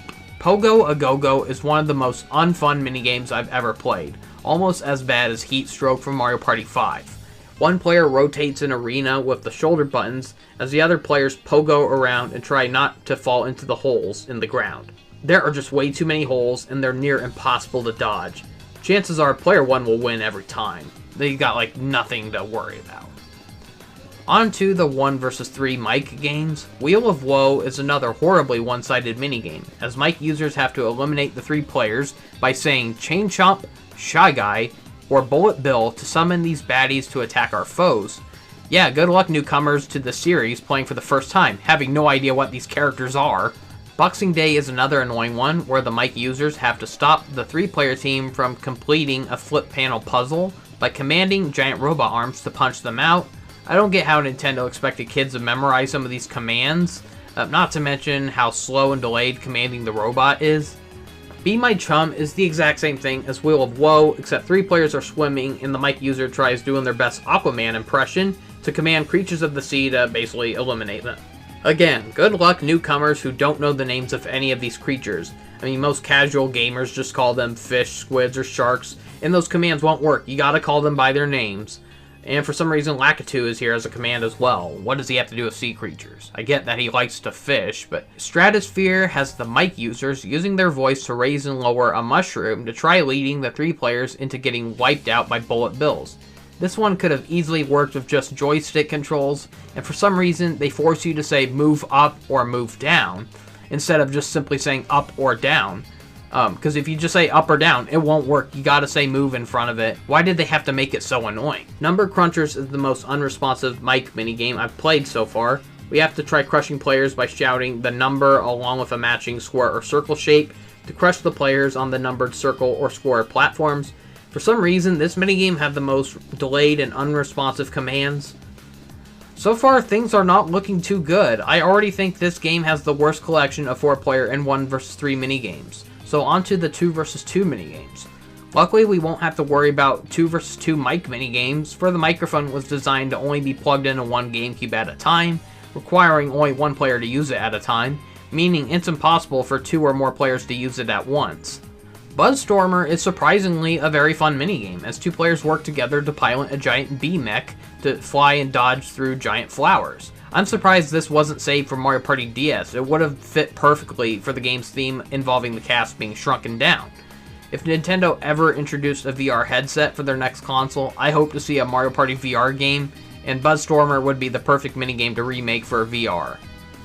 Tile and Error is a turf war type of game, as we ground pound on flip tiles to match our team's color. We can even punch our opponents off the arena to make them lose time. Battery RAM is a fun idea, but the CPU really ruined it. Both teams need to work together to squeeze a battery through many tight spots to reach a goal, This requires a lot of backing up and realigning to fit through these tough angles, but the CPU ruin it by not being very cooperative at all. Cardinal Rule has us racing around to ground pound on cards that match an image shown. The first to get 3 matching pairs wins. It feels like a very tiring done-to-death premise. Bumper Crop is one of the most annoying and impossible to win 2 vs 2 minigames I've ever played. It's a dumb luck minigame where each player must pick 2 vegetables from a set of 3 and toss them to a Shy Guy. Some of the vegetables we pluck out will be fake outs, and Shy Guy has a dumb gimmick where he changes his signs from an O or an X, and he'll only accept the veggies when his O sign is up. So sometimes, right when you're throwing the vegetable, he'll change the sign on you. It doesn't matter if you threw it when it was on a circle, because he changed it to X as you threw it. He'll deny it, forcing you to have to pick another one and try again. I really hate this one, and the CPU partners are no help. It was confusing to figure out what to do at first, but even after getting the hang of it, it feels like the CPU are rigged to always win this one. Hop-O-Matic 4000 is a neat idea, but once again, stupid CPU. We have to take turns pressing a random requested button to move our 4-legged weird robot creature one by one to make it leap to the finish. The animation of this robot is so cool, but if only the CPU weren't such screw-ups. Winging it is just a button masher as we mash the A button to have our paratrooper robot fly the highest. What is it with the robots in all of these 2 vs 2 minigames? Sphere Factor is another fun idea, and you guessed it, ruined by CPU. Both players need to work together to push a giant ball through a course, but the CPU are uncooperative and they do not follow your lead, often pushing the ball towards a wall or off a bridge. Having it fall off the bridge towards the end is the worst, because it is so hard to push it out once it's trapped down there. Herbicidal Maniac is a neat combination of whack-a-mole and arcade shooting, as we try completing 3 rounds of shooting out all the piranha plants before our opponents. We want to avoid shooting Spinies, which will summon more plants. Too bad the CPU are stupid and are prone to shooting them. This minigame should have been a 4-player minigame instead of a team game. Pyramid Scheme is one of the most frustrating 2 vs 2 games I've ever played. It's another great idea, but the CPU are even more insufferable than usual. I didn't even know that was even possible. Using the same controls as battery RAM, we need to work together to haul a crate around to catch fallen coins before they sink into the sand. The CPU are the most uncooperative ever. You try heading for the coins, but they choose to pull in the opposite direction away from the coins, or they head for a random wall instead. I missed so many coins that were in plain reach because of their idiocy. World Peace. Each team races to find 2 pieces that can be matched together to create a shape that's presented to us. The first to get 3 matching shapes wins. Once again, this feels like a 1 vs 2 minigame, for your CPU are totally useless. They do nothing or keep grabbing the wrong shape, so it's up to you to do everything right. Spider Stomp has a very misleading title, for it's an arcade shooter where we sidestep to shoot out spider enemies, leading to a giant spider boss fight at the end. It's cool to see an arcade run and gun minigame, but it does go on a bit too long. It can go up to like over 3 minutes long. There's no HP, but we want to avoid the web projectiles, for they'll immobilize us briefly. It's basically just a race to kill the big spider first. While the CPU ruined most of these minigames for single players as usual, this admittedly has an impressive library of 2 vs 2 minigames, some of the best in the series, which is sad because the rest of the minigames are pretty bad in comparison. So I don't get how the rest of these minigames are mostly bad, and then 2 vs 2 has some of the best I've ever seen. On to the battle minigames. Helipopper is arguably the best battle game in this collection, as we pilot helicopters to pop the most balloons while avoiding being stunned by bullet bills. Monty's Revenge is a hilarious concept where the tables have turned, as Monty moles have us cornered in holes as they try smashing our heads with hammers. We hold the A button to poke our players' heads out of the hole, and we have to let go of the button for them to hide back in it. Getting hit with the hammer will stun us for a bit, so whoever can keep their head out the longest is the winner, basically. Deck Hands is a long, boring, dumb luck minigame, as players take turns drawing 3 cards. Whoever gets the highest combined number wins. Air Farce is my least favorite battle game here. It's a challenge to glide the furthest, as we tilt the joystick right to dive and left to tilt upwards. I've played this a number of times, and I still can't get the hang of it. I'm just so used to other gliding controls from other Mario games, like in Mario World or Paper Mario The Thousand Year Door. Remembering how those games played with the gliding controls, it just messed me up every time this minigame was selected. And the final countdown has us trying to punch opponents off of an arena with floor panels that have countdowns on them. Once a number reaches 0, the floor panel opens up a trap door, so the last one standing wins. On to the duel minigames. For some reason, there's a lot of forest or river themed ones. Warp Pipe Dreams is a tiring dumb luck game of jumping through a bunch of warp pipes and hoping it leads us to the goal. A very tiring, already done premise.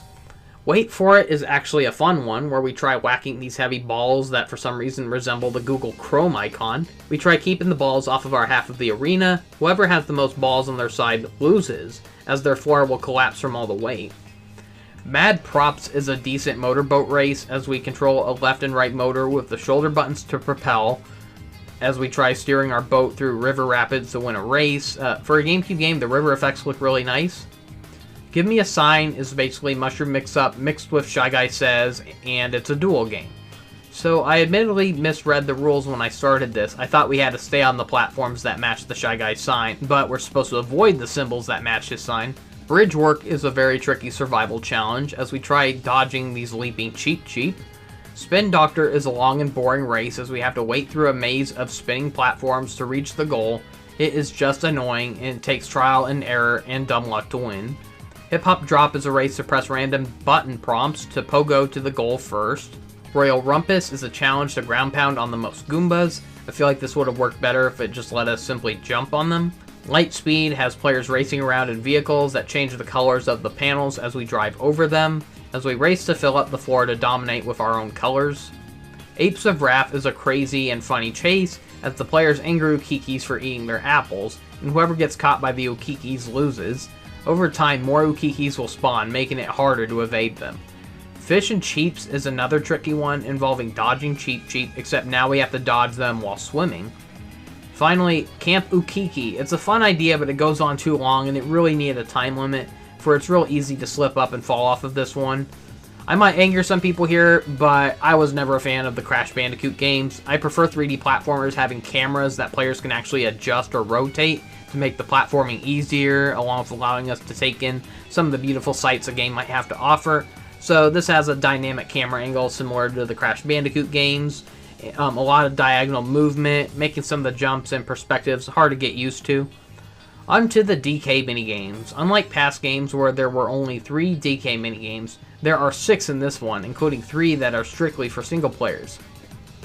Peel Out is a dumb luck game where we choose to go down left or right slides and hope that the path we chose will lead to more bananas. Bananas Faster is the most annoying one, where we just press the A button to jump out onto a spinning wheel, and as we try collecting the most bananas, it's another dumb luck one. Stump Change is the only decent 4-player DK minigame. We roll around on barrels, bumper ball style, as we try collecting the most bananas without rolling off of the stump. Onto the single-player ones. Jumpman is a great tribute to not only Mario's original name, but also DK's first game. We race DK one-on-one up an obstacle course themed after the first Donkey Kong game, as we leap over barrels and climb ropes to reach the top. Vine Country is just a one-on-one version of a DK minigame from Mario Party 5, as we button mash to climb up a vine and tilt left and right to dodge spiders and beehives. A Bridge Too Short is a dumb luck race, as we choose a series of left or right bridges and hope they don't lead to a dead end. Half of the DK minigames in this are pretty bad. Most of the 4-player ones are just dumb luck based, while most of the single-player ones are actually decent. I still think the ones from Mario Party 5 are the best overall. Onto the Bowser minigames. Boy, have these had a history. They debuted in Mario Party 4, where Bowser tortured us with exclusive dumb luck based minigames that punished the first one to lose. The minigames got more punishing in future entries by trying to punish all the players, but the minigames were admittedly more fun in the other games. I actually enjoyed the Bowser minigames in Mario Party 6, not a single one disappointed me. Somehow, the Bowser minigames in Mario Party 7 are the worst. There are 7 altogether, with 4 of them being single-player challenges. All 3 of the 4-player Bowser games are just long obstacle courses, where the only way to win is to reach the end without getting hit once or falling off a cliff. Funsicle Course is a fun idea where we're forced to run and jump through deadly obstacles as we dodge thwomps, cannon fire, and spike bars that come out of nowhere at a fast pace. What ruins this minigame is that it goes on for too long, and it at least should have ended when 1 player is left. But the only way to win is to make it to the goal. Thunderwall has us climbing to avoid getting burned by the Koopa Kids. Magical Journey is the worst of the 4-player ones, as we platform over rocks to avoid falling into lava, while dodging cannon fire from the Koopa Kids. This wouldn't be so bad if it wasn't so long and if there wasn't an invisible barrier pushing players back who managed to stay far ahead. Every time I played this, I died because the stupid CPU either jumped on me, forcing me to plummet into lava, or because I stayed ahead of everyone, but somehow got pushed back by an invisible barrier as I tried jumping to the next platform. This one is frustrating. Onto the single-player Bowser games. Tunnel of Lava is the first of the one-player Bowser games. All of these involve finding a key to escape Bowser, so in this one, we have to smash Mecha Koopas to find the one with a key, while avoiding jumping on them as they start breathing fire. Treasure Dome is a dumb luck one where we got a series of treasure chests and one key. We got to use that key to find the correct chest, which will lead to a series of more keys that will lead to opening a specific chest, all the way until we can find the last chest with the escape key. Slot a Whirl is another dumb luck one, requiring the need to have a slot machine have 3 matching key symbols to get the key and escape. Bowser's Lovely Lift. I forgot to mention this during my review from the previous game, but ever since Mario Party 3, each game ended with a boss fight minigame. So Mario Party 4 and 5 had boss fights against Bowser, but Mario Party 6 was the first in a long while to not have a boss fight minigame. Mario Party 7 made a new boss fight minigame that is unlocked upon beating the single player mode. The intro is admittedly really cool, with Bowser's insanely tall tower. Too bad we can't skip it, because this is a brutal challenge and you might have to rewatch this cutscene over and over. It took me about 3 or 4 tries to finally beat this. The only way to beat Bowser is to ride to the top of Bowser's tower, which requires dodging Bowser's attacks while reaching and hitting these 4 dice blocks on each corner of the room. We need to roll a total of 100 to reach the top and escape. So yeah, kind of a bizarre idea, needing to beat Bowser by basically rolling a dice like we're on the board map and waiting until we move 100 spaces. But it's so hard when, if you get hit once, you have to start all over. Bowser's fireball attack is pretty easy to dodge, but his homing missiles are really tricky. To make matters worse, Koopa Kid shows up to assist Bowser down the line, making attacks even harder to dodge, especially when they both start firing homing missiles. I'm just glad he didn't summon 2 more Koopa Kids down the line, but the one-hit KO is annoying enough, but why can't we skip through the intro every time we have to retry? I preferred the boss fights from Mario Party 4 and 5. They were a little bit longer, and they were pretty easier though, but I still had fun with all the set pieces and different gameplay variety during those. So playing this boss fight in solo mode is more annoying than replaying this minigame in the minigame mode, and I'll explain later when I discuss the solo mode. There's only 2 rare bonus minigames in this entry. The first one is Ice Moves, which is just a 1-on-1 or a 2-on-2 game of air hockey, as we drive around these giant discs to ram the puck into our goals. It's actually pretty fun, much better than the awful air hockey minigame from Mario Party 2.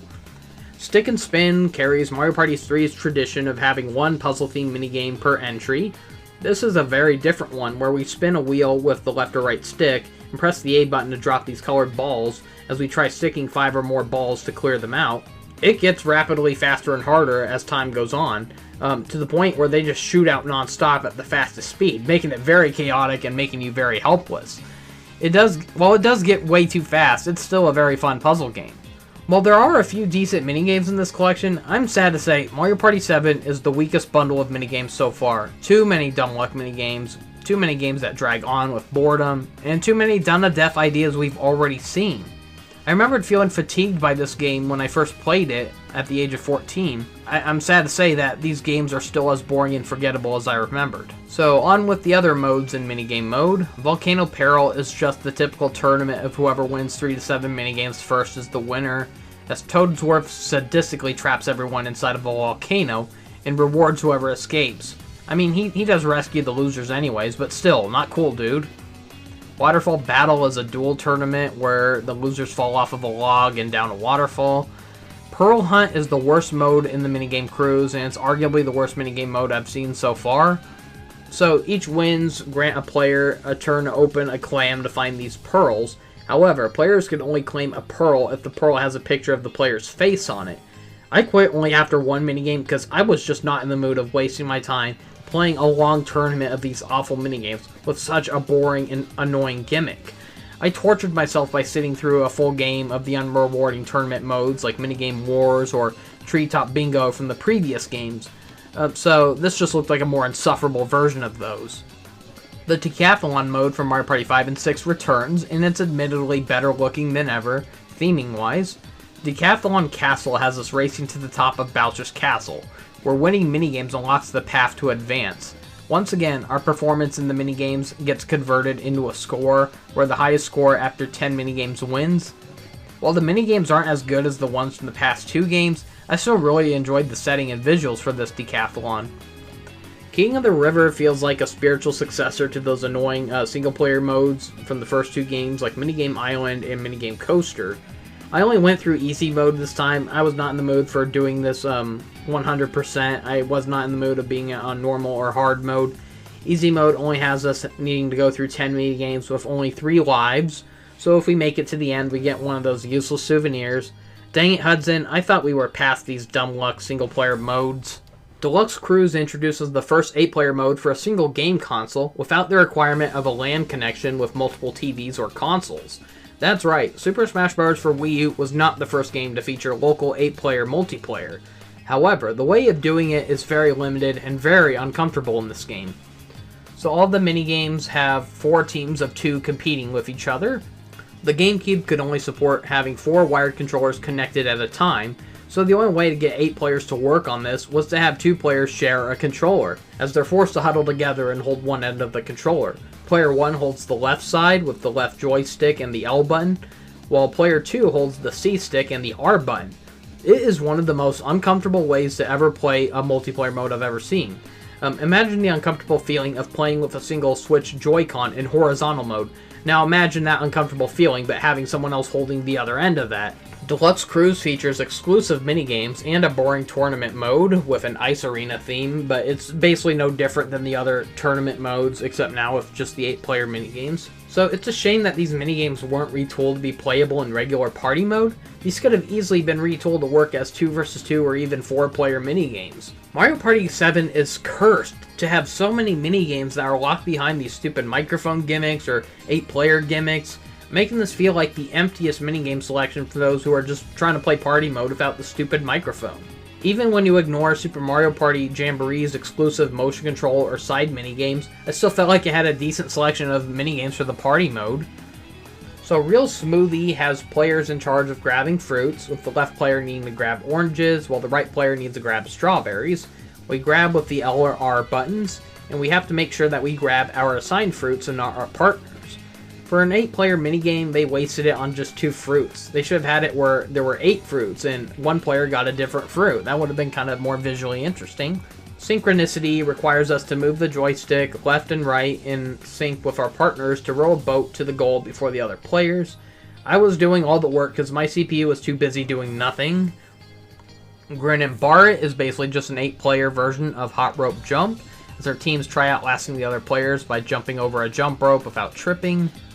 Hammer Spammer feels like a generic minigame of running around dodging hammer bros, but out of nowhere these 2 giant hammers slam down without any warning, making this more of a dumb look minigame instead of a game of skill.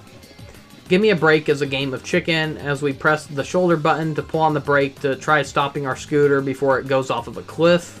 Whoever gets closest to the cliff without falling off wins. Bumper to Bumper is like bumper balls, except we slide around on these discs, similar to the air hockey rare minigame in this. Spin-Off is the worst deluxe minigame, where each player has to solve 3 certain revolving puzzles, requiring to stop a roulette to match the image of Mario baddies.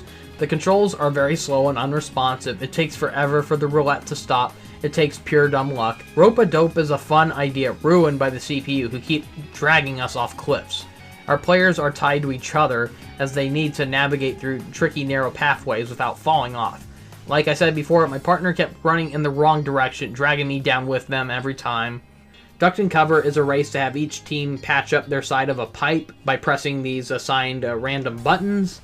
You have to button mash them. So Bubonic Plague is an 8-player version of Hot Bob-omb, but the blast will knock out nearby players as well, and we can only pass it around in a clockwise pattern. Unhappy Trails is another narrow trail minigame, as one player needs to meet up with their partner in the center of the trail to hand them a key. The partner needs to take the key to a further end to get the treasure out of a chest, as they journey back to their partner to hand them the treasure so the first player can take it all the way back to the start. I would have won if the stupid CPU wasn't blind as a bat. Finally, there's Shock Absorbers, where we tilt in the directions of these flashing buttons and punch them with the shoulder button before we get shocked. If all the buttons flash at once, we need to duck, otherwise we get shocked. So the last one standing who doesn't get shocked wins. So Deluxe Cruise is such a forgettable mode. Most of the minigames feel like rehashes from past games. Some were decent ideas, but they were held back by being restricted to a mode that requires 8 players. I mean, you can still play it with single players, but have fun playing with nothing but CPU. It's just not the same. But not to mention how uncomfortable the controls are with having to share the controller with another player. Yeah, it's a really underwhelming mode that just did not need to be made. Solo Cruise is another dumb luck-based single-player mode that requires us to beat it to unlock everything in the game. It does have a multiplayer option as well, so this story mode is revised to have us play through the party mode maps, but it's a 1 versus 1 challenge, so instead of competing with 4 players, we're competing with just 1 player across these 6 board maps. But they have different rule sets, so like one of them will have it where the goal is to be the first to reach 2 stars. Another requires us to reach the top of a mountain with 100 coins. Another has us stealing a star from a bandit and needing to return it to a Bowser Sphinx. We need to find 3 hidden stars inside of 8 scattered treasure chests that get more expensive as each star is claimed. We need to spend coins to fix these windmills. Even if these seem like small objectives, they can still be unpredictable since there's still a time limit of 30 turns basically, and there are no minigames after each player's turn in this mode. But we still have to worry about dual spaces along with single-player minigames hosted by DK and Bowser. This wouldn't be so bad if it was just a side feature to collect more points for the shop, but all the levels are locked from the beginning except for 1, and we have to progress through them by completing each level 1 at a time. The final challenge has a very ridiculous goal. We have to race to get a star and bring it to Bowser to trigger the final minigame, which is Bowser's Lovely Lift. I'd hate to imagine what would happen if you lost, since it's treated like a race between which player can reach and defeat Bowser first. So I don't know what happens if you actually lose this minigame once reaching Bowser. Do you have to start the whole thing over? Or does it carry where you left off and the CPU, if they go to it, they can continue where you left off and try to beat it faster? I don't know, but I just don't like the idea of how they set it up. I feel like they should have waited for you to beat the level first just by bringing the star to Bowser. Then after that, there's a checkpoint that leads to the final boss battle. I mean, that's what Mario Party 4 and 5 did, so I don't get why they didn't do it for this one. So after beating Bowser, we get a funny cutscene of Bowser and Koopa Kid being blasted off of their castle, basically, and they end up stuck on an island, and they basically curse in fury as they see the cruise boat that Mario and Bowser are on leaving. I was never a fan of the solo modes in the Mario Party series. I've said many times why dumb luck does not make for a good single-player experience. So they tried spicing it up in this by making different rules and making it a one-on-one experience through the board maps. It was a unique idea, but its reliance on dumb luck can still lead to many hours of a huge waste of time, constantly needing us to retry and do it all over again, just to have to retry and do it all over again. It's just not fun to sit through. Finally, the party mode. Only 2 of these board maps are traditional, where the other 4 rely on gimmicks and different rules. Some of them are pretty good, but some of them are very annoying. I would have rather preferred the boards just have the option to play them like regular board maps, and give us the option to play these exclusive new rules. One of the most notable differences is that all the spaces are no longer circles or octagons, they're now curved squares. The orbs from the past 2 games are back, but we got some character exclusive orbs, similar to the exclusive character power-ups from Mario Kart Double Dash. I've only got to see Mario's in action. He and Luigi share the same one, where Mario or Luigi can trigger a fireball, where for 3 turns, if they walk past another player, they can throw a fireball at them and cause that player to lose 10 coins. So I really don't know what the other characters were. I know it's like Yoshi had one that involved a Yoshi egg, but I saw a Yoshi CPU discard it, so I never got to see what it did. So the last 5 turns got rid of the requirement where players must duel if they land on the same space, but we still got the duel spaces, so I don't mind this change because I preferred it being triggered by the space anyways compared to seeing every turn leading to multiple duels because players keep landing on inconvenient dice rolls that force them to land on the same space as another player. And then it gets worse if they happen to both meet up on a duel space, forcing them to duel 2 times in a row. It got annoying. Bowser is way more obnoxious in this game than ever before. At the beginning of each board map, he creates 5 random Koopa Kid spaces, where landing on them basically act like miniature Bowser spaces. So after every turn, A gauge shaped like Bowser's face will fill up. So once it fills up after 4 turns, Bowser performs a nasty act, which are exclusive to the board maps. So yeah, I've never hated Bowser more than I did in this game. He just wouldn't go away. The party mode admittedly has a nice award ceremony taking place on top of Peach's castle on that cruise ship, and the winner will pop out of the balcony doorway. But I hate how the bonus stars are randomized this time. Back then we were just rewarded for collecting the most coins and landing on the most happening spaces or winning the most mini games. So some of them can still pop up at random, but now we have random categories, like whoever traveled the most or least spaces, whoever landed on the most red spaces. In other words, just any excuse to not make player 1 win. I swear, it feels so rigged to always just give awards to the CPU players. It takes dumb luck to get the bonus stars in this game.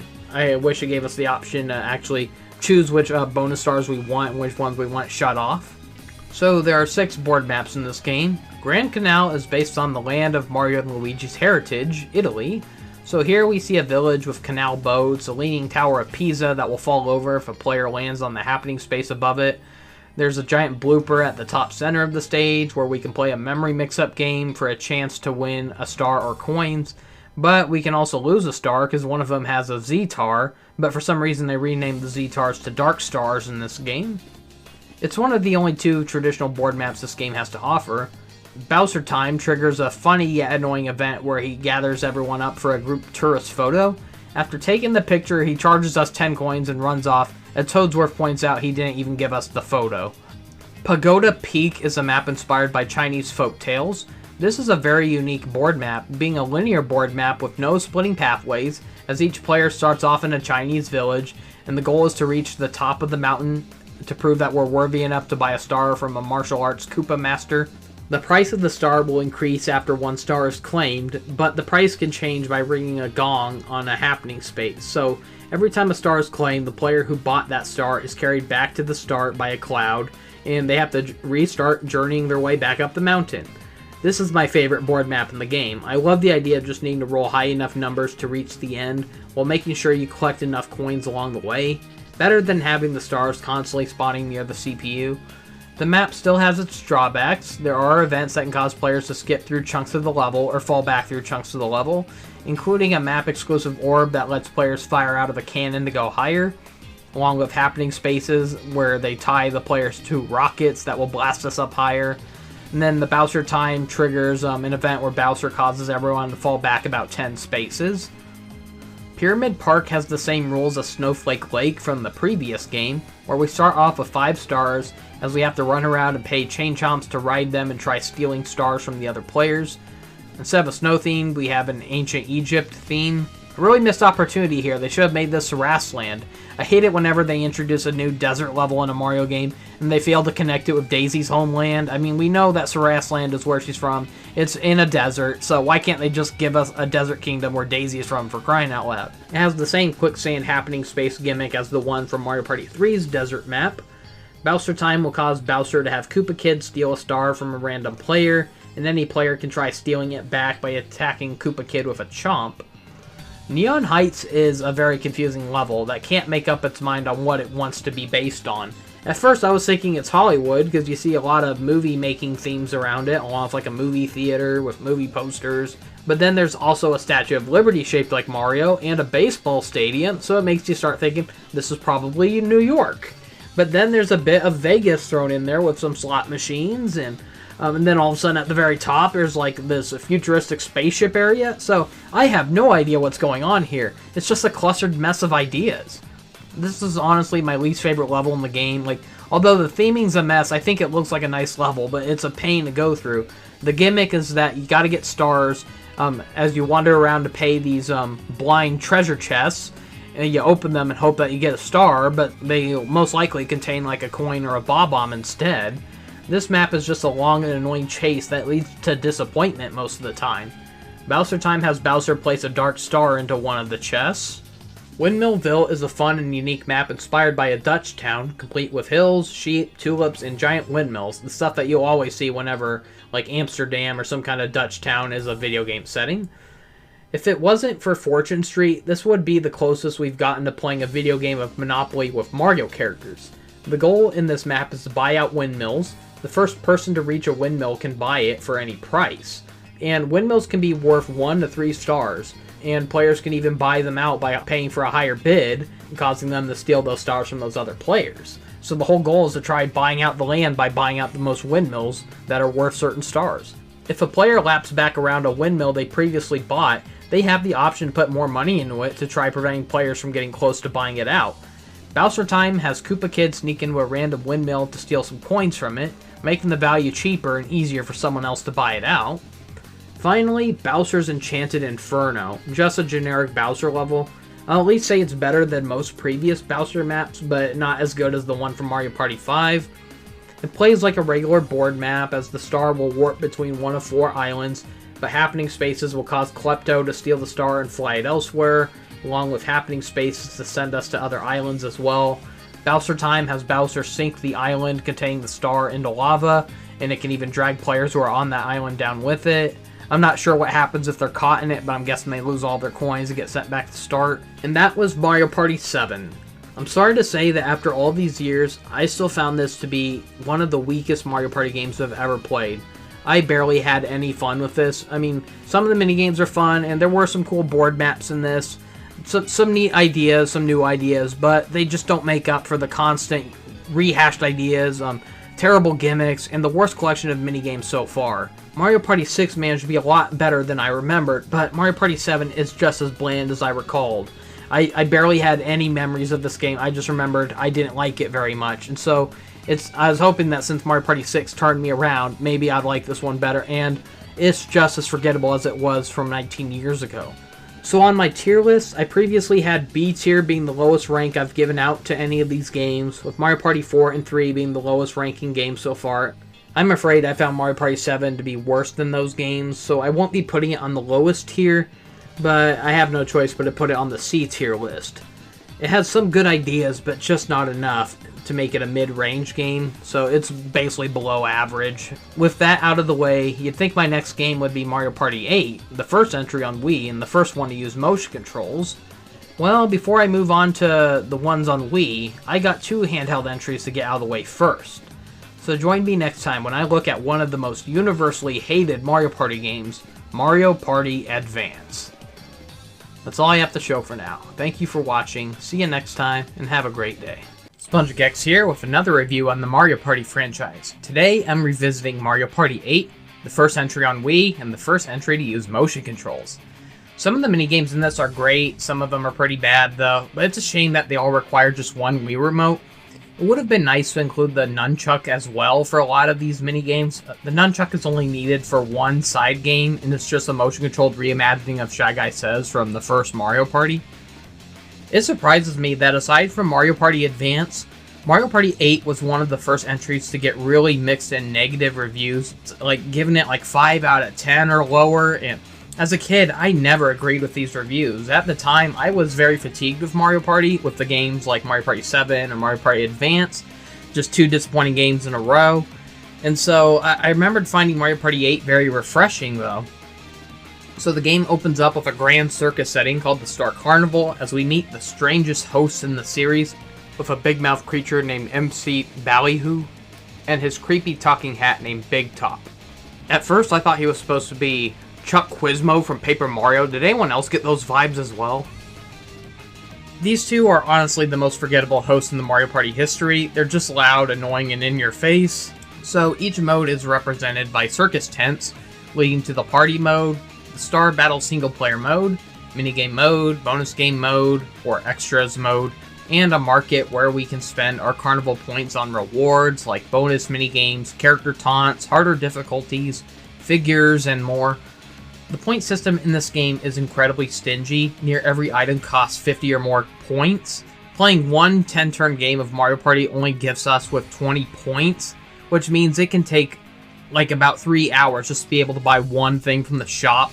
And all the minigames are locked off at the beginning, and the only ways to unlock them for the minigame mode is to either play them once as they're randomly selected across the game, or we can buy them one by one for 50 points each, which is not worth our points, especially with how long it takes just to get 50 points.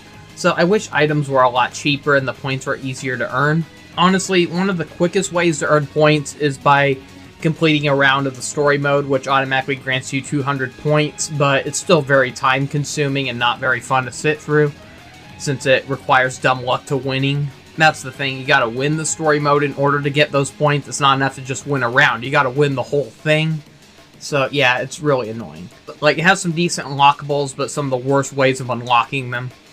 The roster in this game is the same as the one from Mario Party 7, but we now have Blooper and Hammer Brother as a hidden character.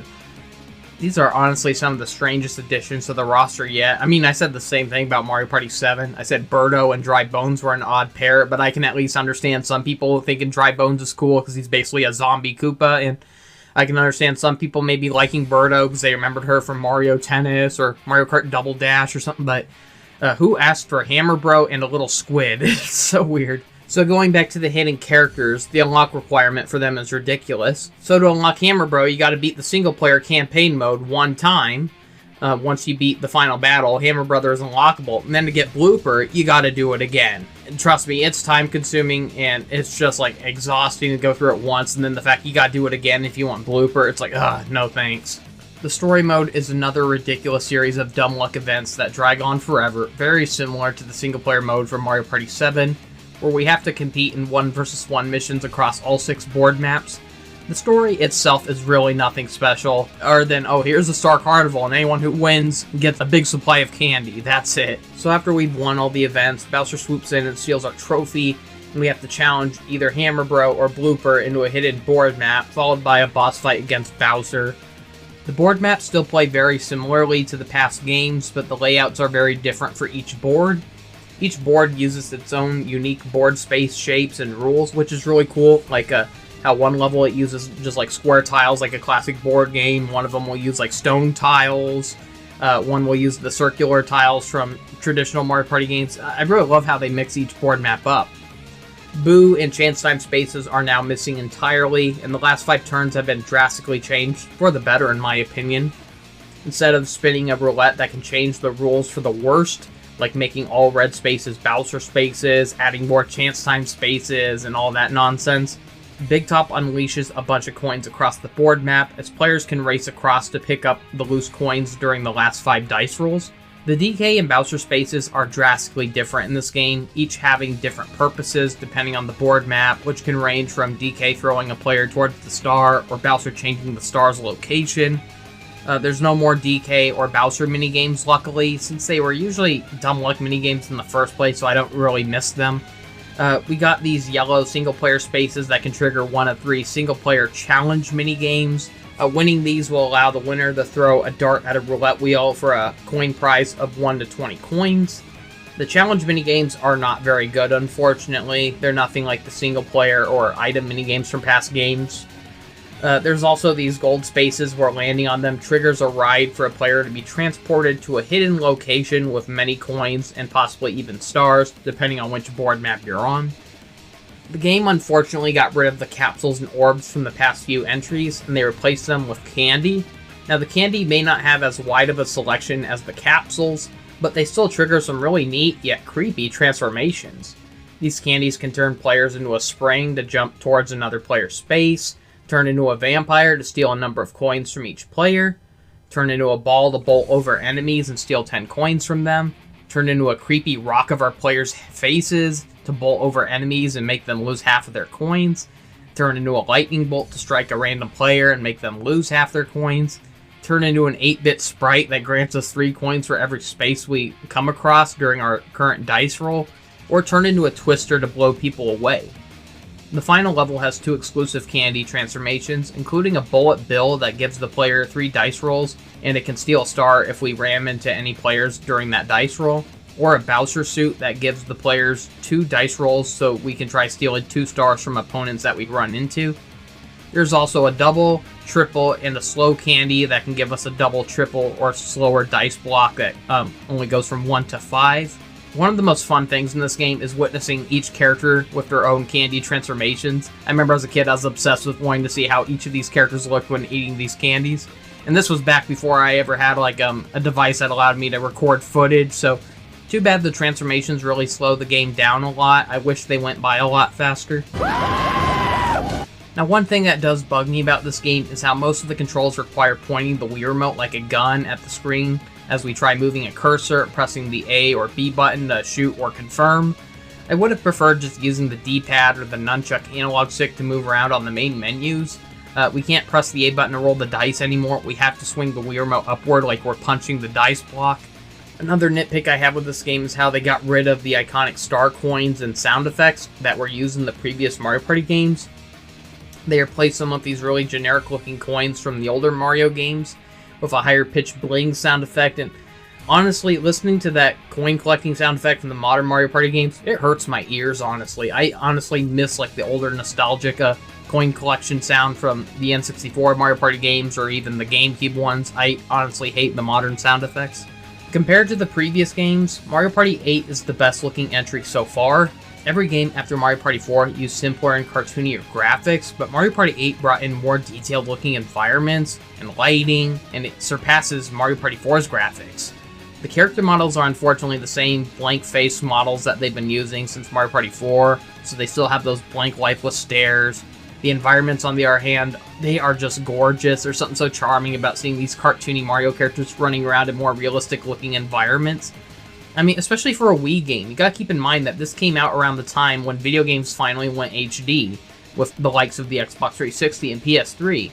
Yet here was the Nintendo Wii, still running on practically the same graphics hardware that was used for the GameCube.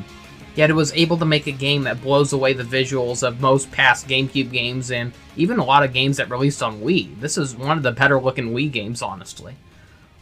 The board maps include DK's Treetop Temple. It's very similar to DK's Stone Statue from Mario Party DS, but even better. It's modeled after the construction site from the first Donkey Kong game, with a little mixture of a Swiss Family Robinson treehouse. The spaces are made of big wooden blocks, and the board map has a bit of a 2.5D side-scrolling perspective as we scale up and down these giant tree houses to race to collect the most stars. Goomba's Booty Boardwalk was my favorite board map back when I was a kid. It's a very unique board map to the series, with a very traditional board map layout, almost like something from Candyland, with these big, blocky, colorful spaces. The track is entirely one way, with no split paths. The goal is to constantly try reaching the end over and over, where a Captain Goomba will just grant us a free star. I mean, what other Mario Party maps allowed that, where you can just get a star for free just for reaching the star goal? That is so cool. And then after getting the star, you're forcibly sent back to the start, and you can try all over again, reworking your way to the end to try to get the star. Just make sure to try avoiding the happening space towards the end, or you'll be blasted back to the start without a star being handed over. We can use the coins that we earn to take shortcut rides from dolphins to skip a good 15, 20 to 30 spaces. I had the most fun revisiting this board map. There's just nothing else like it in the series, both before and even after this game. King Boo's Haunted Hideaway is another unique board map. I love how all the spaces basically just look like mystical stone tiles. The mansion is randomly generated each time, as we have to go down different rooms and paths in hopes of finding King Boo, who will offer us a star for 10 coins, as we try to avoid ending up in these dead-end rooms with trapdoors that will send us back to start. Now, every time a star is bought from King Boo, he'll warp everyone back outside the mansion, and he'll change the layout inside the mansion. So we have to start all over, going in from a blank slate and trying to guess which way will lead to the correct star. It can be frustrating with how much dumb luck is required for this, but it's still a fun idea. I've never really seen anything else like it in a Mario Party game. Shy Guy's Perplex Express is basically what feels like a Sonic Shuffle board map done right, because Sonic Shuffle had like a runaway train themed level, and it was just so terrible because, once again, it was Sonic Shuffle, and that was just a terrible Mario Party clone. And it was by the same developers somehow. And so to see the developers try that idea again, but with the proper Mario Party gameplay, now that was a lot of fun to see. It's a one-way board map with no split paths, and it has a side-scrolling perspective. As we try reaching the conductor at the front of the train, who will exchange a star for 20 coins. We then have to climb on top of the train and rework our way back to the end of the train and start all over, reworking our way to try to get the conductor for more stars. There are devious happening spaces across this board map, one where the player can get sucked through these air vents that will take them either on top of the train or inside of the train, so it can either give you a shortcut forward or a setback way back. And there's also this incredibly slow happening space where Kamek will swap the place of one of the train cars and usually move it towards the back of the train and swap it out with another.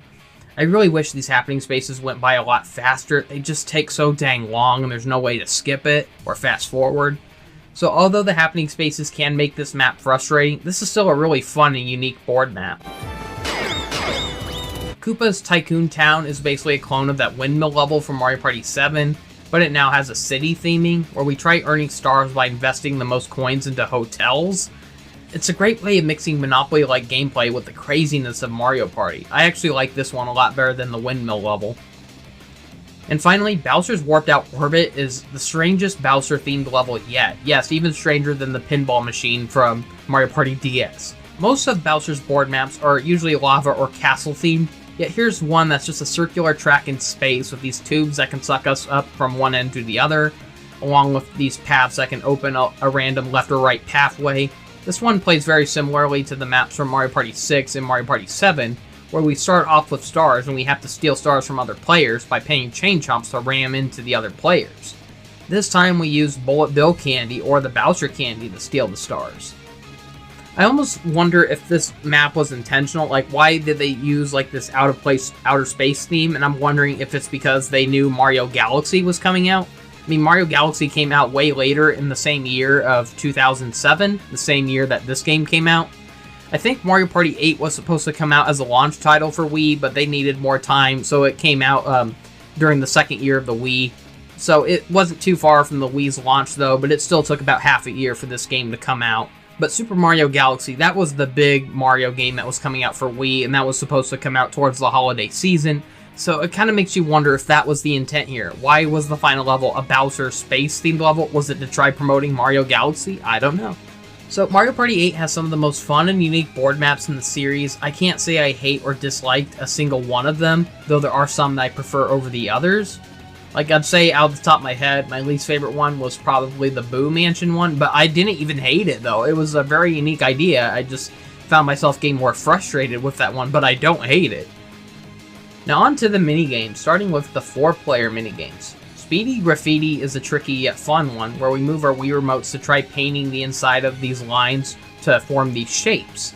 Whoever draws the most correct shapes wins. Now drawing steadily in thin air is so tricky, but it's still a fun challenge. Swing Kings is also a dual minigame, where we simply swing the Wii remote to try hitting the most baseballs. I feel like the camera perspective makes it harder to hit the baseballs just right, compared to the baseball minigame from Mario Party 5, which I felt was a lot easier. Water Ski Spree has us holding the Wii remote sideways like handlebars as we tilt to ski over ramps and collect coins that are in the center, while we try to avoid spinies. The coins are so hard to collect since turning on these skis are not easy at all. They should have placed some of the coins in the water as well. Punch a Bunch requires us to swing the Wii remote forward as a glove swells up in order to try destroying a Bowser statue before our opponents. Crank to Rank has us vertically circling the Wii remote clockwise to raise a flag before the opponents. This minigame got a similar clone in Super Mario Party Jamboree with the same controls, except we're using Joy-Cons and we're trying to hang up these lights, but once again it takes place in front of Peach's castle. At the Chomp Wash has us waving our Wii remotes across the air to try cleaning up these messy chain chomps. Mosh Pit Playroom has us holding the Wii remote sideways as we use the D-pad to run around in a ball pit as we press the 2 button to try jumping as we try collecting the most colored balls that match our character's assigned color. It's okay, but I really wish we got to use the nunchuck control stick to move our players instead of using the uncomfortable D-pad, along with pressing the A button to jump. The same applies for every other game that just doesn't use motion controls. They just feel very uncomfortable. I never liked using D-pad controls in 3D environments. Mario Matrix has us using the Wii remote pointer to point and click on the most glowing panels. Lava or Leave Them has us running to avoid being burned by these giant flames. Cartastrophe has us using motion controls in the 2 button to drive across a racetrack for 2 laps. Considering how Mario Kart Wii was still a few years away from Mario Party 8's release, it was neat to kind of get a taste of what Mario Kart with motion controls could be like. Rudder Madness has us tilting the Wii remote vertically to slowly steer down a muddy river as we try to avoid bumping into opponents and rocks. It's okay, but it's painfully slow. Sick and Twisted is a platforming race as we hop across spinning platforms and avoid bullet bills. I swear I have never seen a single player or CPU beat this. The CPU keep dying, and I usually die because I manage to stay far ahead of the CPU, but I end up getting killed by a bullet bill that comes out of nowhere. And sometimes there's even an invisible barrier that prevents me from reaching the goal platform. It's like, I don't know why it only appears there. Like, Shake It Up has us shaking the Wii Remote as short and fast as we can to make our player soda can fizz the highest. This one is also a dual minigame. In the Nick of Time is a tricky one where we have to rotate clock hands to match a picture as we tilt our Wii Remotes left or right. The hardest part is that you gotta have the hands come to a complete stop, which requires having your Wii Remote at a complete stop, and it's really hard to keep it steady. There's so many times where I feel like I have it still, and then it's still moving though, and the fact you have to have it at a complete halt in order to register, it is really annoying. The controls can also feel very unresponsive at times. Scooter Pursuit has us holding the Wii Remote sideways as we tilt in directions and move left, right, forward, and back as we try shooting our opponents with the 2 button. Whoever lands the most hits wins. Flip the Chimp has us moving the remote left or right to try having a toy Ukiki climb a tree as we flick left and right to have it dodge falling coconuts. The movement can feel very delayed, but it's never delayed enough to where I end up accidentally getting hit. The coconuts are actually very easy to dodge. So even though the controls don't feel as fast or responsive as they should, it's still a very easy minigame. This is also a dual minigame.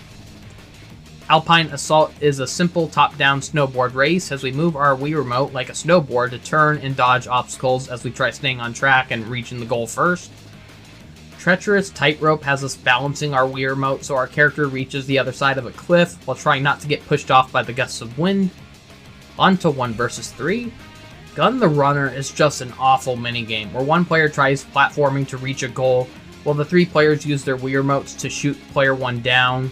The shooting in most of these minigames are just incredibly slow. Instead of straight fast shooting, we get these slow curved shots. I'm not a fan of these shooting games or controls, and the physics are just awful. But just being the single player in this minigame isn't better either. Grabbing Gold has each team moving their Wii Remotes like an arcade joystick to try moving these nets to collect these coins while avoiding spinies. Power Trip has one player rotating the Wii Remote like a steering wheel as they try ramming into the other 3 players. Bob-Bombs Away has 3 players dropping bob-bombs down a Plinko machine to try bombing the single player down below. Swervin' Skies is a tricky one where 3 players use motion controls to fly away on planes, while the single player tries chasing them down and shooting down their balloons. Picture Perfect has players aiming and shooting at these rotating tiles to try matching the picture in the center. Snow Way Out has one player trying to fire snowballs to freeze the 3 players off of the roof. Trash and Crash is a very unresponsive game where one player tries shooting at these objects at the right time to try knocking out the opponents. Meanwhile, the opponents try skateboarding to reach the goal as they use motion controls.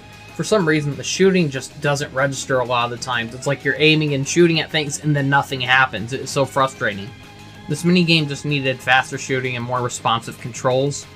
Jump Rope is a very tricky game where one player swings the Wii Remote like a jump rope to try tripping out the other players. On a 2 vs 2, Grabby Gridiron is a minigame of football as we grab footballs and try bringing them to our goals. Road to Victory has players rowing their remote like an oar to paddle their team's boat to reach the center island. Winner or Dinner feels like it should have been a 4-player or a dual minigame. Instead, it's a 2 vs 2 game as we run around and collect coins while avoiding piranha plants and spinies. Paint Misbehavin' has each team firing their paint cannons to try painting the most Goombas. This one is also a dual minigame. Sugar Rush is another one that is also a dual game as we race to drag and drop ingredients on top of the cake to match the center image. King of the Thrill is a fighting tournament where one player from each team has to fight each other one-on-one off of a cliff to reach the top of the mountain. Now, if you and your partner made it to the top, you automatically win, but if your other opponent makes it to the top, you gotta fight them off of the top of the mountain to win. Lean Mean Ravine has us racing boats as we try staying on the narrow water path while avoiding fountains. This one's visually stunning. I just love the visuals of this one.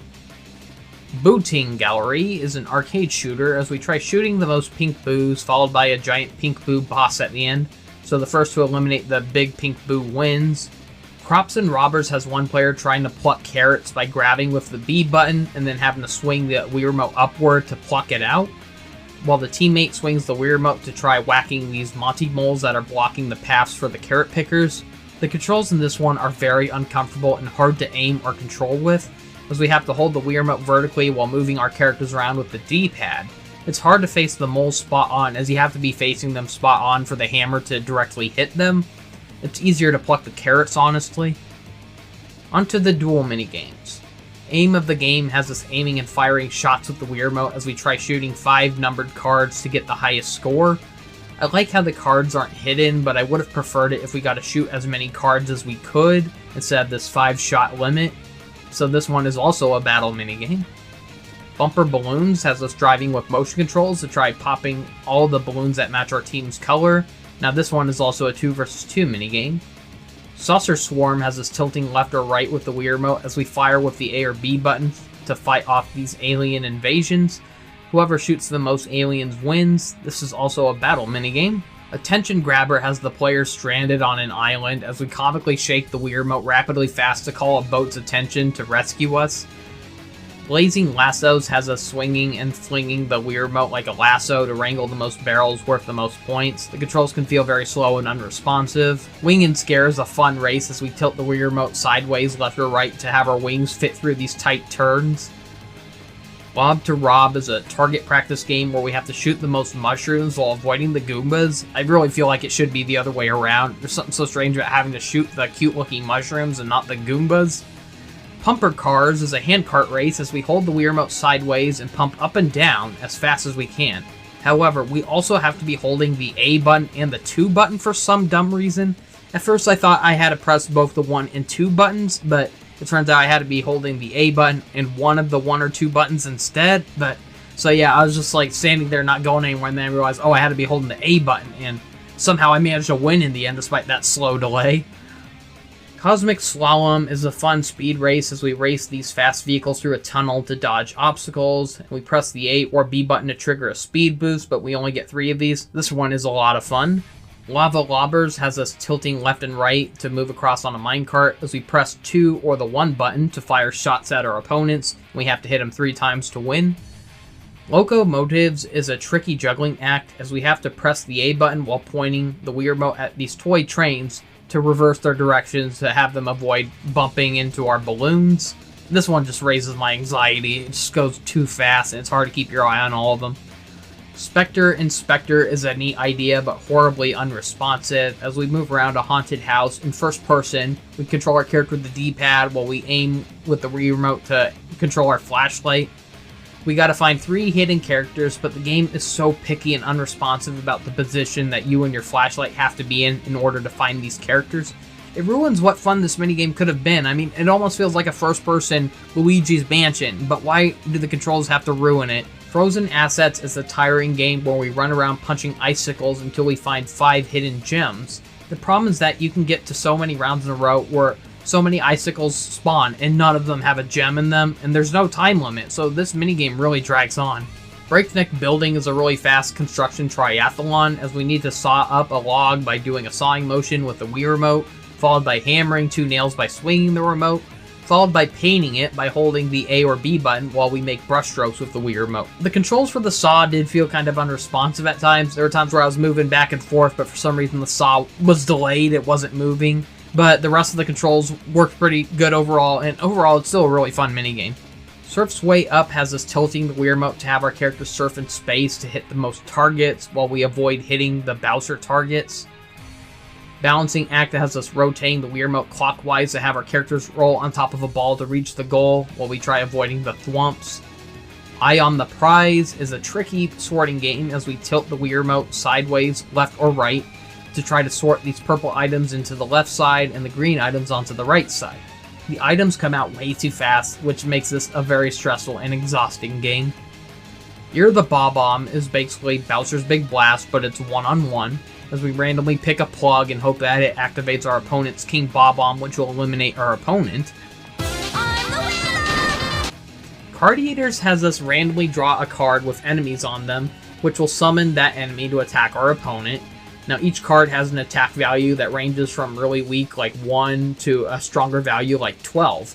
Whoever loses all of their HP loses, and I usually hate dumb luck minigames, but I'll give this one credit for actually making it visually fun and entertaining. there's something funny about like accidentally getting like some of the weakest cards, and you can see like a puny penguin or an Okiki just like charge at the enemy and deal very weak damage, and then you get something overpowered like the Thwomp or Chain Chomps, which can take like 10 or 12 HP off of. Yeah, it is overall pretty fun, despite being a dumb luck minigame.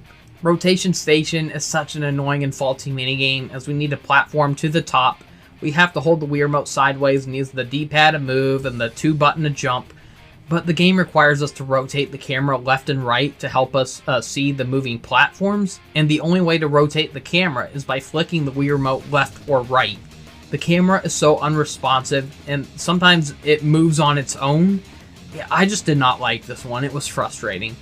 Eyebrow has us needing to use the Wii Remote pointer to draw circles around 3 Mr. Eyes in order to win.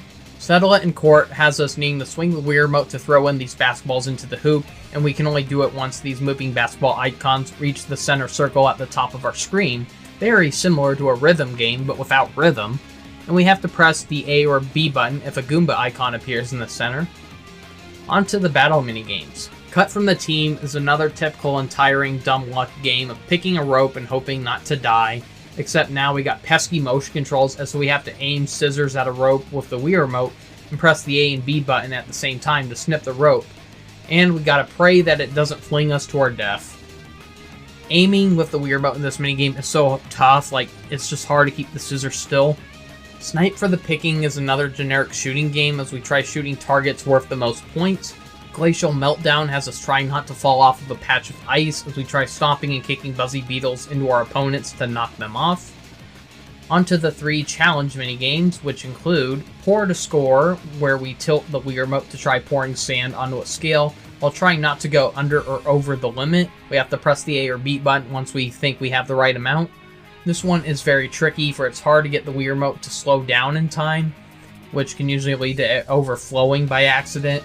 Fruit Picker has us needing to memorize the layouts of these fruits on a rotating wheel, as we have to shoot at the hidden fruits on the wheel to match the fruit shown on these boxes. And sometimes the game decides to screw the player over by having one of the fruits on the boxes hidden, meaning you have to make a blind guess on what that last one is.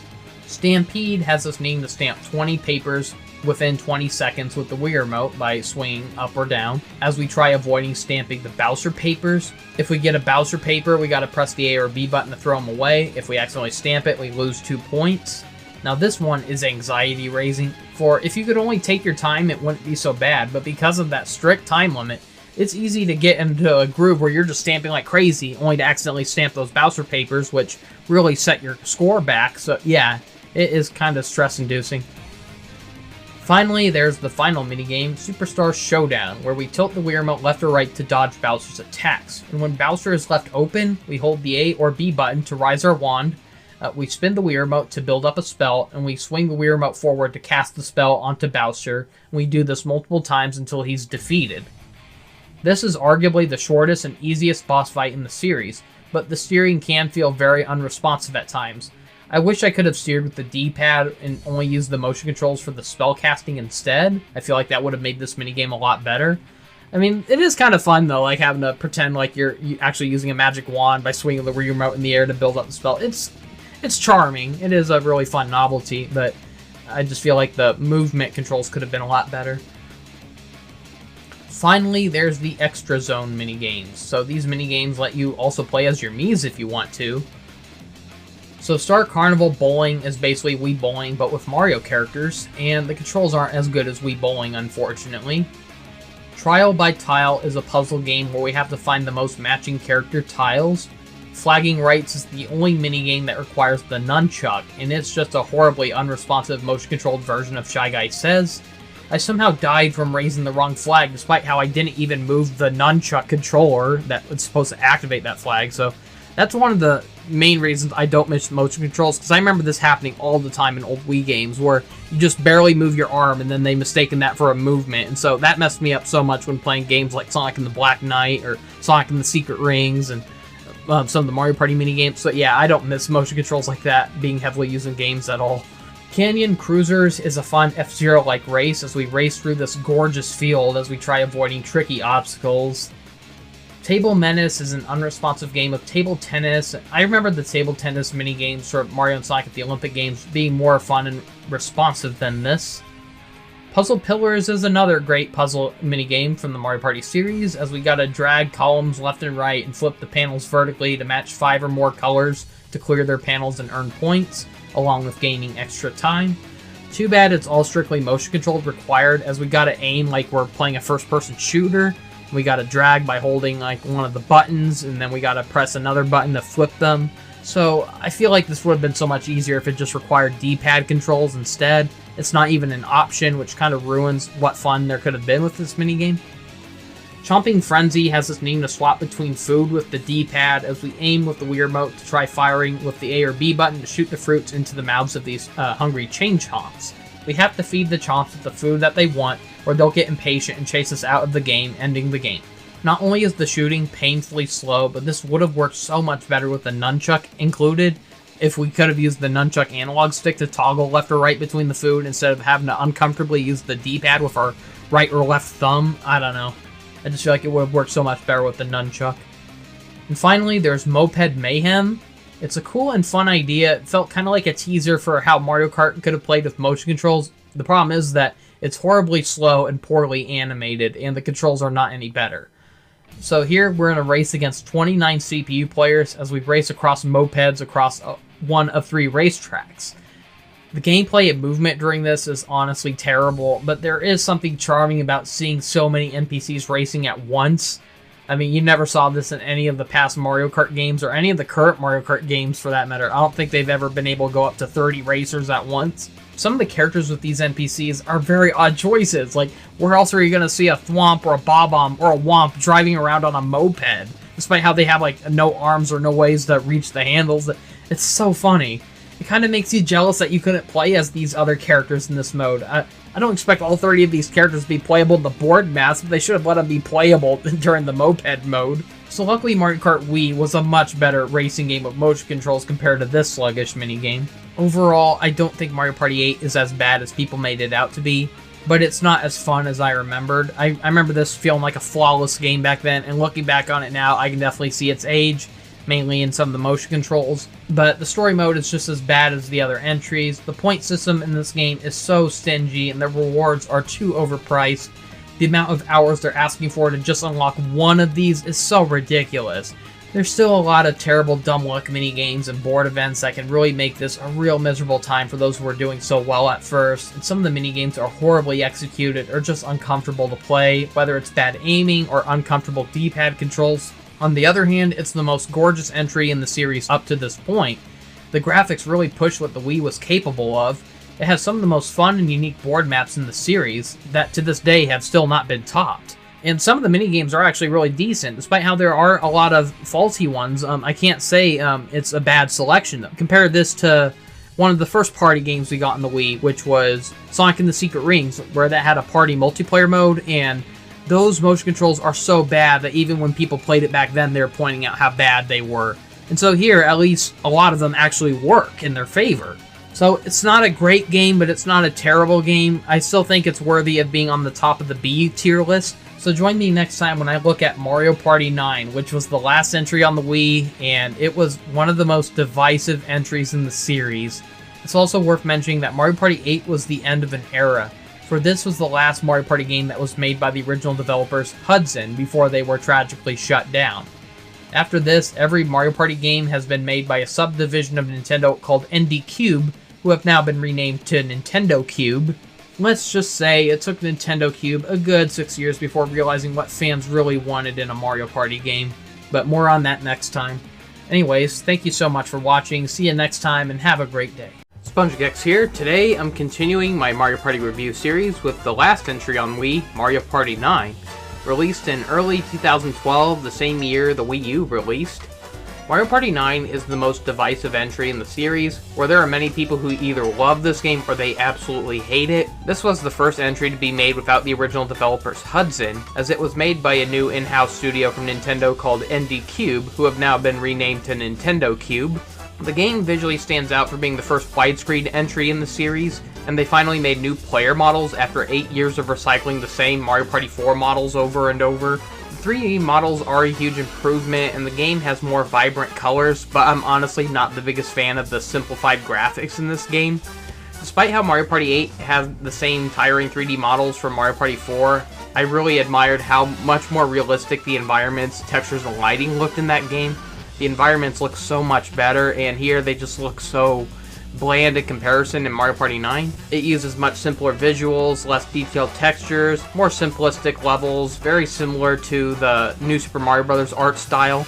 I'm not saying that the levels are bad looking, I just wish that they gave more texture, like making the grass actually look textured, actually showing blades of grass, or wish the mountains actually looked rocky and grainy, or it just feels like almost everything's made of plastic in this game. Speaking of which, the lighting in this game is very inferior as well. The characters constantly look shiny like they were rolling around in oil or something. I just think the visuals are a huge downgrade overall, despite how the 3D models are a huge improvement. The characters admittedly feel a lot more lively in this game. Their animations add a lot more life and personality as well, like the way that Wario swings his arms during his idle animation. It makes it just look like he's ripped and ready to go. Not to mention all the funny, over-dramatic reactions that the characters get when they win or lose a minigame. The game still uses motion controls with only one Wii remote, but they feel a lot more responsive this time. Surprisingly, Mario Party 9 relies less heavily on motion controls and relies more on the D-pad and button controls. Most likely due to the fatigue of motion controls from late in the Wii's lifetime. It feels like Nintendo was finally listening and realized they need to cut back on it a little bit. I will admit that the developers did a great job at trying to decide which minigames needed motion controls and which ones did not need them at all. We can finally navigate the menus with the D-pad instead of having to use the Wii Remote pointer, although that is still an option. Unlike Mario Party 8, where we had to use the Wii Remote to point and click on the menu options instead of using the D-pad and A button or something. So we no longer use motion controls for rolling the dice, instead we press the A button, but we can shake the Wii Remote to try to speed up our dice roll. The roster is a downgrade from the last game, which had 14 characters, but it was reduced to 12 in this one. It still has the main 8 characters that have been there since Mario Party 3, but Toad and Birdo are the only returning characters that were introduced in the GameCube entries. They got rid of a lot of characters, including Boo, Toadette, Dry Bones, Blooper, and Hammer Bro. Koopa Troopa is playable for the first time, and there's 2 hidden characters that require beating the story mode to unlock, which include Shy Guy and Magic Koopa. I'm just gonna flat out say it, why the hell isn't Rosalina in this? The game's story has a huge outer space theme with needing to collect these mini-stars that fell from space. The final level is flat out a space level. And then we also got the star bits from Mario Galaxy. They actually appear in some of the mini-games, and even the little wooden creatures from Mario Galaxy 2 actually appear in one of the mini-games. So why isn't Rosalina here? She doesn't even make a single appearance. For some reason, the Mario Party series was always late or picky to the changes in the Mario series. It always felt like they were too late with everything. For instance, despite how Bowser Jr. was introduced early in the GameCube's years with Mario Sunshine back in 2002, he didn't appear in the Mario Party games until Mario Party 8 and Mario Party DS in 2007, 5 years after he was introduced. The GameCube was dead when he finally appeared in the series, and then it took longer for him to even be playable. Rosalina debuted in Super Mario Galaxy the exact same year, 2007, yet she wasn't added to the Mario Party series until Mario Party Star Rush for 3DS in 2016. That was barely a decade later.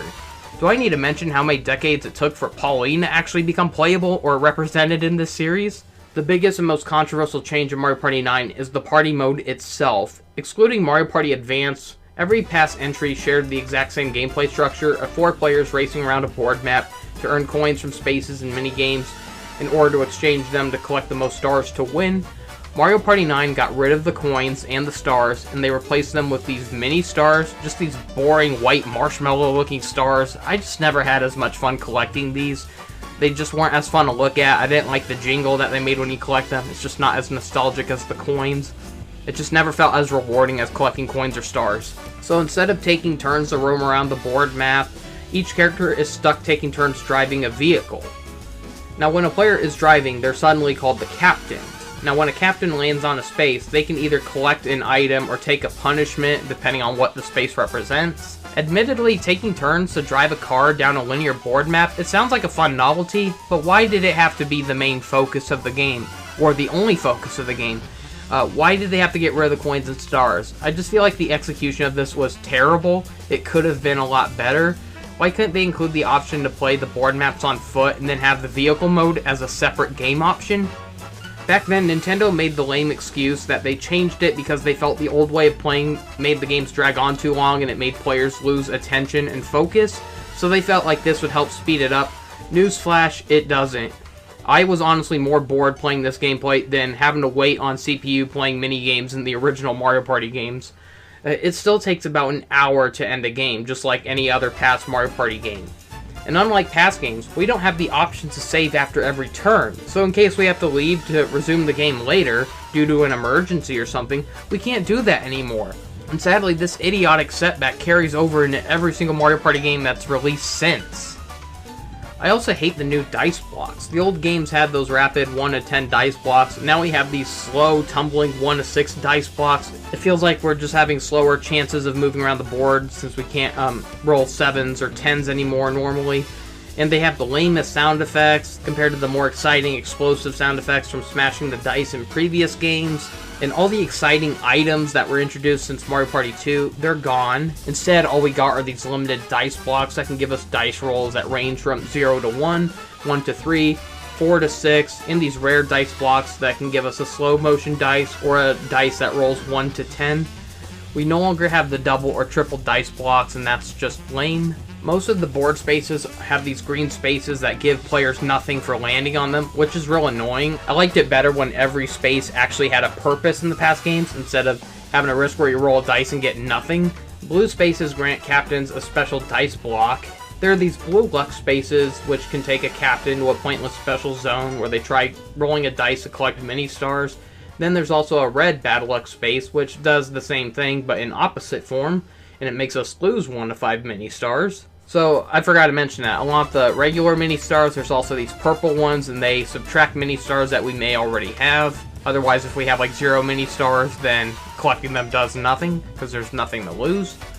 Then there are these dash spaces, which allow the captain to roll the dice again. There are these awful time-wasting captain events, like they happen about midway through each board map, where everyone is forcibly warped to a zone where they must compete in an awful dice rolling event where the captain has to choose which placement each player needs to be put in, and then everyone takes turns slowly rolling the dice to try to earn mini stars before a time limit. None of these are fun, they're not worth going over, they're really boring. There's these reverse spaces that force the captain to roll the dice again and go backwards. There's also a shuffle space that shuffles the player order for the rest of the game, unless someone lands on another shuffle space and shuffles the order again. Each board map has 2 boss minigames, one during the first quarter and one at the very end. These minigames require each player to earn points by attacking a boss.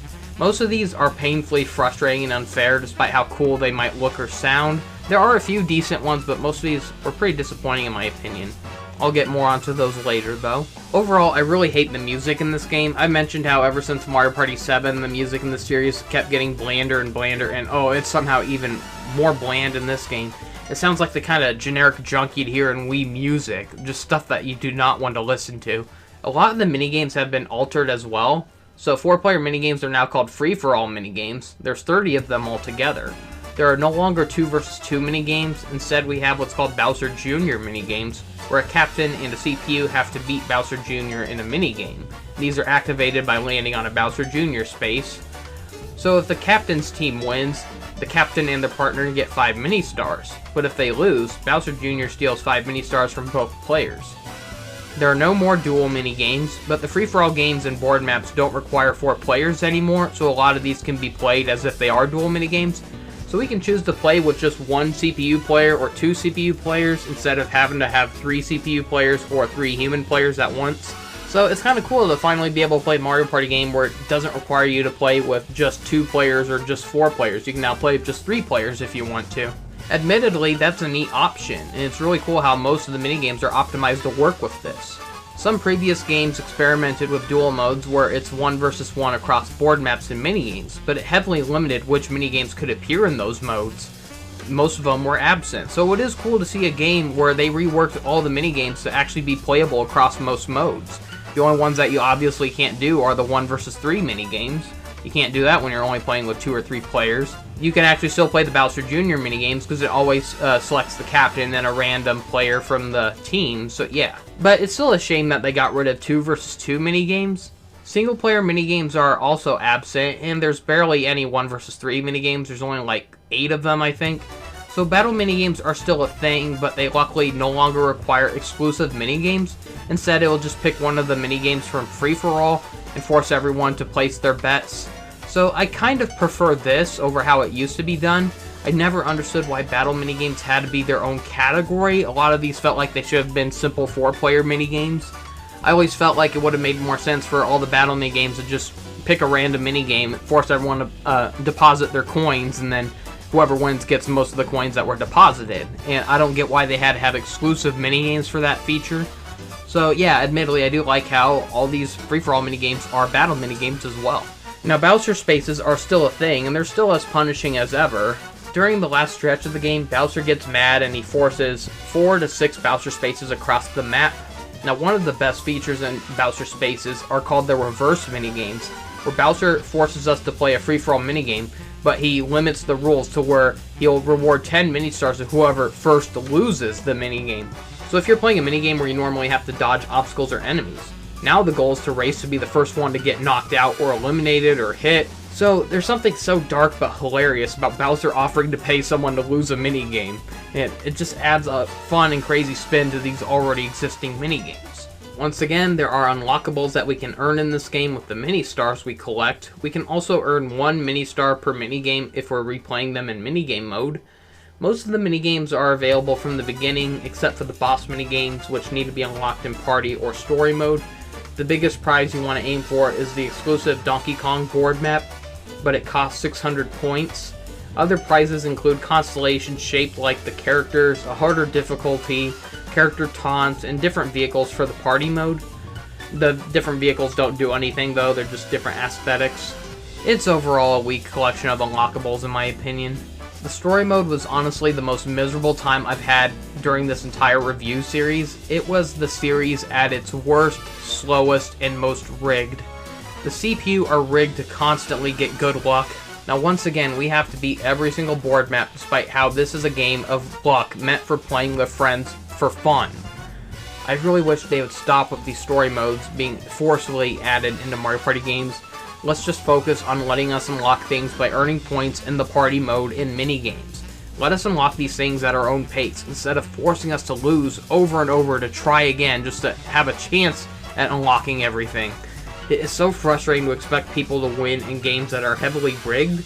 I am so tired of having to repeat this every time I review one of these games. The presentation is admittedly decent though. The story is nothing special though, but one night, as the cast are stargazing outside of Peach's castle, Bowser's space station begins sucking up all of these mini-stars from space, and he wants them all for himself. Mario and Pals adventure off to stop him, as Bowser overlooks their progress and keeps sending minions to stop them. While it narratively still doesn't give an excuse for why the heroes are still beating each other up in minigames and all that, it at least has a narrative that works with the gameplay. It explains like why the characters are going through these board maps, because the board maps aren't really laid out much like a board map. They are treated like an adventure. It's like a one-way track where you're at the starting point and then there's Bowser's castle way at the very end. So you see like the characters going through all these obstacles and setbacks, so it does feel like a journey, but it happens to have board map spaces. So I do like how they tried making these board maps kind of fit in with the story, even though the story is very repetitive. It's mostly just Bowser getting informed by Junior that the characters are approaching, and so he sends 2 minions to stop them. It's nothing special, but it's still kind of entertaining. It's still more fun than the characters fighting over wanting to be the superstar or whatever nonsense the past games came up with. But it's still not as exciting as Mario Party 2. I still think that we will never get a Mario Party game that tops the cutscenes in that. Maybe not visually, but narratively wise, there was something so fun about the winner being able to fight off Bowser at the end of each board map. So yeah, it's still not as good as a presentation as that, but still pretty good compared to most story modes from past games. So we start off with only 5 board maps, and there's 2 hidden board maps, including the Bowser map, which requires beating the story mode, and the Donkey Kong map, which I already mentioned can be purchased for 600 mini-stars. The first level is Toad Road, a generic grassy field level, very common to be the first levels in most any Mario game. This one is the least offensive level in the game, for there's really no pesky obstacles that we have to worry about, aside from the pesky purple mini-stars and the Bowser spaces. But some of the later ones have these really pesky obstacles, and so you don't really have much of that here. There's a moment where the players need to roll the dice to get a combined high number to try driving fast enough to get over a cliff. Otherwise, we'll fall down and we'll be trapped. We gotta get out of it, and there's a bunch of purple stars like flooding the place. Other than that, it's a very easy level. Bob-omb Factory is the worst level in the game in my opinion, and it has the worst boss fights in the game. There's a pesky gimmick where at a certain point a Bob-omb drops into the car as it has a countdown from 10 to 0. Its countdown drops a number matching the captain's dice rolls, and once the counter reaches 0, the Bob-omb explodes and the captain will lose half of their mini-stars, which is just very unfair. I feel like if they only lost a quarter of their mini-stars, that would have been a more fair punishment, but losing half of them is just a little too much. Then there's also these pesky conveyor belts to worry about, but I found myself less annoyed by the board map, and I found myself more annoyed by the boss fights in this level. It's like usually some of the other levels, there's at least one boss fight that's good, one that's better than the other, but this one's like, no, both of them are just god-awful and miserable. Boo's Horror Castle is similar to Bob-omb Factory, but slightly more fun. We fly on a magic carpet in this level, as we're being chased by boos that will automatically move 3 spaces after each turn. If a captain is caught by a boo, they lose mini-stars. I think they lose half of them as well, I can't remember. I barely ever saw one of the CPU get caught by these, but the only way to avoid them is to roll a 4 or higher, or we can take these secret passageways to hide from the boos and take us on an alternate course. However, taking the passages can cause the boos to get ahead of the vehicle once we finally come back around back to the hallways. And it means that we'll have to try rolling slower dice rolls to avoid bumping into the boos ahead of us. The last act is real annoying though, where we have to drive around a circular track to get past this wall that requires rolling a total of 6 off the dice block. It's real frustrating if you keep going there, and you or the CPU keep rolling a low number like 1, which forces us to have to drive all the way around, get all the way back to that spot, keep landing on minigame spaces or Bowser spaces that drag on the map even longer, until we finally get back and try rolling the dice again and hoping that we can finally get the number that'll make that wall disappear so we can finally get onto the final battle. I did love this map at first, but that last quarter really kind of ruins it for me.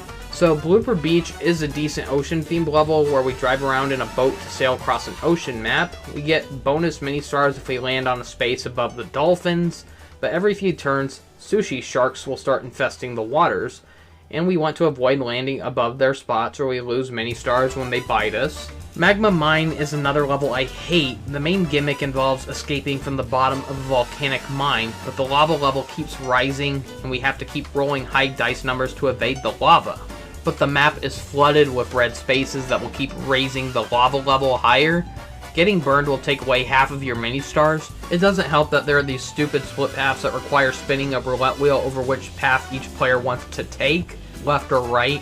And for some dumb reason, the CPU constantly vote for wanting to go the longer and more dangerous paths, instead of going the quicker and safer paths to get away from the lava quicker. I just hate this.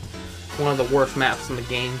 Bowser Station is another Bowser level in space. It's just a one-lap race around a board with a gimmick where Bowser's jackpot machine will suck in these mini-stars when players land on these numbered star spaces. Once Bowser gets 21 mini-stars collected, he forces everyone to play a jackpot minigame, similar to battle minigames where the first place winner gets most of the mini-stars that were collected, except we're not betting on our own mini-stars this time.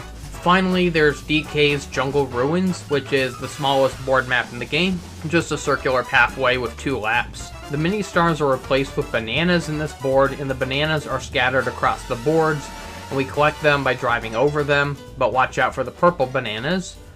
This is the only level with the DK spaces from the past games, and landing on them triggers a spinning wheel of bananas as the captain tries to collect as many bananas as they can by pressing the A button to stop the reel. And at the end of this map, the bananas we collected are converted to mini-stars to spend in the museum. This is a simple but decent level. It's great for trying to collect mini-stars the fastest for unlocking all the game's content. While I'm not the biggest fan of Mario Party 9's board gameplay compared to past maps, there is still fun to be had with friends in party mode. but the story makes this a complete frustrating misery. The board maps themselves are nothing special though. I mean, we've already seen levels of Bowser in space, a Donkey Kong themed level. We've already got like a field level, an ocean level, a Boo's mansion level. It's like none of this is anything new or refreshing, really.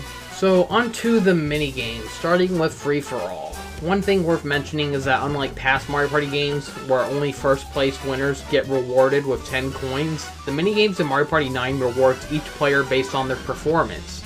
So first place gets 10 mini stars, second gets 7, third gets 3, and fourth gets 1 mini star.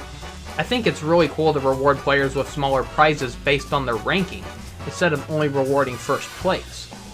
But the biggest problem I have is that most of the mini stars that are collected in the mini games feel worthless overall. It feels like you're mostly going to win as long as you collect mini stars scattered across the board map. I don't know how to explain it, but there were so many times where I kept winning the mini games. Yeah, I really came close to losing a lot of the times because the mini stars that the CPU collected on the maps or across the bonus stars were apparently worth more. I'm not going to go over all the minigame modes in this because they're really nothing special. They're all the same done-to-death stuff we've seen in past games, mostly just minigame tournaments, and they're not really fun to go through. There is a unique challenge mode called Perspective Mode where we have to beat 10 minigames using a different camera perspective, usually ones that are much closer to the characters. It makes it feel like a one-player game instead of a multiplayer game. So it makes some of these mini-games cooler to look at, but making a lot of them more difficult to play due to the close-in camera perspective. And some of these are ridiculously hard, especially the last one. Buddy Bounce has us using the D-pad while pressing the 2 button to bounce off of clouds and other players in order to collect the most points from jumping off of balloons. Loggerheads is a game of quick draw where we swing the Wii remote like an axe to chop these logs as soon as they come out, but we need to hold the A button when a bob-omb appears so we can duck. The first to chop 3 logs wins. Now for some reason Mario Party 9 is obsessed with most of these minigames requiring winning the most rounds. So usually like there's minigames that can go from like 3 to 9 rounds, and it could really make a lot of these minigames drag on much longer than they should. Now this one is also a perspective minigame for some reason. Pinball Fall is a dumb luck game where we pick a ball to drop down a Plinko machine course, as we hope to reach the bottom first, and if we fall in a hole, we need to wiggle the Wii remote to try to get out. Launch Break is a button masher that requires us to change between mashing the 1 button, the 2 button, and shaking the Wii remote to power up a rocket to fly higher than our opponents. Goomba Village is a tricky game where a flood of Goombas come running into these mushroom houses, as we have to say which house has the most Goombas. Speeding Bullets is a motion-controlled race to the finish as we tilt the Wii remote to dodge walls and obstacles. Pianta Pool has us tilting the Wii remote to swim through the water with inner tubes to collect the most hoops that the Pianta throws. We want to aim for the gold hoops, which are worth the most points. I feel like this one goes on way too long, and I hate how slow it is. I feel like it would have worked so much better if the Pianta kept throwing them endlessly, and I wish the animations with the cheap jumping through the hoops were a lot faster as well. This one is also a perspective minigame. Chain Event has us swinging the Wii remote left or right to dodge spike balls as we slide down a chain to reach the bottom first. This one is also one of Bowser's reverse minigames. Sky Jinx is a crazier version of Platform Peril with spinning platforms, rotating blocks, and bouncy clouds. It starts off as a 3D platformer, but it turns into a 2.5D platformer towards the end. It gives each player 3 chances to stay on the track, but if they fall off 3 times, they're out of the game. This is also a perspective minigame. Skipping Class is a simple but fun minigame of racing to type in the button inputs before the other players in order to master jump roping tricks to earn the most points. The animations for this minigame are just very fun to watch. Mecha Choice is a dumb luck minigame where we pick one of 3 paths and we hope that it doesn't lead to the dead end full of Mecha Koopas. Jigsaw Jumble has us needing to finish 5 puzzles by finding the correct pieces. Now this one is tricky for we're under a strict time limit with fast moving CPU, not giving us much time to properly look at our options to find the correct piece. So you basically have no choice but to keep grabbing them and putting them in and hoping they fit. So growing up is a race to press randomly selected buttons before the other players in order to make our vine grow the tallest. Upward Mobility is a simple platforming race as we bounce off the blocks to reach the higher goal. Ring Leader has us swing the Wii remote to make dolphins jump through the most hoops in order to collect points. When the tall yellow hoops approach, we need to hold the A button to dive underwater, followed by swinging the Wii remote up for an extra high jump. Now this one is also a perspective minigame, and it was probably one of my favorite minigames in the game. Smash Compactor has each player fighting over jumping into holes that open up before we get crushed by a compactor. Peak Precision is another game of racing to press button inputs to win a mountain climbing contest. It's still pretty fun though. 10 to Win is a slow and boring game of taking turns selecting hidden panels in hopes of getting 10 points needed to win, and it drags on forever. Tuber Tug is a race to plug the most beets out of the ground as we grab our vines by holding the A and B button, and we tug the Wii remote to pull them in, and we have to release the A and B buttons after we pull in the Wii remote, and then we gotta rinse and repeat. Card Smarts is a minigame I dread every time it gets picked. It's just long and boring. We have to win 3 rounds of drawing cards from a deck of 1 to 5 in hopes of beating the other player's picks.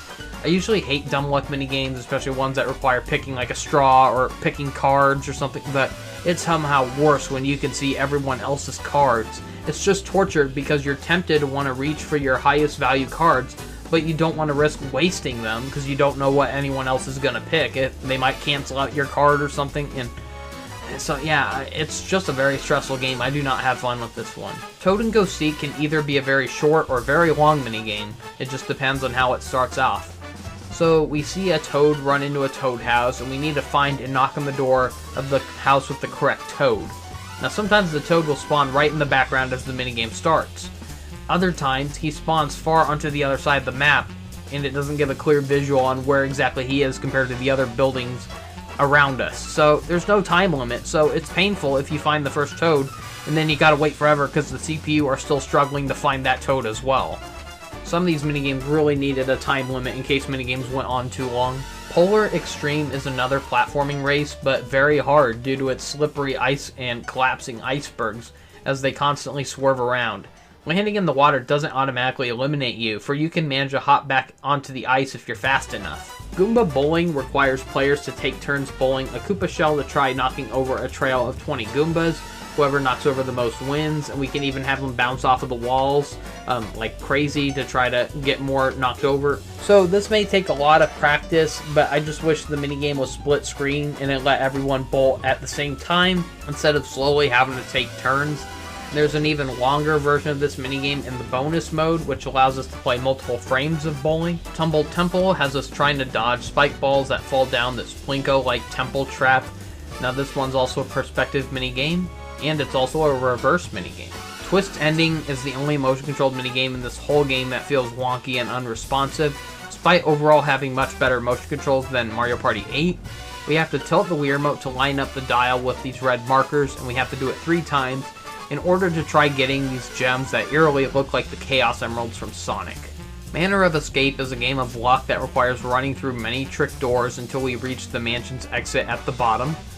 Player Conveyor is an even more annoying and even more frustrating game of dumb luck, as we have to ride a conveyor maze to reach the goal first.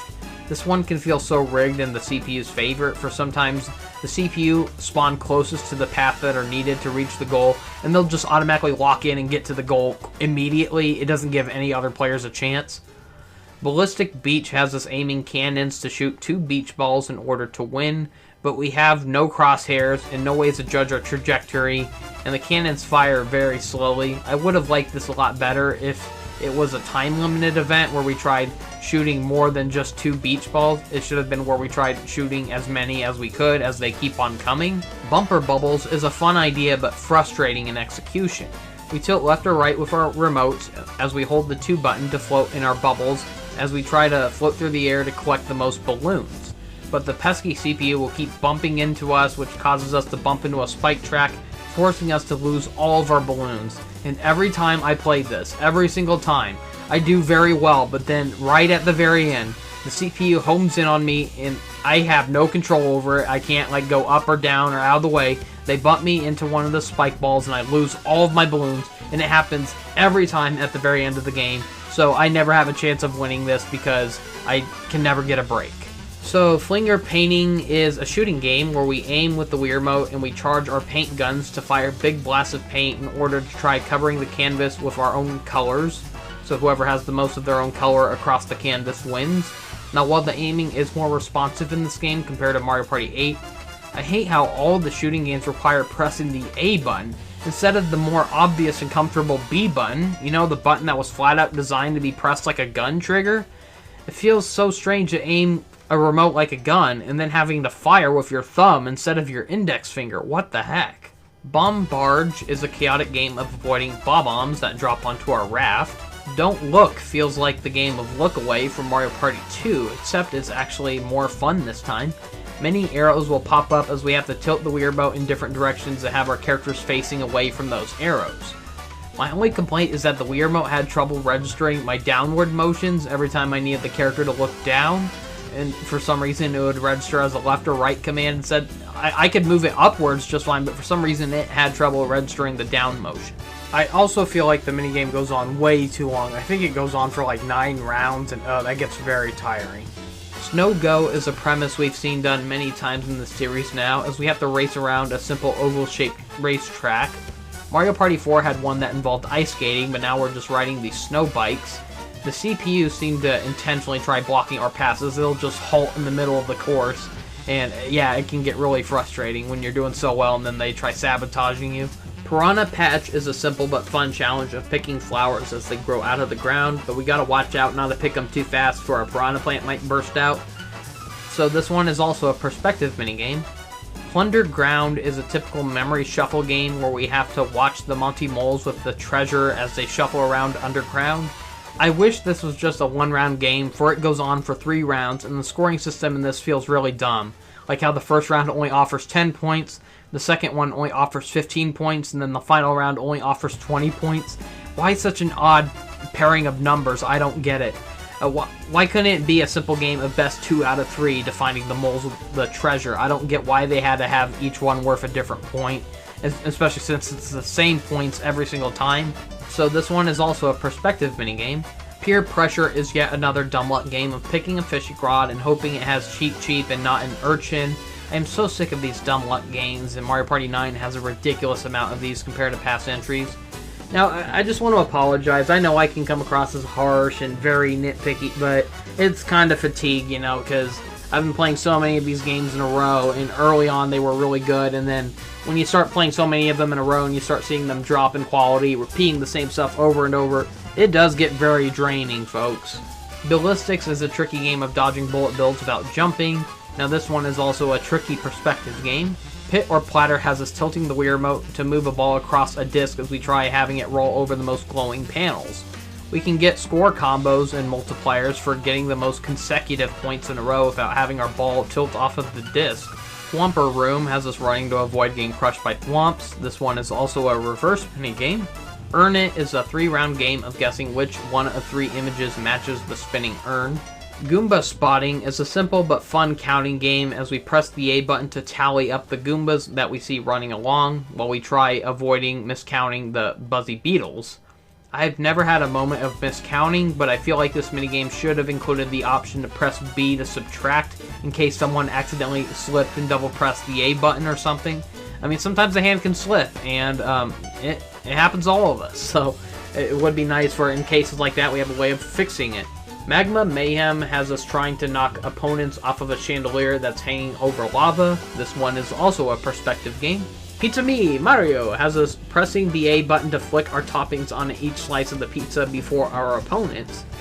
Fungi Frenzy is a memory game of ground pounding on these tiles to try collecting the most mushrooms, but it's made tricky over the CPU being able to butt into us or ground pound onto us. Onto the 1 vs. Rivals minigames.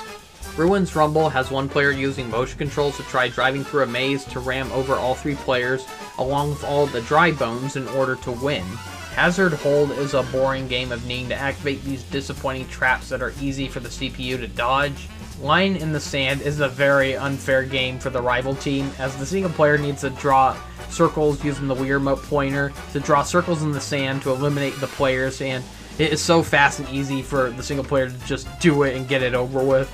Block and Roll is another unfair game, but this time it's unfair for the single player side, as they need to slowly move 3 blocks from one side to the other, while the rivals try stopping us by rolling us over with boulders that they push down. Tackle Takedown has one player trying to score a touchdown, while the rivals have to tackle the single player once to win. Weird Wheels is another race to press button inputs. Spike and Span has one player trying to jump at the bridge above them in order to try rolling spike balls into the rivals above them. Whole Hogs has one player using the Wii Remote to try playing Whack-A-Mole on the other rivals with a hammer, as the rivals need to earn a number of points by sticking their heads out without getting hit. Pix Fix has each team competing to complete a puzzle by aiming the remote, grabbing tiles with the A button, and rotating it by twisting the remote. I honestly hate minigames that require twisting your arms, but I have arthritis, so it honestly hurts when I try twisting my arm like that. Mob Sleds is another tricky one-sided one where the rivals try ramming the single player with penguin sleds across a small maze. This is the last and trickiest of the perspective games. Onto the Bowser Jr. games. Mecha March has each player taking turns swinging the Wii remotes in order to accelerate their walking robot in order to try preventing Bowser Jr. from escaping.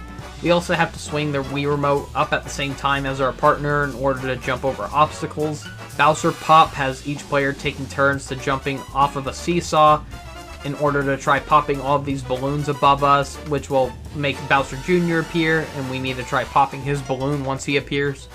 Double Pounder requires players to ground pound at the same time on matching colored switches to defeat Junior.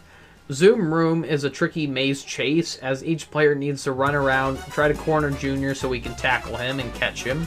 Cage Match is the hardest, where Junior quickly crawls around at a ridiculous pace, all over a fence, as we have to chase him and reach him. He'll constantly flip the panels by pounding on the gate, similar to the ones from Super Mario World. Crossfire Caverns is very similar to a minigame from Mario Party 8, with the exact same setup and controls, where each player is on an opposite mine track as we tilt left or right with the Wii remotes and we press 2 to fire, except instead of trying to shoot each other down, we're trying to gang up so we can shoot Junior down, but we also got to try to avoid accidentally shooting each other from the other side. Bumper Sparks has us tilting the Wii remote to move our hovercrafts in order to try bumping Junior into these electric fences 3 times. There's a lot of child abuse in this game. Sand Trap has each player needing to ground pound at the same time to make blocks of sand disappear in order to try trapping Bowser Jr. and making him fall. Pair of Aces has us aiming with the Wii remote to try shooting Junior 3 times, but he moves very fast, and he'll occasionally launch fireballs at us, which we need to dodge by pressing the B button at the right time to perform a dodging flip.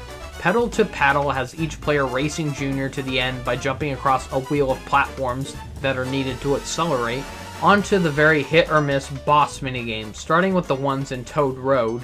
Now before I get started, I just want to say that there's an annoying gimmick in all of these where the player to deal the final blow gets bonus points, along with bonus mini stars being awarded to whoever was captain during the boss fight. Sometimes the captain can end up getting in second place, yet they'll still earn as many points as the first player winner, which feels very unfair. Wiggler Bounce is a simple game of ground pounding on the Wiggler's back while we try to go for the orange marks that are worth triple the points. We also have to dodge the piranha plants. Sockatu Lakitu has players racing around to hit rotating blocks to try landing on the most bullet bills in order to try striking Lakitu as we try avoiding the Spinies. So overall, these 2 minigames aren't too bad. Bob-omb Factory has the worst boss minigames of all, and without a doubt, none of them are fun. Womp Stomp is a very dumb luck game where players have to pick a number between 0 or 1, and a wheel will spin around based on the combined numbers that each player picks, and whoever lands underneath the Womp on the spinning wheel will get crushed, as the other players have to rapidly ground pound on the Womp to earn points. This one is just so frustrating. There once was a time where I got crushed 4 times in a row, and I lost miserably. I had no way of getting out of it. It's such an annoying game. I hate it. I absolutely hate it.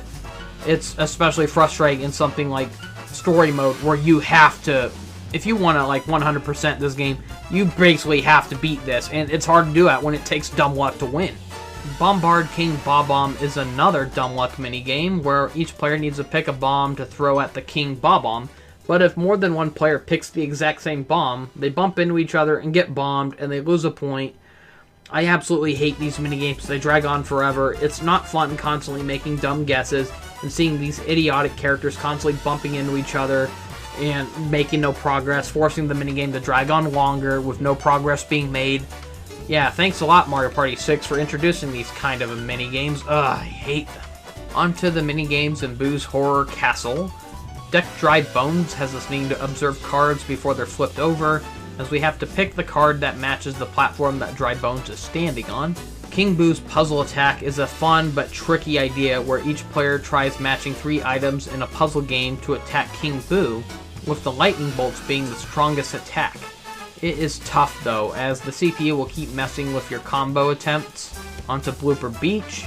Cheap Shot is actually a fun one where we swim by tilting the Wii Remote around as we try picking up Koopa Shells, and we press 2 to try firing them at the Cheap while we avoid his charging attacks. Blooper Barrage is a tricky shooting game where we point with the Wii Remote and press the A button to fire cannons into the giant blooper, but he's constantly moving at a fast pace and he's constantly throwing objects at us that we need to shoot. If only the shooting was a lot faster and more accurate. Spike Strike has us racing to point the Wii Remote at hammers in order to bounce back Spike's attacks as we try avoiding selecting the sticks. The gold hammers are worth the most points. Chain Chomp Romp has us observing a path that leads to a cannon as we have to point with the Wii Remote to click on the path that we want to take before the other opponents pick it. And if we get to the ones that have the gold cannons, they are worth the most attack points. Onto Bowser Station. Sadly, the final boss minigames are not very fun. Bowser Jr. Breakdown is an annoying game of rolling a dice and trying to land on a number that will allow us to attack Jr. while trying to avoid rolling a dice that lands on one of Jr.'s attacks. Bowser's Block Battle has us needing to flip over these giant dice blocks in order to try having the dice land on our players' faces so we can attack Bowser multiple times, while we try dodging Bowser's fire attacks and giant dice attacks that summon these giant bosses to come back and attack us. I would have liked this better if it didn't require those stupid dice block rolls. I wish it just focused on dodging Bowser's boss attacks or something. That would have been a more fun idea. Finally, there's the 2 DK minigames exclusive to the Donkey Kong board. These aren't even boss minigames, but they're classified under the boss minigame category for some reason. So Diddy's Banana Blast has us firing ourselves out of barrel cannons as we try collecting the most bananas, while trying to avoid accidentally bumping into the other players. And DK's Banana Bonus has us firing out of vertical barrel cannons to try to collect bananas. How is the final boss minigame somehow even worse than Diddy Kong's? Then there's the 3 extra minigames. I already went over Goomba Bowling, so I'm not going to go over what's basically just a longer version of it. So let's go on to the other 2 minigames. So Shell Soccer is a 2-on-2 game of reaching a Koopa Shell to the other side as we try to kick over 6 Goombas in order to win the game. It's even possible to kick over more than 1 Goomba within a single kick. And finally, there's Castle Clear Out, which serves as this game's big puzzle minigame. It's an interesting idea, as we have to clear these star-marked marbles by piling a big number of colored marbles on top or next to each other in order to clear them out. But because we're stacking with 3 marbles at a time, we gotta be careful to make sure that our marbles don't accidentally roll off into a different direction. We don't want it blocking off the other star marbles that we need to clear off with matching colors after all. So if we manage to stack the same colored marbles into certain shapes, including pyramids, hexagons, or straight lines, we can clear off all of the marbles with that same color, regardless of their location. This is overall a fun puzzle game, but it unfortunately has no scoring system, as it only ranks us based on which level we made it to, and each level is increased once we clear out a whole row of star marbles in a course. So this can drag on forever. I managed to make it past level 40, and it took me, I kid you not, just barely under 2 hours.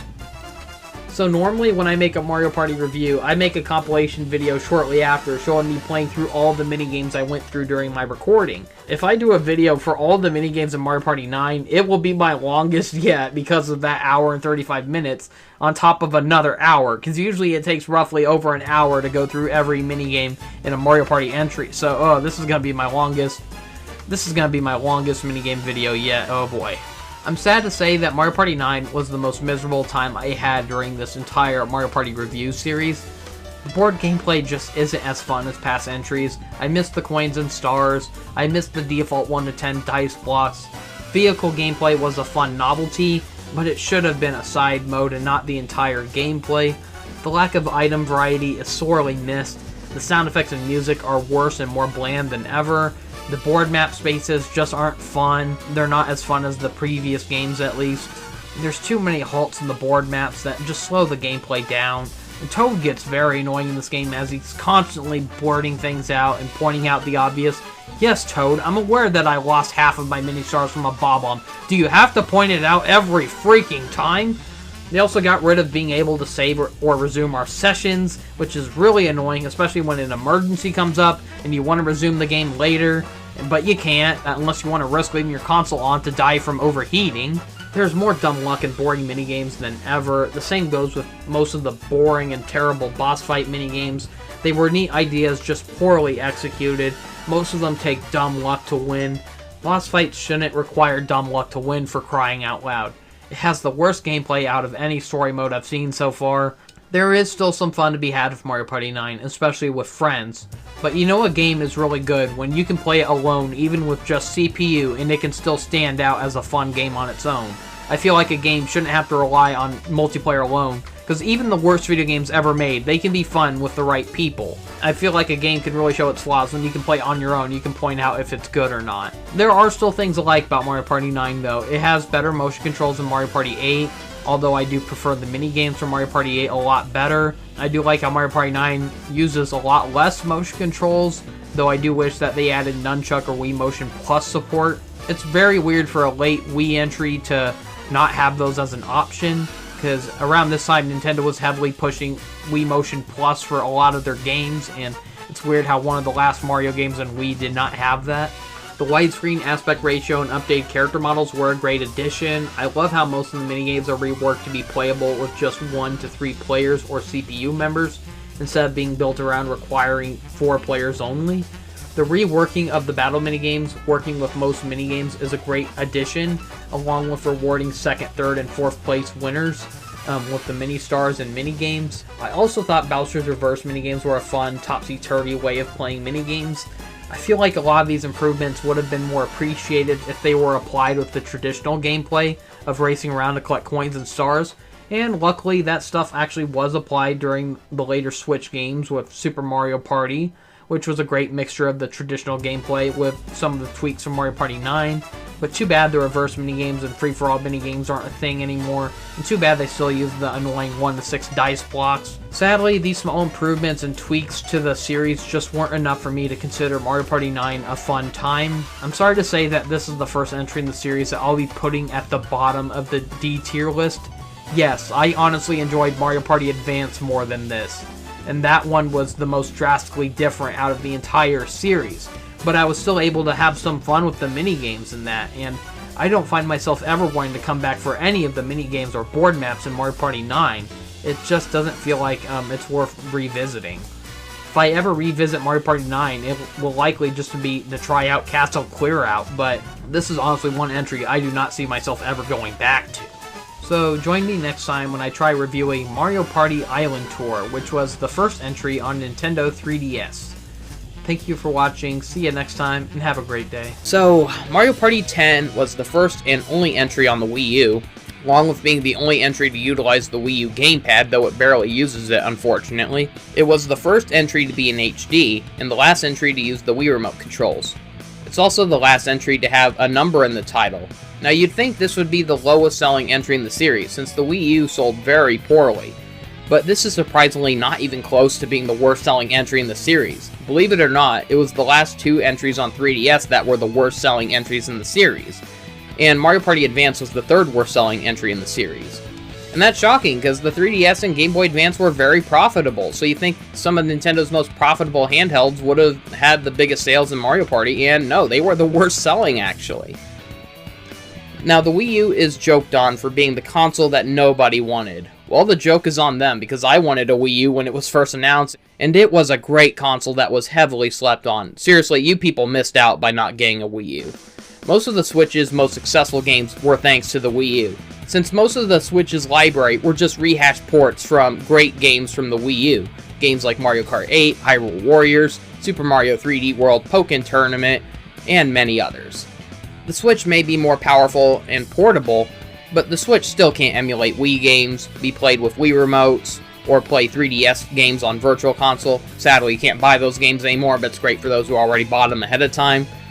So, the Switch never had Miiverse, which was a fun social media platform on the Wii U that let players share their thoughts and screenshots on many games. It was a really fun community, people sharing and making drawings of how much they love these games and characters, and people asking a question, and then people kindly coming in and answering to try to help them out in games. It was a really fun time. Sadly, I feel like Miiverse really died when it was ported over to the 3DS. Ever since it was ported to the 3DS, that's where you started seeing users ruining it by spamming with like dick pics and stuff like that. I swear, it used to be a more civil and respected community, and then the 3DS happened. So, it was also Nintendo's first HD console. It's admittedly not the greatest looking HD console, like many compared how Xbox 360 and PS3 looked and performed better, but it was still amazing to finally see HD visuals with Nintendo characters. And they've definitely come a long way with the Switch compared to how they started off in HD on the Wii U. Now, admittedly, the Wii U had a very slow start, but once the big hitters like Mario Kart 8 and Super Smash Bros. For Wii U came out, the Wii U was a blast to have. The best feature about the Wii U was its controller, the Wii U gamepad, which served as a giant touchscreen and game controller all in one. Despite its size, it was very light and the buttons were very easy to reach and press. There were so many fun ways to play with the gamepad, with its two-screen functionality, where you have like the big screen on your TV and then the little screen in your lap on your gamepad. It made some very fun multiplayer games like Nintendo Land, where you could have like one player flying around on a UFO while using the gamepad, and then have the other players running around with Wii remotes as they're trying to gun down the giant UFO that's chasing them. There was a lot of fun to be had. And then there's also a lot of fun features that Switch ports could never duplicate that were featured in the Wii U versions, like using the gamepad screen as a map from Mario Kart 8, or using the touchscreen to make quick selections for items a lot faster in Hyrule Warriors, or using the touchscreen to mess around with the other players in games like Super Mario 3D World, and there's just so much that you could do on Wii U that you cannot do on Switch. So it really makes me sad when people praise all these Switch ports and then they trash the Wii U. They missed out because all these games were on Wii U first. So yeah, it feels so insensitive to hate on the Wii U but then praise the games on Switch that were also on Wii U. And sadly, Mario Party 10 did not take full advantage of the Wii U's hardware, which made it feel very underwhelming overall. It mostly carries over the exact same gameplay from Mario Party 9, with taking turns driving a car to collect mini-stars, except it got rid of the pesky captain events, and it brought back 2 vs 2 minigames. Unfortunately, they're not very good. And sadly, the boss minigames are still here, and they're honestly even worse than the ones they had in Mario Party 9. I'll even dare say it's the worst of the boss minigames out of the entire franchise. There aren't a lot of board maps either, only 5. Minigames are no longer triggered after every 4 turns. They are only limited to versus spaces or random encounters. I honestly didn't mind this change at all, because sometimes I feel like having a minigame happen every turn gets too overwhelming and it just drags the game on further. So it was nice to see an entry cut back on the minigames for once. Toad is also far less intrusive in this game. He's not constantly popping up to interrupt the game and point out the obvious like in Mario Party 9. There is a pesky gimmick where Bowser is imprisoned within the Wii U gamepad, and he can be freed if each of the 6 numbers on the dice block are rolled across one entire game. So whoever is unlucky enough to roll the number that frees Bowser, it will cause Bowser to steal half of that player's stars, and he spreads more Bowser spaces across the board. Now, if the players make it to the final stretch without freeing Bowser, Bowser Jr. gets outraged and spreads Bowser Jr. spaces across the board, which are basically the exact same thing as Bowser spaces. While the party mode gameplay is faster than it was in Mario Party 9, the board maps are somehow even worse. So we also have chance time spaces that only appear during the final stretch of the game, and that's really annoying because it feels like almost any time you play it, someone's going to land on that and they're going to steal your mini stars, and yeah, that's really lame. It's bad enough to have chance time spaces scattered across the board maps in previous games, but saving them for the very last few spaces in linear board maps, now that's just a low move. Going on to the board maps in this game, Mushroom Park is just a clone of the first field board map from Mario Party 9, except it's got some amusement park rides thrown in. Pretty generic. Haunted Trail is a mixture of that annoying Bob-omb Factory level with the Boo Mansion theming. There's a pesky gimmick where a player can get cursed by a Boo who will steal 5 mini-stars every time their turn starts, unless they land on a Boo Space Roulette to try passing the Boo onto another player. The biggest problem with this is that there aren't enough opportunities for players to earn mini-stars across the board map, so almost anyone who gets cursed by the Boo is most likely going to lose at the end. It doesn't help that winning first in minigames only grants you 5 mini-stars, meanwhile the Boo keeps stealing 5 mini-stars, so it doesn't give you motivation to want to bother trying to win the minigames if you're cursed with the Boo, because you know you're just going to lose them anyways. So Whimsical Waters is one of the more tolerable levels in the game, though it is frustrating and useless if you're playing it in Bowser Party mode as Bowser, due to these useless sections where Bowser has to use the touchscreen to try tempting to trick players into going down these paths with bad spaces. But the CPU won't bother following your notes anyway, so what's the freaking point?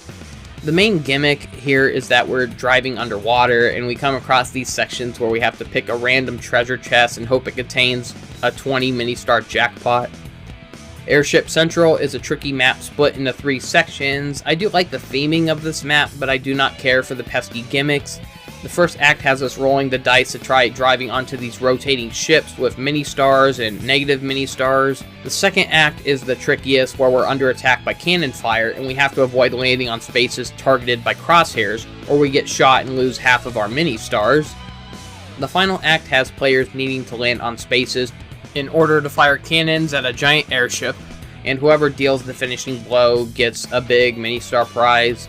Chaos Castle has us storming through Bowser's castle. The final stretch gets very tough, where Bowser begins breathing fire at the end of each player's dice roll, and the players need to try landing a dice roll that will hide them at a low enough spot to dodge Bowser's fireballs, or they'll get burned and lose half of their mini-stars. Kinda lame to save that like at the very last chunk of the level. You could have been like in first place. You could have had like 100 mini-stars while everyone lower than you might have like 20 mini-stars, and then because you keep getting blasted, you could end up in last place, and yeah, it feels very unfair. I'm overall not a big fan of these board maps. I hate how they're basically designed to be more about losing mini-stars than actually earning and holding on to them. Past Mario Party games felt like anything could happen. Sure, there are a lot of opportunities where you could be on top and you could lose a lot of coins, but I always felt like they gave you enough chances to try to earn more. But in Mario Party 9 and 10, it mostly feels toe-to-toe throughout. Most commonly, each player has about the same amount of mini-stars. One just might have 10 more than the other, or a few digits more than the other. I never liked how evenly matched it felt. It just makes it feel like it relies more on dumb luck than ever before. I rarely ever see moments where someone can win a game with more than 30 mini-stars. I remembered how in past Mario Party games it was possible to reach like the hundreds. Like, you could possibly end up collecting like 300 coins by the end of the game. And here, you just don't see that with the mini-stars. They're just not as fun to collect as the stars or coins from past games. Presentation-wise, this is the worst Mario Party I've ever seen. It doesn't even have a title screen. It just dumps us straight onto a boring blank white background with annoying music and bland tiles. The menu also has the worst setup as well, making it hard to find certain modes. For instance, the minigame free play mode, it's now hidden within the party mode instead of being its own separate menu on the main menu. It's part of the board map selection. Why is a minigame mode part of a level select? That makes no sense. Once again, we can earn party points to spend on underwhelming unlockables in Toad's party room, mostly containing alternate vehicles for party mode, but we can unlock 2 hidden characters, which are Toadette and Spike. There is a fun feature, but it was wasted potential, where there is a photo mode where we can line up to 4 characters by dragging them and placing them on a background with the touchscreen on the gamepad, and we can take pictures of them. It's admittedly more fun than dragging stickers like in Super Mario Party Jamboree, but the biggest problem though is that this feature is way too limited. We don't get to change the characters' directions, poses, or expressions, making for a very dull photo mode. Sure, the photo mode in Super Smash Bros. Wii U's trophy mode, it didn't let us change poses or expressions on the trophies, but at least we got to rotate and resize them for fun-looking images. The roster is sadly cut down from past entries. Many recent additions are missing, but we got most of the regulars like Mario, Luigi, Peach, Daisy, Yoshi, Wario, Waluigi, and Toad. So Toadette is back, she's a hidden character. And for some reason, the forgettable baddie Spike is also a hidden character. I don't know why they thought he needed to be playable. I keep joking on how like some of the past entries keep like adding such forgettable or unasked for characters, but I'm serious when I say Spike is one of the worst additions to the series. I can at least say like Blooper, that was a funny choice. It was so unexpected, but Spike, it's like, who cares about Spike? However, there are 2 big characters who were added to this game, which I think were the main appeal of this. So we got the grand return of Donkey Kong, who has been missing since Mario Party 5. along with Rosalina finally making her playable debut in the Mario Party franchise. Donkey Kong honestly looks the best he ever has in the Mario Party series. For every Switch entry of Mario Party basically reused a toned-down version of the model from Mario Party 10, where Mario Party 10 was the only entry to apply a fur render onto Donkey Kong's model, making him look fuzzy. I miss the fuzzy-looking Donkey Kong from Mario Party 10. Despite being the first HD entry in the franchise, the visuals honestly look very bland. I'll say Mario Party 8 looked a lot better. The colors look more washed out in this, and the lighting and bloom effects are way too strong, which just makes everything look like an eyesore. And then there are also some areas that look too dark as well, so it's sad how Mario Party 8's environments look so much better than this, and that was a Wii game, it wasn't even HD, and somehow that game looked more detailed. The new character models are okay though, I just wish that they were more colorful and not constantly assaulted by these bright burning lights or shadows. One thing I'll give this game credit for is that it's the first entry in the series to not have a crappy single player story mode.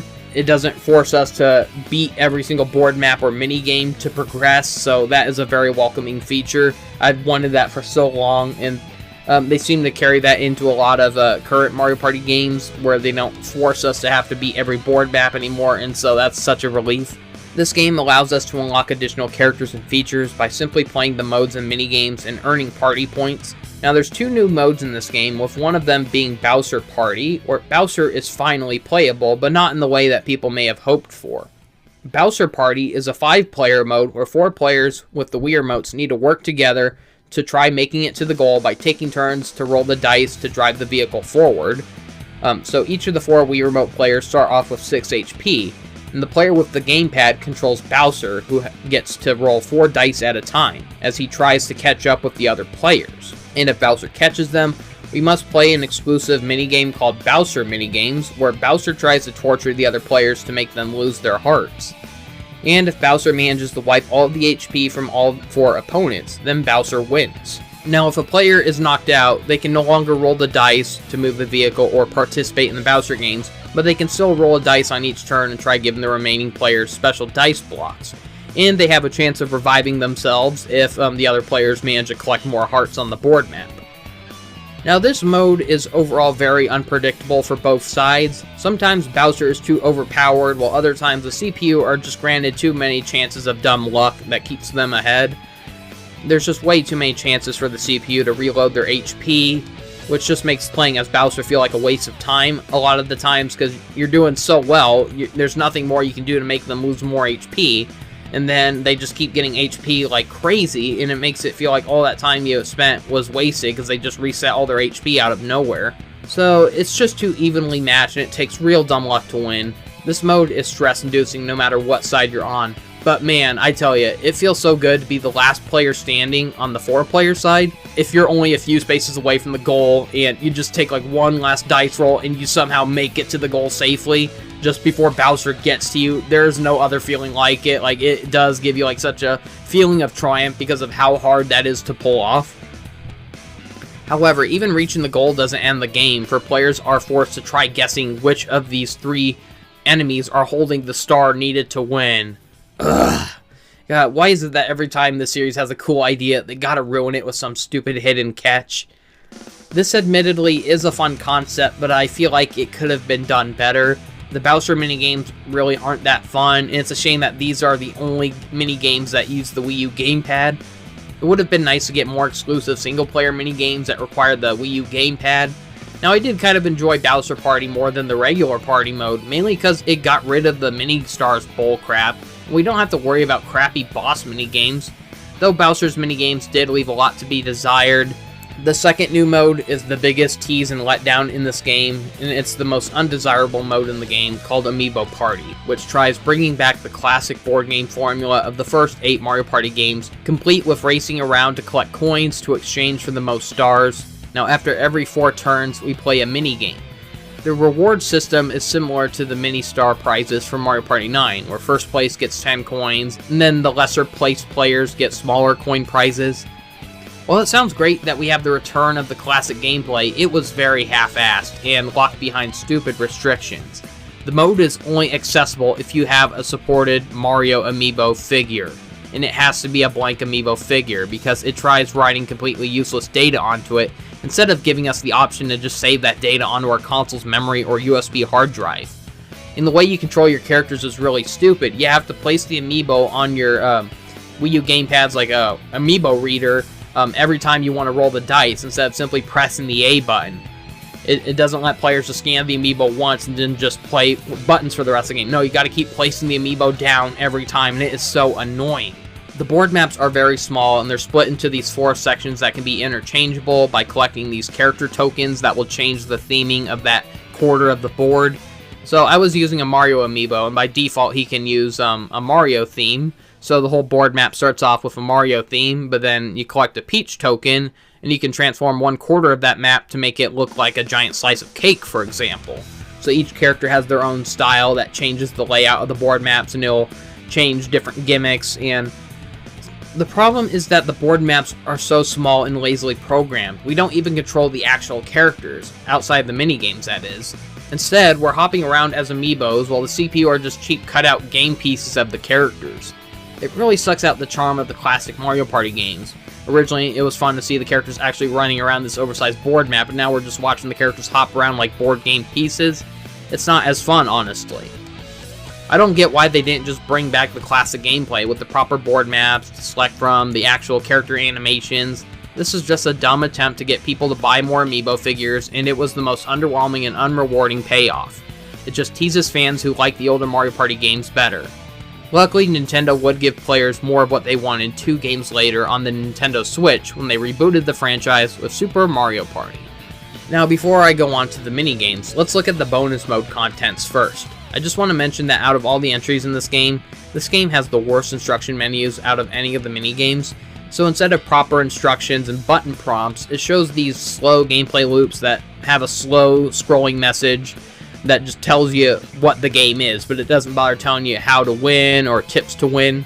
So Badminton Bash is just a bland minigame of badminton. It takes really dumb luck to win, it has uncomfortable D-pad controls, it doesn't give us much help from preventing our birdies from being hit out of bounds. Sometimes the controls don't respond at all, and the colors are such a bright and colorful eyesore. My biggest complaint is that it goes on way too long. Instead of being a short round of like the first to 6 points or something, it goes on to like the first to 21 points, and it drags on forever because of it. I feel like the Mario and Sonic Olympic games actually did this better, and it is very similar. Now, Jewel Drop is honestly my favorite thing about Mario Party 10. It's this game's exclusive puzzle minigame, so we can play with either the Wii Remote or Gamepad, and I prefer playing with the Wii U Gamepad. So we try lining up 4 or more of these colored jewels to clear them out. However, the jewels have physics where they roll around like marbles, and so it's hard to keep them still. You gotta pile them up right so they don't slide off and knock over other jewels aside from them.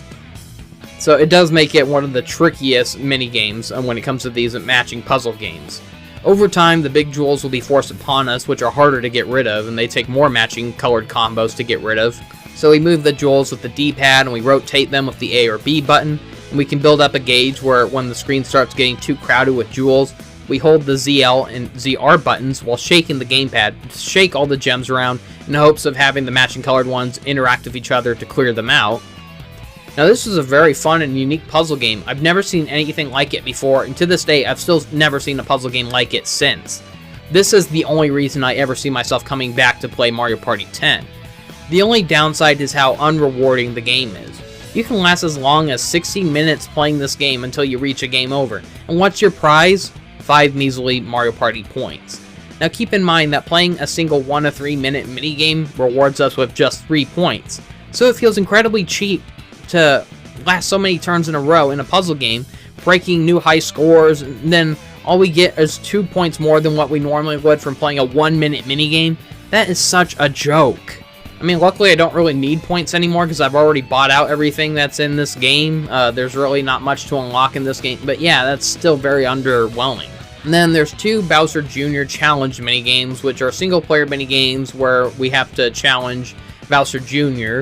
Now, normally these would happen as a random event if you land on Bowser Jr. spaces in party mode, and these minigames are very forgettable. Bowser Jr.'s Clobber Cage has us trying to steal Jr.'s hammer by jumping on him, followed by chasing him to whack him 3 times. Bowser Jr.'s Bonk Battle has us chasing Jr. from below as we try jumping at the platforms above us to try knocking Bowser Jr. Bowser Challenge Mode is a high-score challenge where we play all 10 Bowser minigames in a row while playing as Bowser, with the goal of trying to collect the most hearts by hurting the other players. Now these minigames include the following. Bowser's High Dive gives us 3 rounds of Bowser jumping in the air as we use the gamepad to look at Bowser's perspective from below and choose left or right with the joystick to try crushing the other players, while the other players try hopping from left to right to dodge Bowser's attacks. Now since capture software can only record the TV screen, I have no way of showing you what is visually present on the gamepad, but you're supposed to see Bowser's perspective as he's jumping and looking down below. Now Bowser's Pinball is a fun one where Bowser uses the ZL and ZR buttons to control these pinball flippers in order to try launching these spiked balls into the other players as they run around for dear life. Bowser's Sinister Slots is a boring game of lining up slot machines to fire bullet bills at the players while they try dodging. I do get a laugh out of Bowser riding the train at the beginning though. Bowser's Bogus Bingo is bogus indeed. Each player picks a bingo card as Bowser rolls the dice 5 times to try and get enemies that may appear on the bingo cards. For every bingo that Bowser gets, he'll send more attacks that take more HP away from the players. Bowser's Bad Breath has the players moving the gamepad to move Bowser's perspective as we take aim and breathe into the microphone to breathe fireballs into the enemies as they try dodging. I think the fireballs are very underwhelming. They're not big enough. They don't spread out far enough. I wish it let us actually take deep breaths and let out like a big long trail of fire instead. It doesn't help that there's not a crosshair either, which makes it harder to aim at the people in this minigame.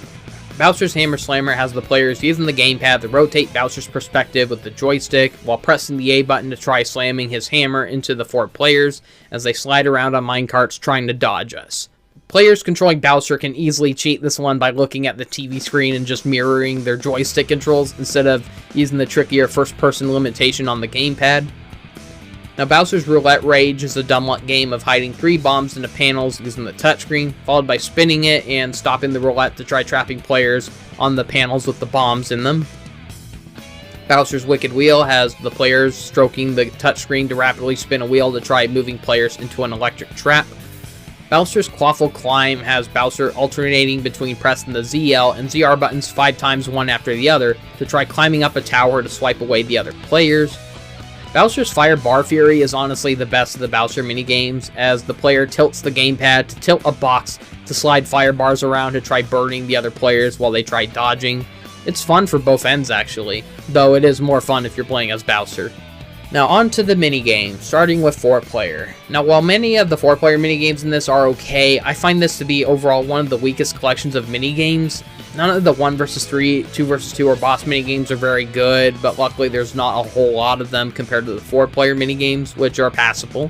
Shy Guy Shuffle is a tiring, done-to-death memory mix-up minigame where we try picking which of the Shy Guys has the most donuts as they mix themselves around. For some reason, they drag it on for 3 rounds instead of making it a simple 1-round game. I never liked playing games with rounds. I always preferred just winning or losing once and then ending the game there. I don't like risking it by winning one game and losing the next round and having to go on to a final round. I'd rather win or lose once and then move on. So the only thing I do like about this minigame is the cute little ending, where regardless of who won or lost, we just see our characters putting their differences aside as they sit down to eat some donuts. It's really cute, and each character has their own unique animation or way of eating it. It's really cool. It adds a lot of personality to this game. Now, too bad this is the only minigame that does this in Mario Party 10.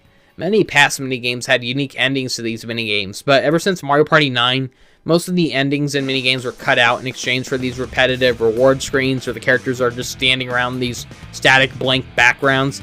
I miss when the victory animations actually took place within the setting of the minigame instead of these boring background transitions. Snake Block Party is a platforming race to the finish as we move across these tricky snake blocks from Super Mario World as they slither around. If a player falls off the cliff 3 times, they're eliminated. Cheep Cheep Leap is a simple but fun minigame where we're powered up with the Star Men, and we try jumping around to knock out the most leaping Cheep Cheep. The big and goldfish are worth the most points. Peepa Panic has us running around trying to avoid the Peepas, and if we get grabbed, we can try shaking our Wii remotes to break free. Balance Ball Brawl has us riding around on bumper balls through a narrow ball maze as we race around to roll over the most switches before our opponents. We control our characters by tilting the Wii remote. Bob-omb Bogey has us swinging our Wii remotes to hit the most golf balls while trying to avoid hitting the bob-ombs. Spike Ball Scramble is a typical run and dodge minigame, but with very different camera perspectives compared to past minigames, as we run along these narrow platforms and dodge these swinging spike balls while avoiding falling into the lava. Bouncy Brawl has us trying to knock out opponents by pressing the 2 button repeatedly to spin them off, but if we spin too much at once, our characters get dizzy and we're left open. Fruit Scoot Scurry is a fun minigame of hopping around to collect the most fruit while trying not to bump into our opponents. It gets so frantic at the end when all of the fruit gets spawned like crazy. I love this one, but I wish the lighting wasn't such a bright eyesore. Goomba Gotcha has us playing with the Wii Remote to find the most requested Goombas. There are 3 Goomba variants to choose from, and one of them is randomly selected to be the victim we need to find at the start of each match. Cliffside Crisis has us trying to avoid being pushed off by these sliding wall enemies. Dyson Dash has us racing to land on 3 specific items on a dice roll. Fruit of the Doom has us collecting fruit that falls from the waterfall while avoiding the urchins. Just like the other fruit collecting minigame, it's fun, but the lighting really hurts to look at. Fool Me Once is a memory game where we try remembering the order of 7 buttons, and we try repeating them to hop across these platforms. Rapid River Race has us needing to press the 2 button up to 5 times to increase its speed, while using the D-pad to dodge the urchins from left to right in this fast-paced boat race. Beeline Shrine is nothing new. It's another game of dodging swarms of enemies that shift into different formations, but this time we're dodging bees, and the bees are very hard to see since they're pretty small and they're pretty fast, but we are given 3 HP, which gives us a fair enough amount of chances to try surviving. I do like the visuals in this one though. Blooper Blastoff is a decent one where we tilt the Wii remotes horizontally left and right as we maneuver our blooper crafts to the surface by repeatedly pressing and holding the 2 button to thrust upward, while dodging torpedo Teds. Paintball Battle has us fighting to be the last one standing in a paintball fight, 3 hits and we're out. Ice Slide You Slide is an auto runner where we swing the Wii remote up to jump over snowballs while holding the B button to slide under walruses, followed by shaking the Wii remote at the final stretch to try reaching the finish line. Goomba Gallop has us watching all of these 3 breeds of Goombas storm the screen, and we have to guess which of the 3 there were more of as we point and click on the correct Goomba to answer. It's okay, but I don't get why it couldn't have just been a simple 1-round game. Fruit Cahoots is one of those dumb luck games where we have to choose whether to move a machine up a space or leave it as is in order to try collecting the most apples, while avoiding collecting bombs. Normally, I hate minigames like this, but this is one of the most tolerable versions of this game. Magma Meltdown is a done-to-death premise of running across rising platforms while trying to avoid sinking platforms or falling into the lava. Meanie Match is a very overwhelming elimination game where we're pressured to try remembering the placements of all of these enemies as we take turns dragging one of them to the correct spot with the Wii remote. The last one standing wins. The CPU are very dumb, luckily, but I wish they weren't so slow. It just drags the minigame on way too long because of how slowly they respond to trying to select one of the enemies. Found It, Pound It is a very different take on a picture match game where instead of ground pounding on simple matching images, we're ground pounding on patterns of matching images, which grow trickier as the rounds go forward. Platform Push is a done-to-death premise of pushing people off a collapsing arena. Pipe Sniper is a typical Wii Remote shooting game where we try shooting the most piranha plants with gold ones being worth the most points. Once again, the shooting controls in this are pretty lame as they're pretty slow and arched instead of just being straight fast shots, and once again, it's so uncomfortable to have to use your thumb to press the A button to shoot instead of using your index finger to press the B button like a gun trigger. It makes no sense. Bob-omb Combo is a fun and unique idea where players take turns throwing a bob-omb into a crowd of bob-ombs to try creating the biggest chain reaction of explosions. It can take dumb luck to win because sometimes the CPU just get really dumb luck, but it's still fun. Balloon Blast Bash is a game of chicken where we try inflating our balloon the biggest without popping it. Fuzzy Flyers is a fun one where we fly around on these clouds with the D-pad. A countdown shows up over each of the players' clouds to let them know when the cloud will expire, as we try collecting more clouds to increase the cloud size and timer. Now getting hit by fuzzies will shrink our clouds and make it lose some time, so the last one standing wins. Flash Forward is a funny idea that has been duplicated in future entries. The players try fighting to be the central focus of a picture by pushing everyone aside for the center of attention. The player needs to try standing still in clear focus so they can pose for the picture, If the player isn't posing for the camera by the end, they will have some points deducted, but they'll still get some points for actually making it into the shot. It's just a fun and hilarious minigame, full of funny still frame potential. On to Soar to Score. I think we all have that one minigame in each entry of Mario Party that we can't stand because it's the one that gets picked every time and it's not one that we enjoy playing. And for me, it's Soar to Score.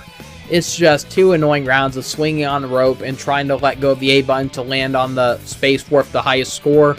It's bad enough that we have these unskippable cutscenes each time with Toad trying it out at the beginning, but then we got the annoying merry-go-round music, but we have to do this for 2 rounds, slowly waiting for each player to end their turn, and it's just a boring minigame.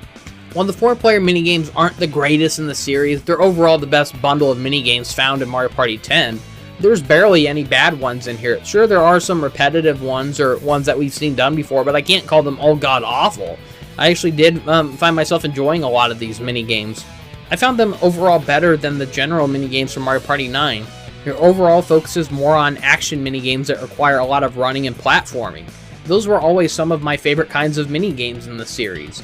On to 2 vs 2. Bobsled Battle is a reimagining of Bobsled Run from the first 2 games, but instead of being on a dangerous racetrack, it's a collectathon as we tilt left and right across these half-pipe like racetracks to try to collect the most coins while dodging bob-ombs.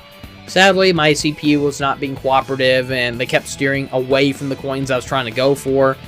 Soccer Brawl is a strange game of trying to roll a ball into a goal while we ourselves are rolling on top of a giant ball. It's kind of funny, but so we use motion controls to control our characters. It's a fun idea, but our CPU partners are no help at all. I've even seen the CPU kick the ball into their own opponent's goal many times. It's like, what the heck are they thinking? I know I keep saying that like the CPU get dumber with the 2 vs 2 minigames in each entry, but oh my god, this is ridiculous. Boo Burglars has one player trying to shine a flashlight onto the boos to see if they have a diamond in them, while the partner needs to catch the gems within the boo by swinging a net at them. However, our opponents can also steal the gems that we've exposed, which can make this a very frustrating minigame. Now, Murky Maze is nothing new. 2 players are separated and need to navigate through a maze to find each other. It's been done before, but what makes this one different is how it's pitch black, and we have to rely on these small sources of light that we're carrying around. Ground Pound Pals has us needing to line up with our partners in Ground Pound at the same time to try collecting the most coins. I've said this many times in the past, but this is the dumbest I've ever seen the CPU in any 2 vs 2 game. They are just running around randomly, ground pounding on random pads instead of trying to get the higher valued coins. It's just embarrassing and frustrating to play. Bouncy Bounty is a fun idea where 2 players hold music blocks and the other 2 players have to bounce off of them to try collecting the most coins for their teams. The problem is that the CPU barely move around when they're holding the blocks, and they leave themselves open for their opponents to just hop off of their blocks and get the coins above them. This one is likely so much better to play with players who have actual brains instead of these brain-dead CPU. It's also such a tease to have minigames about collecting coins in a game where we no longer collect coins. Instead, we collect those stupid mini-stars. It would have been so much more nicer if we could have the coins converted into mini-stars. You mean to tell me that I collected over 60 coins, yet all I get are 4 measly mini-stars for winning this? What a ripoff. Bump Set Spike has one player setting up a volleyball while their partner spikes it. Whoever spikes the most volleyballs wins. Setting requires horizontally swinging the Wii Remote upward, while the spikers have to vertically swing the Wii Remote downward. Revolving Relay has each teammate taking turns to hop across a wheel of platforms to try reaching a goal. Goombrat Combat is a crazy battle of swatting the Goombrats onto the opponent's side. Whoever has the least amount of Goombrats on their side wins. Shape Up is actually a fun one where we carefully aim with the Wii Remote to stack shapes on top of each other in order to try reaching a certain height without toppling it over. On to 1 vs 3. These are honestly the worst 1 vs 3 games I've ever seen. Can't say a single one of them is fun. Hop, Drop, and Roll is a clone of many different types of minigames requiring one player needing to eliminate opponents with these death traps. All they're doing is unleashing bullet bills that can't get low enough to hit the players, while these slow rolling spiked enemies randomly drop out over time. This is one where it feels like you're more likely to win on the 3-player side, I get that the key is to try firing the bullet bills as the players try jumping over the rolling enemies, but the rolling enemies, they spawn so slowly, and the cannons keep moving on their own, which makes it feel pointless to even try timing it right, because it's like you're going to try pressing A when the characters jump, and then your cannons, because it's moving on its own, it won't be at a low enough point to where it'll even hit them, so yeah, it really is a terrible minigame. Bullet Bill Bullies is a real tricky one for the single players, as they move left or right on those switch-moving platforms from Super Mario 3D Land, while the other 3 players try gunning us down with bullet bills. 3 hits and player 1 is out. Watermelon Waylon has 1 player trying to smash the other 3 players' watermelons. Skewer Scurry has 1 player trying to crush opponents by activating 4 sets of spiked death traps 1 at a time. Steal the Beat has 1 player trying to create beats with the A and 2 buttons, as the other players try matching it. Unlike a similar minigame from Mario Party 3 called The Beat Goes On, this one does not require players to remember the beats, for it flat out shows them the buttons they need to press and at what time they need to press it. But if the team messes up a total of 10 times, they lose. Luckily, the CPU are terrible at this, but that's bad if you're stuck working with the CPU side. Then that means that you could be doing so well, but you lose because your CPU keep messing up. Moving Mushrooms has players tilting the Wii remotes to try tilting these flippers to slide mushrooms into their sides holes. It's trickier for the single players, for they're forced to control 3 flippers at once, while the 3 players are in charge of controlling 1 flipper at a time. It's easy for the single player to get overwhelmed by having to look at and control these 3 flippers at once. It's real easy to accidentally push good value mushrooms into the other opponent's holes, or accidentally push poison mushrooms into your own hole. So Bubble Squabble is such a slow and annoying minigame where 1 player tries trapping all 3 players into these bubbles, but the 3 players can easily pop one of their teammates out. So the bubble blowing is slow, it's easy for other players to dodge it, it just feels very pointless to be on the 1 player side.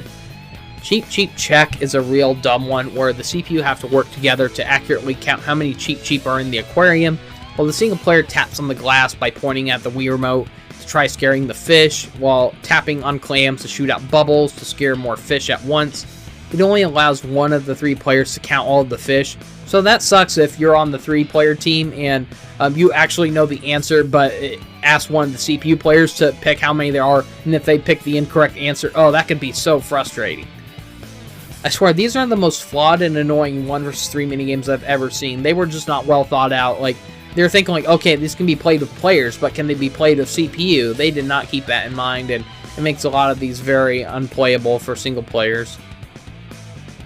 Keep Away Mayhem is a very one-sided game of monkey in the middle, where the 3 players pass a ball to each other, while the single player struggles to try kicking it aside.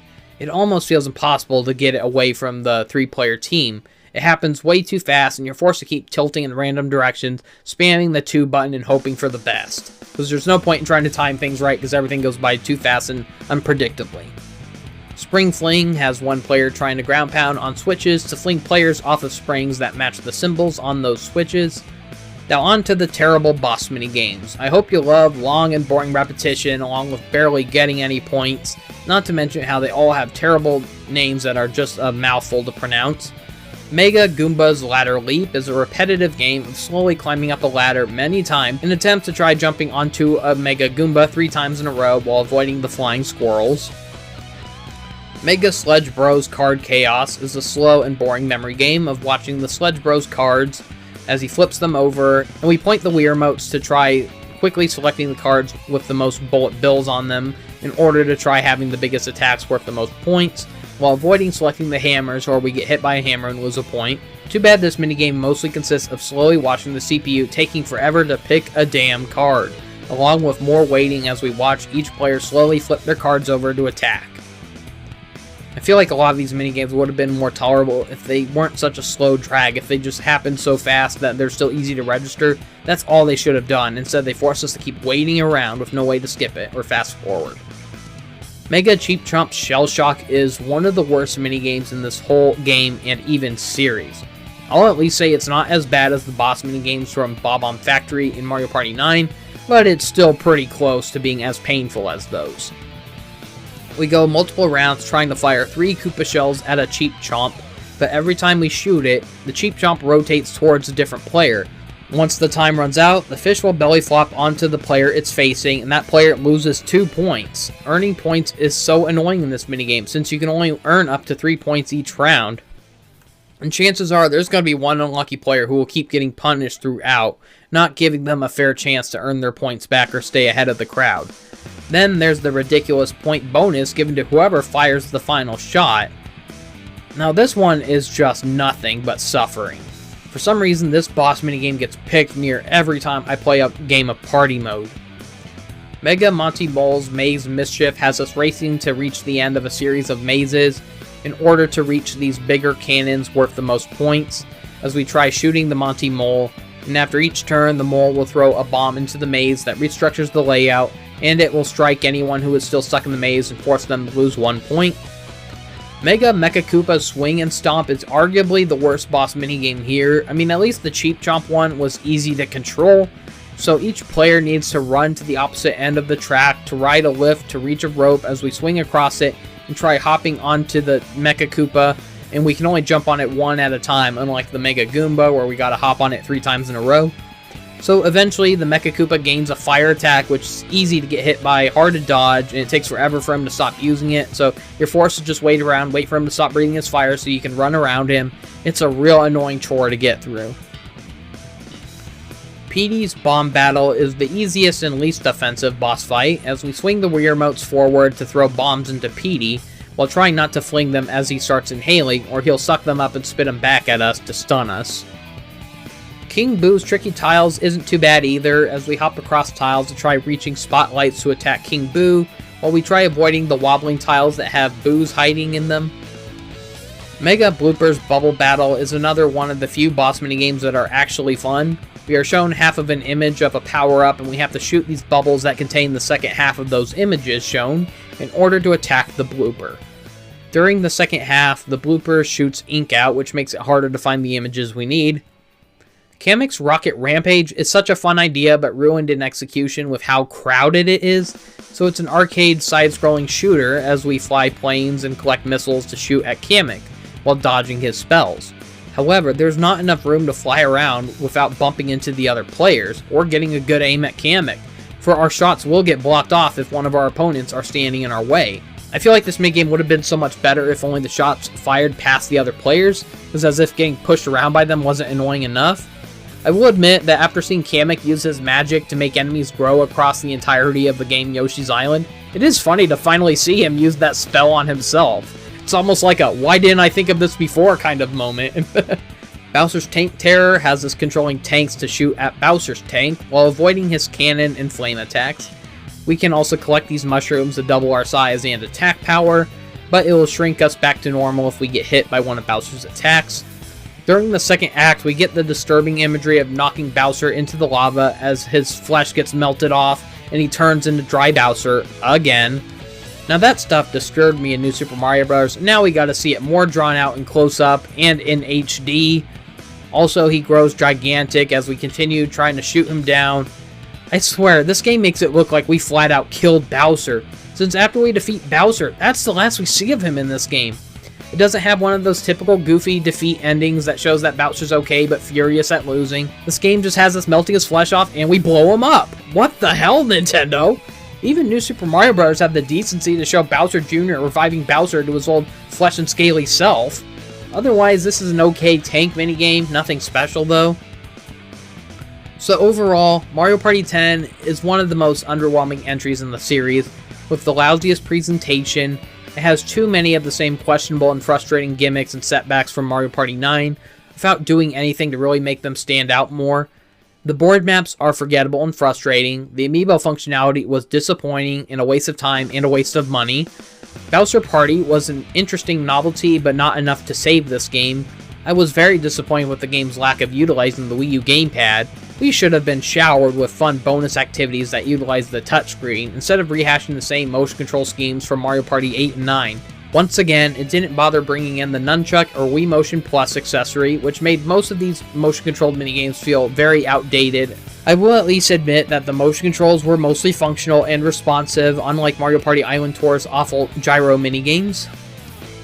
Despite being the first entry in HD, the visuals were nothing to get too excited over. Sure, it had more texture than Mario Party 9, but it doesn't have the same level of texture or detail that made Mario Party 8 such a gorgeous looking game for its time. Its over-reliance on bright, realistic lighting really makes this game hard to look at. The new player models were an overall improvement compared to past entries. They do slightly look more expressive than before, not as good as the ones you see in the modern Switch games, but it was still a right step forward. This game still has some good qualities worth calling attention to. It was great to finally see the return of Donkey Kong, and it was great to finally have Rosalina added to the roster. Now these two have been in every new entry in the series since, except for the underwhelming Mario Party The Top 100, which for some reason they got rid of Donkey Kong for that one game. Jewel Drop is a very fun puzzle game, and that alone is reason enough to try this game out. It's the only reason I ever see myself coming back to play this. Although most of the 4-player minigames are passable, none of them are too groundbreaking though. I'm sad to say that this was another one of the worst entries in the series, and I will be putting it on the D tier list. I'm going to put it ahead of Mario Party 9 though, for I find it slightly less bad than Mario Party 9.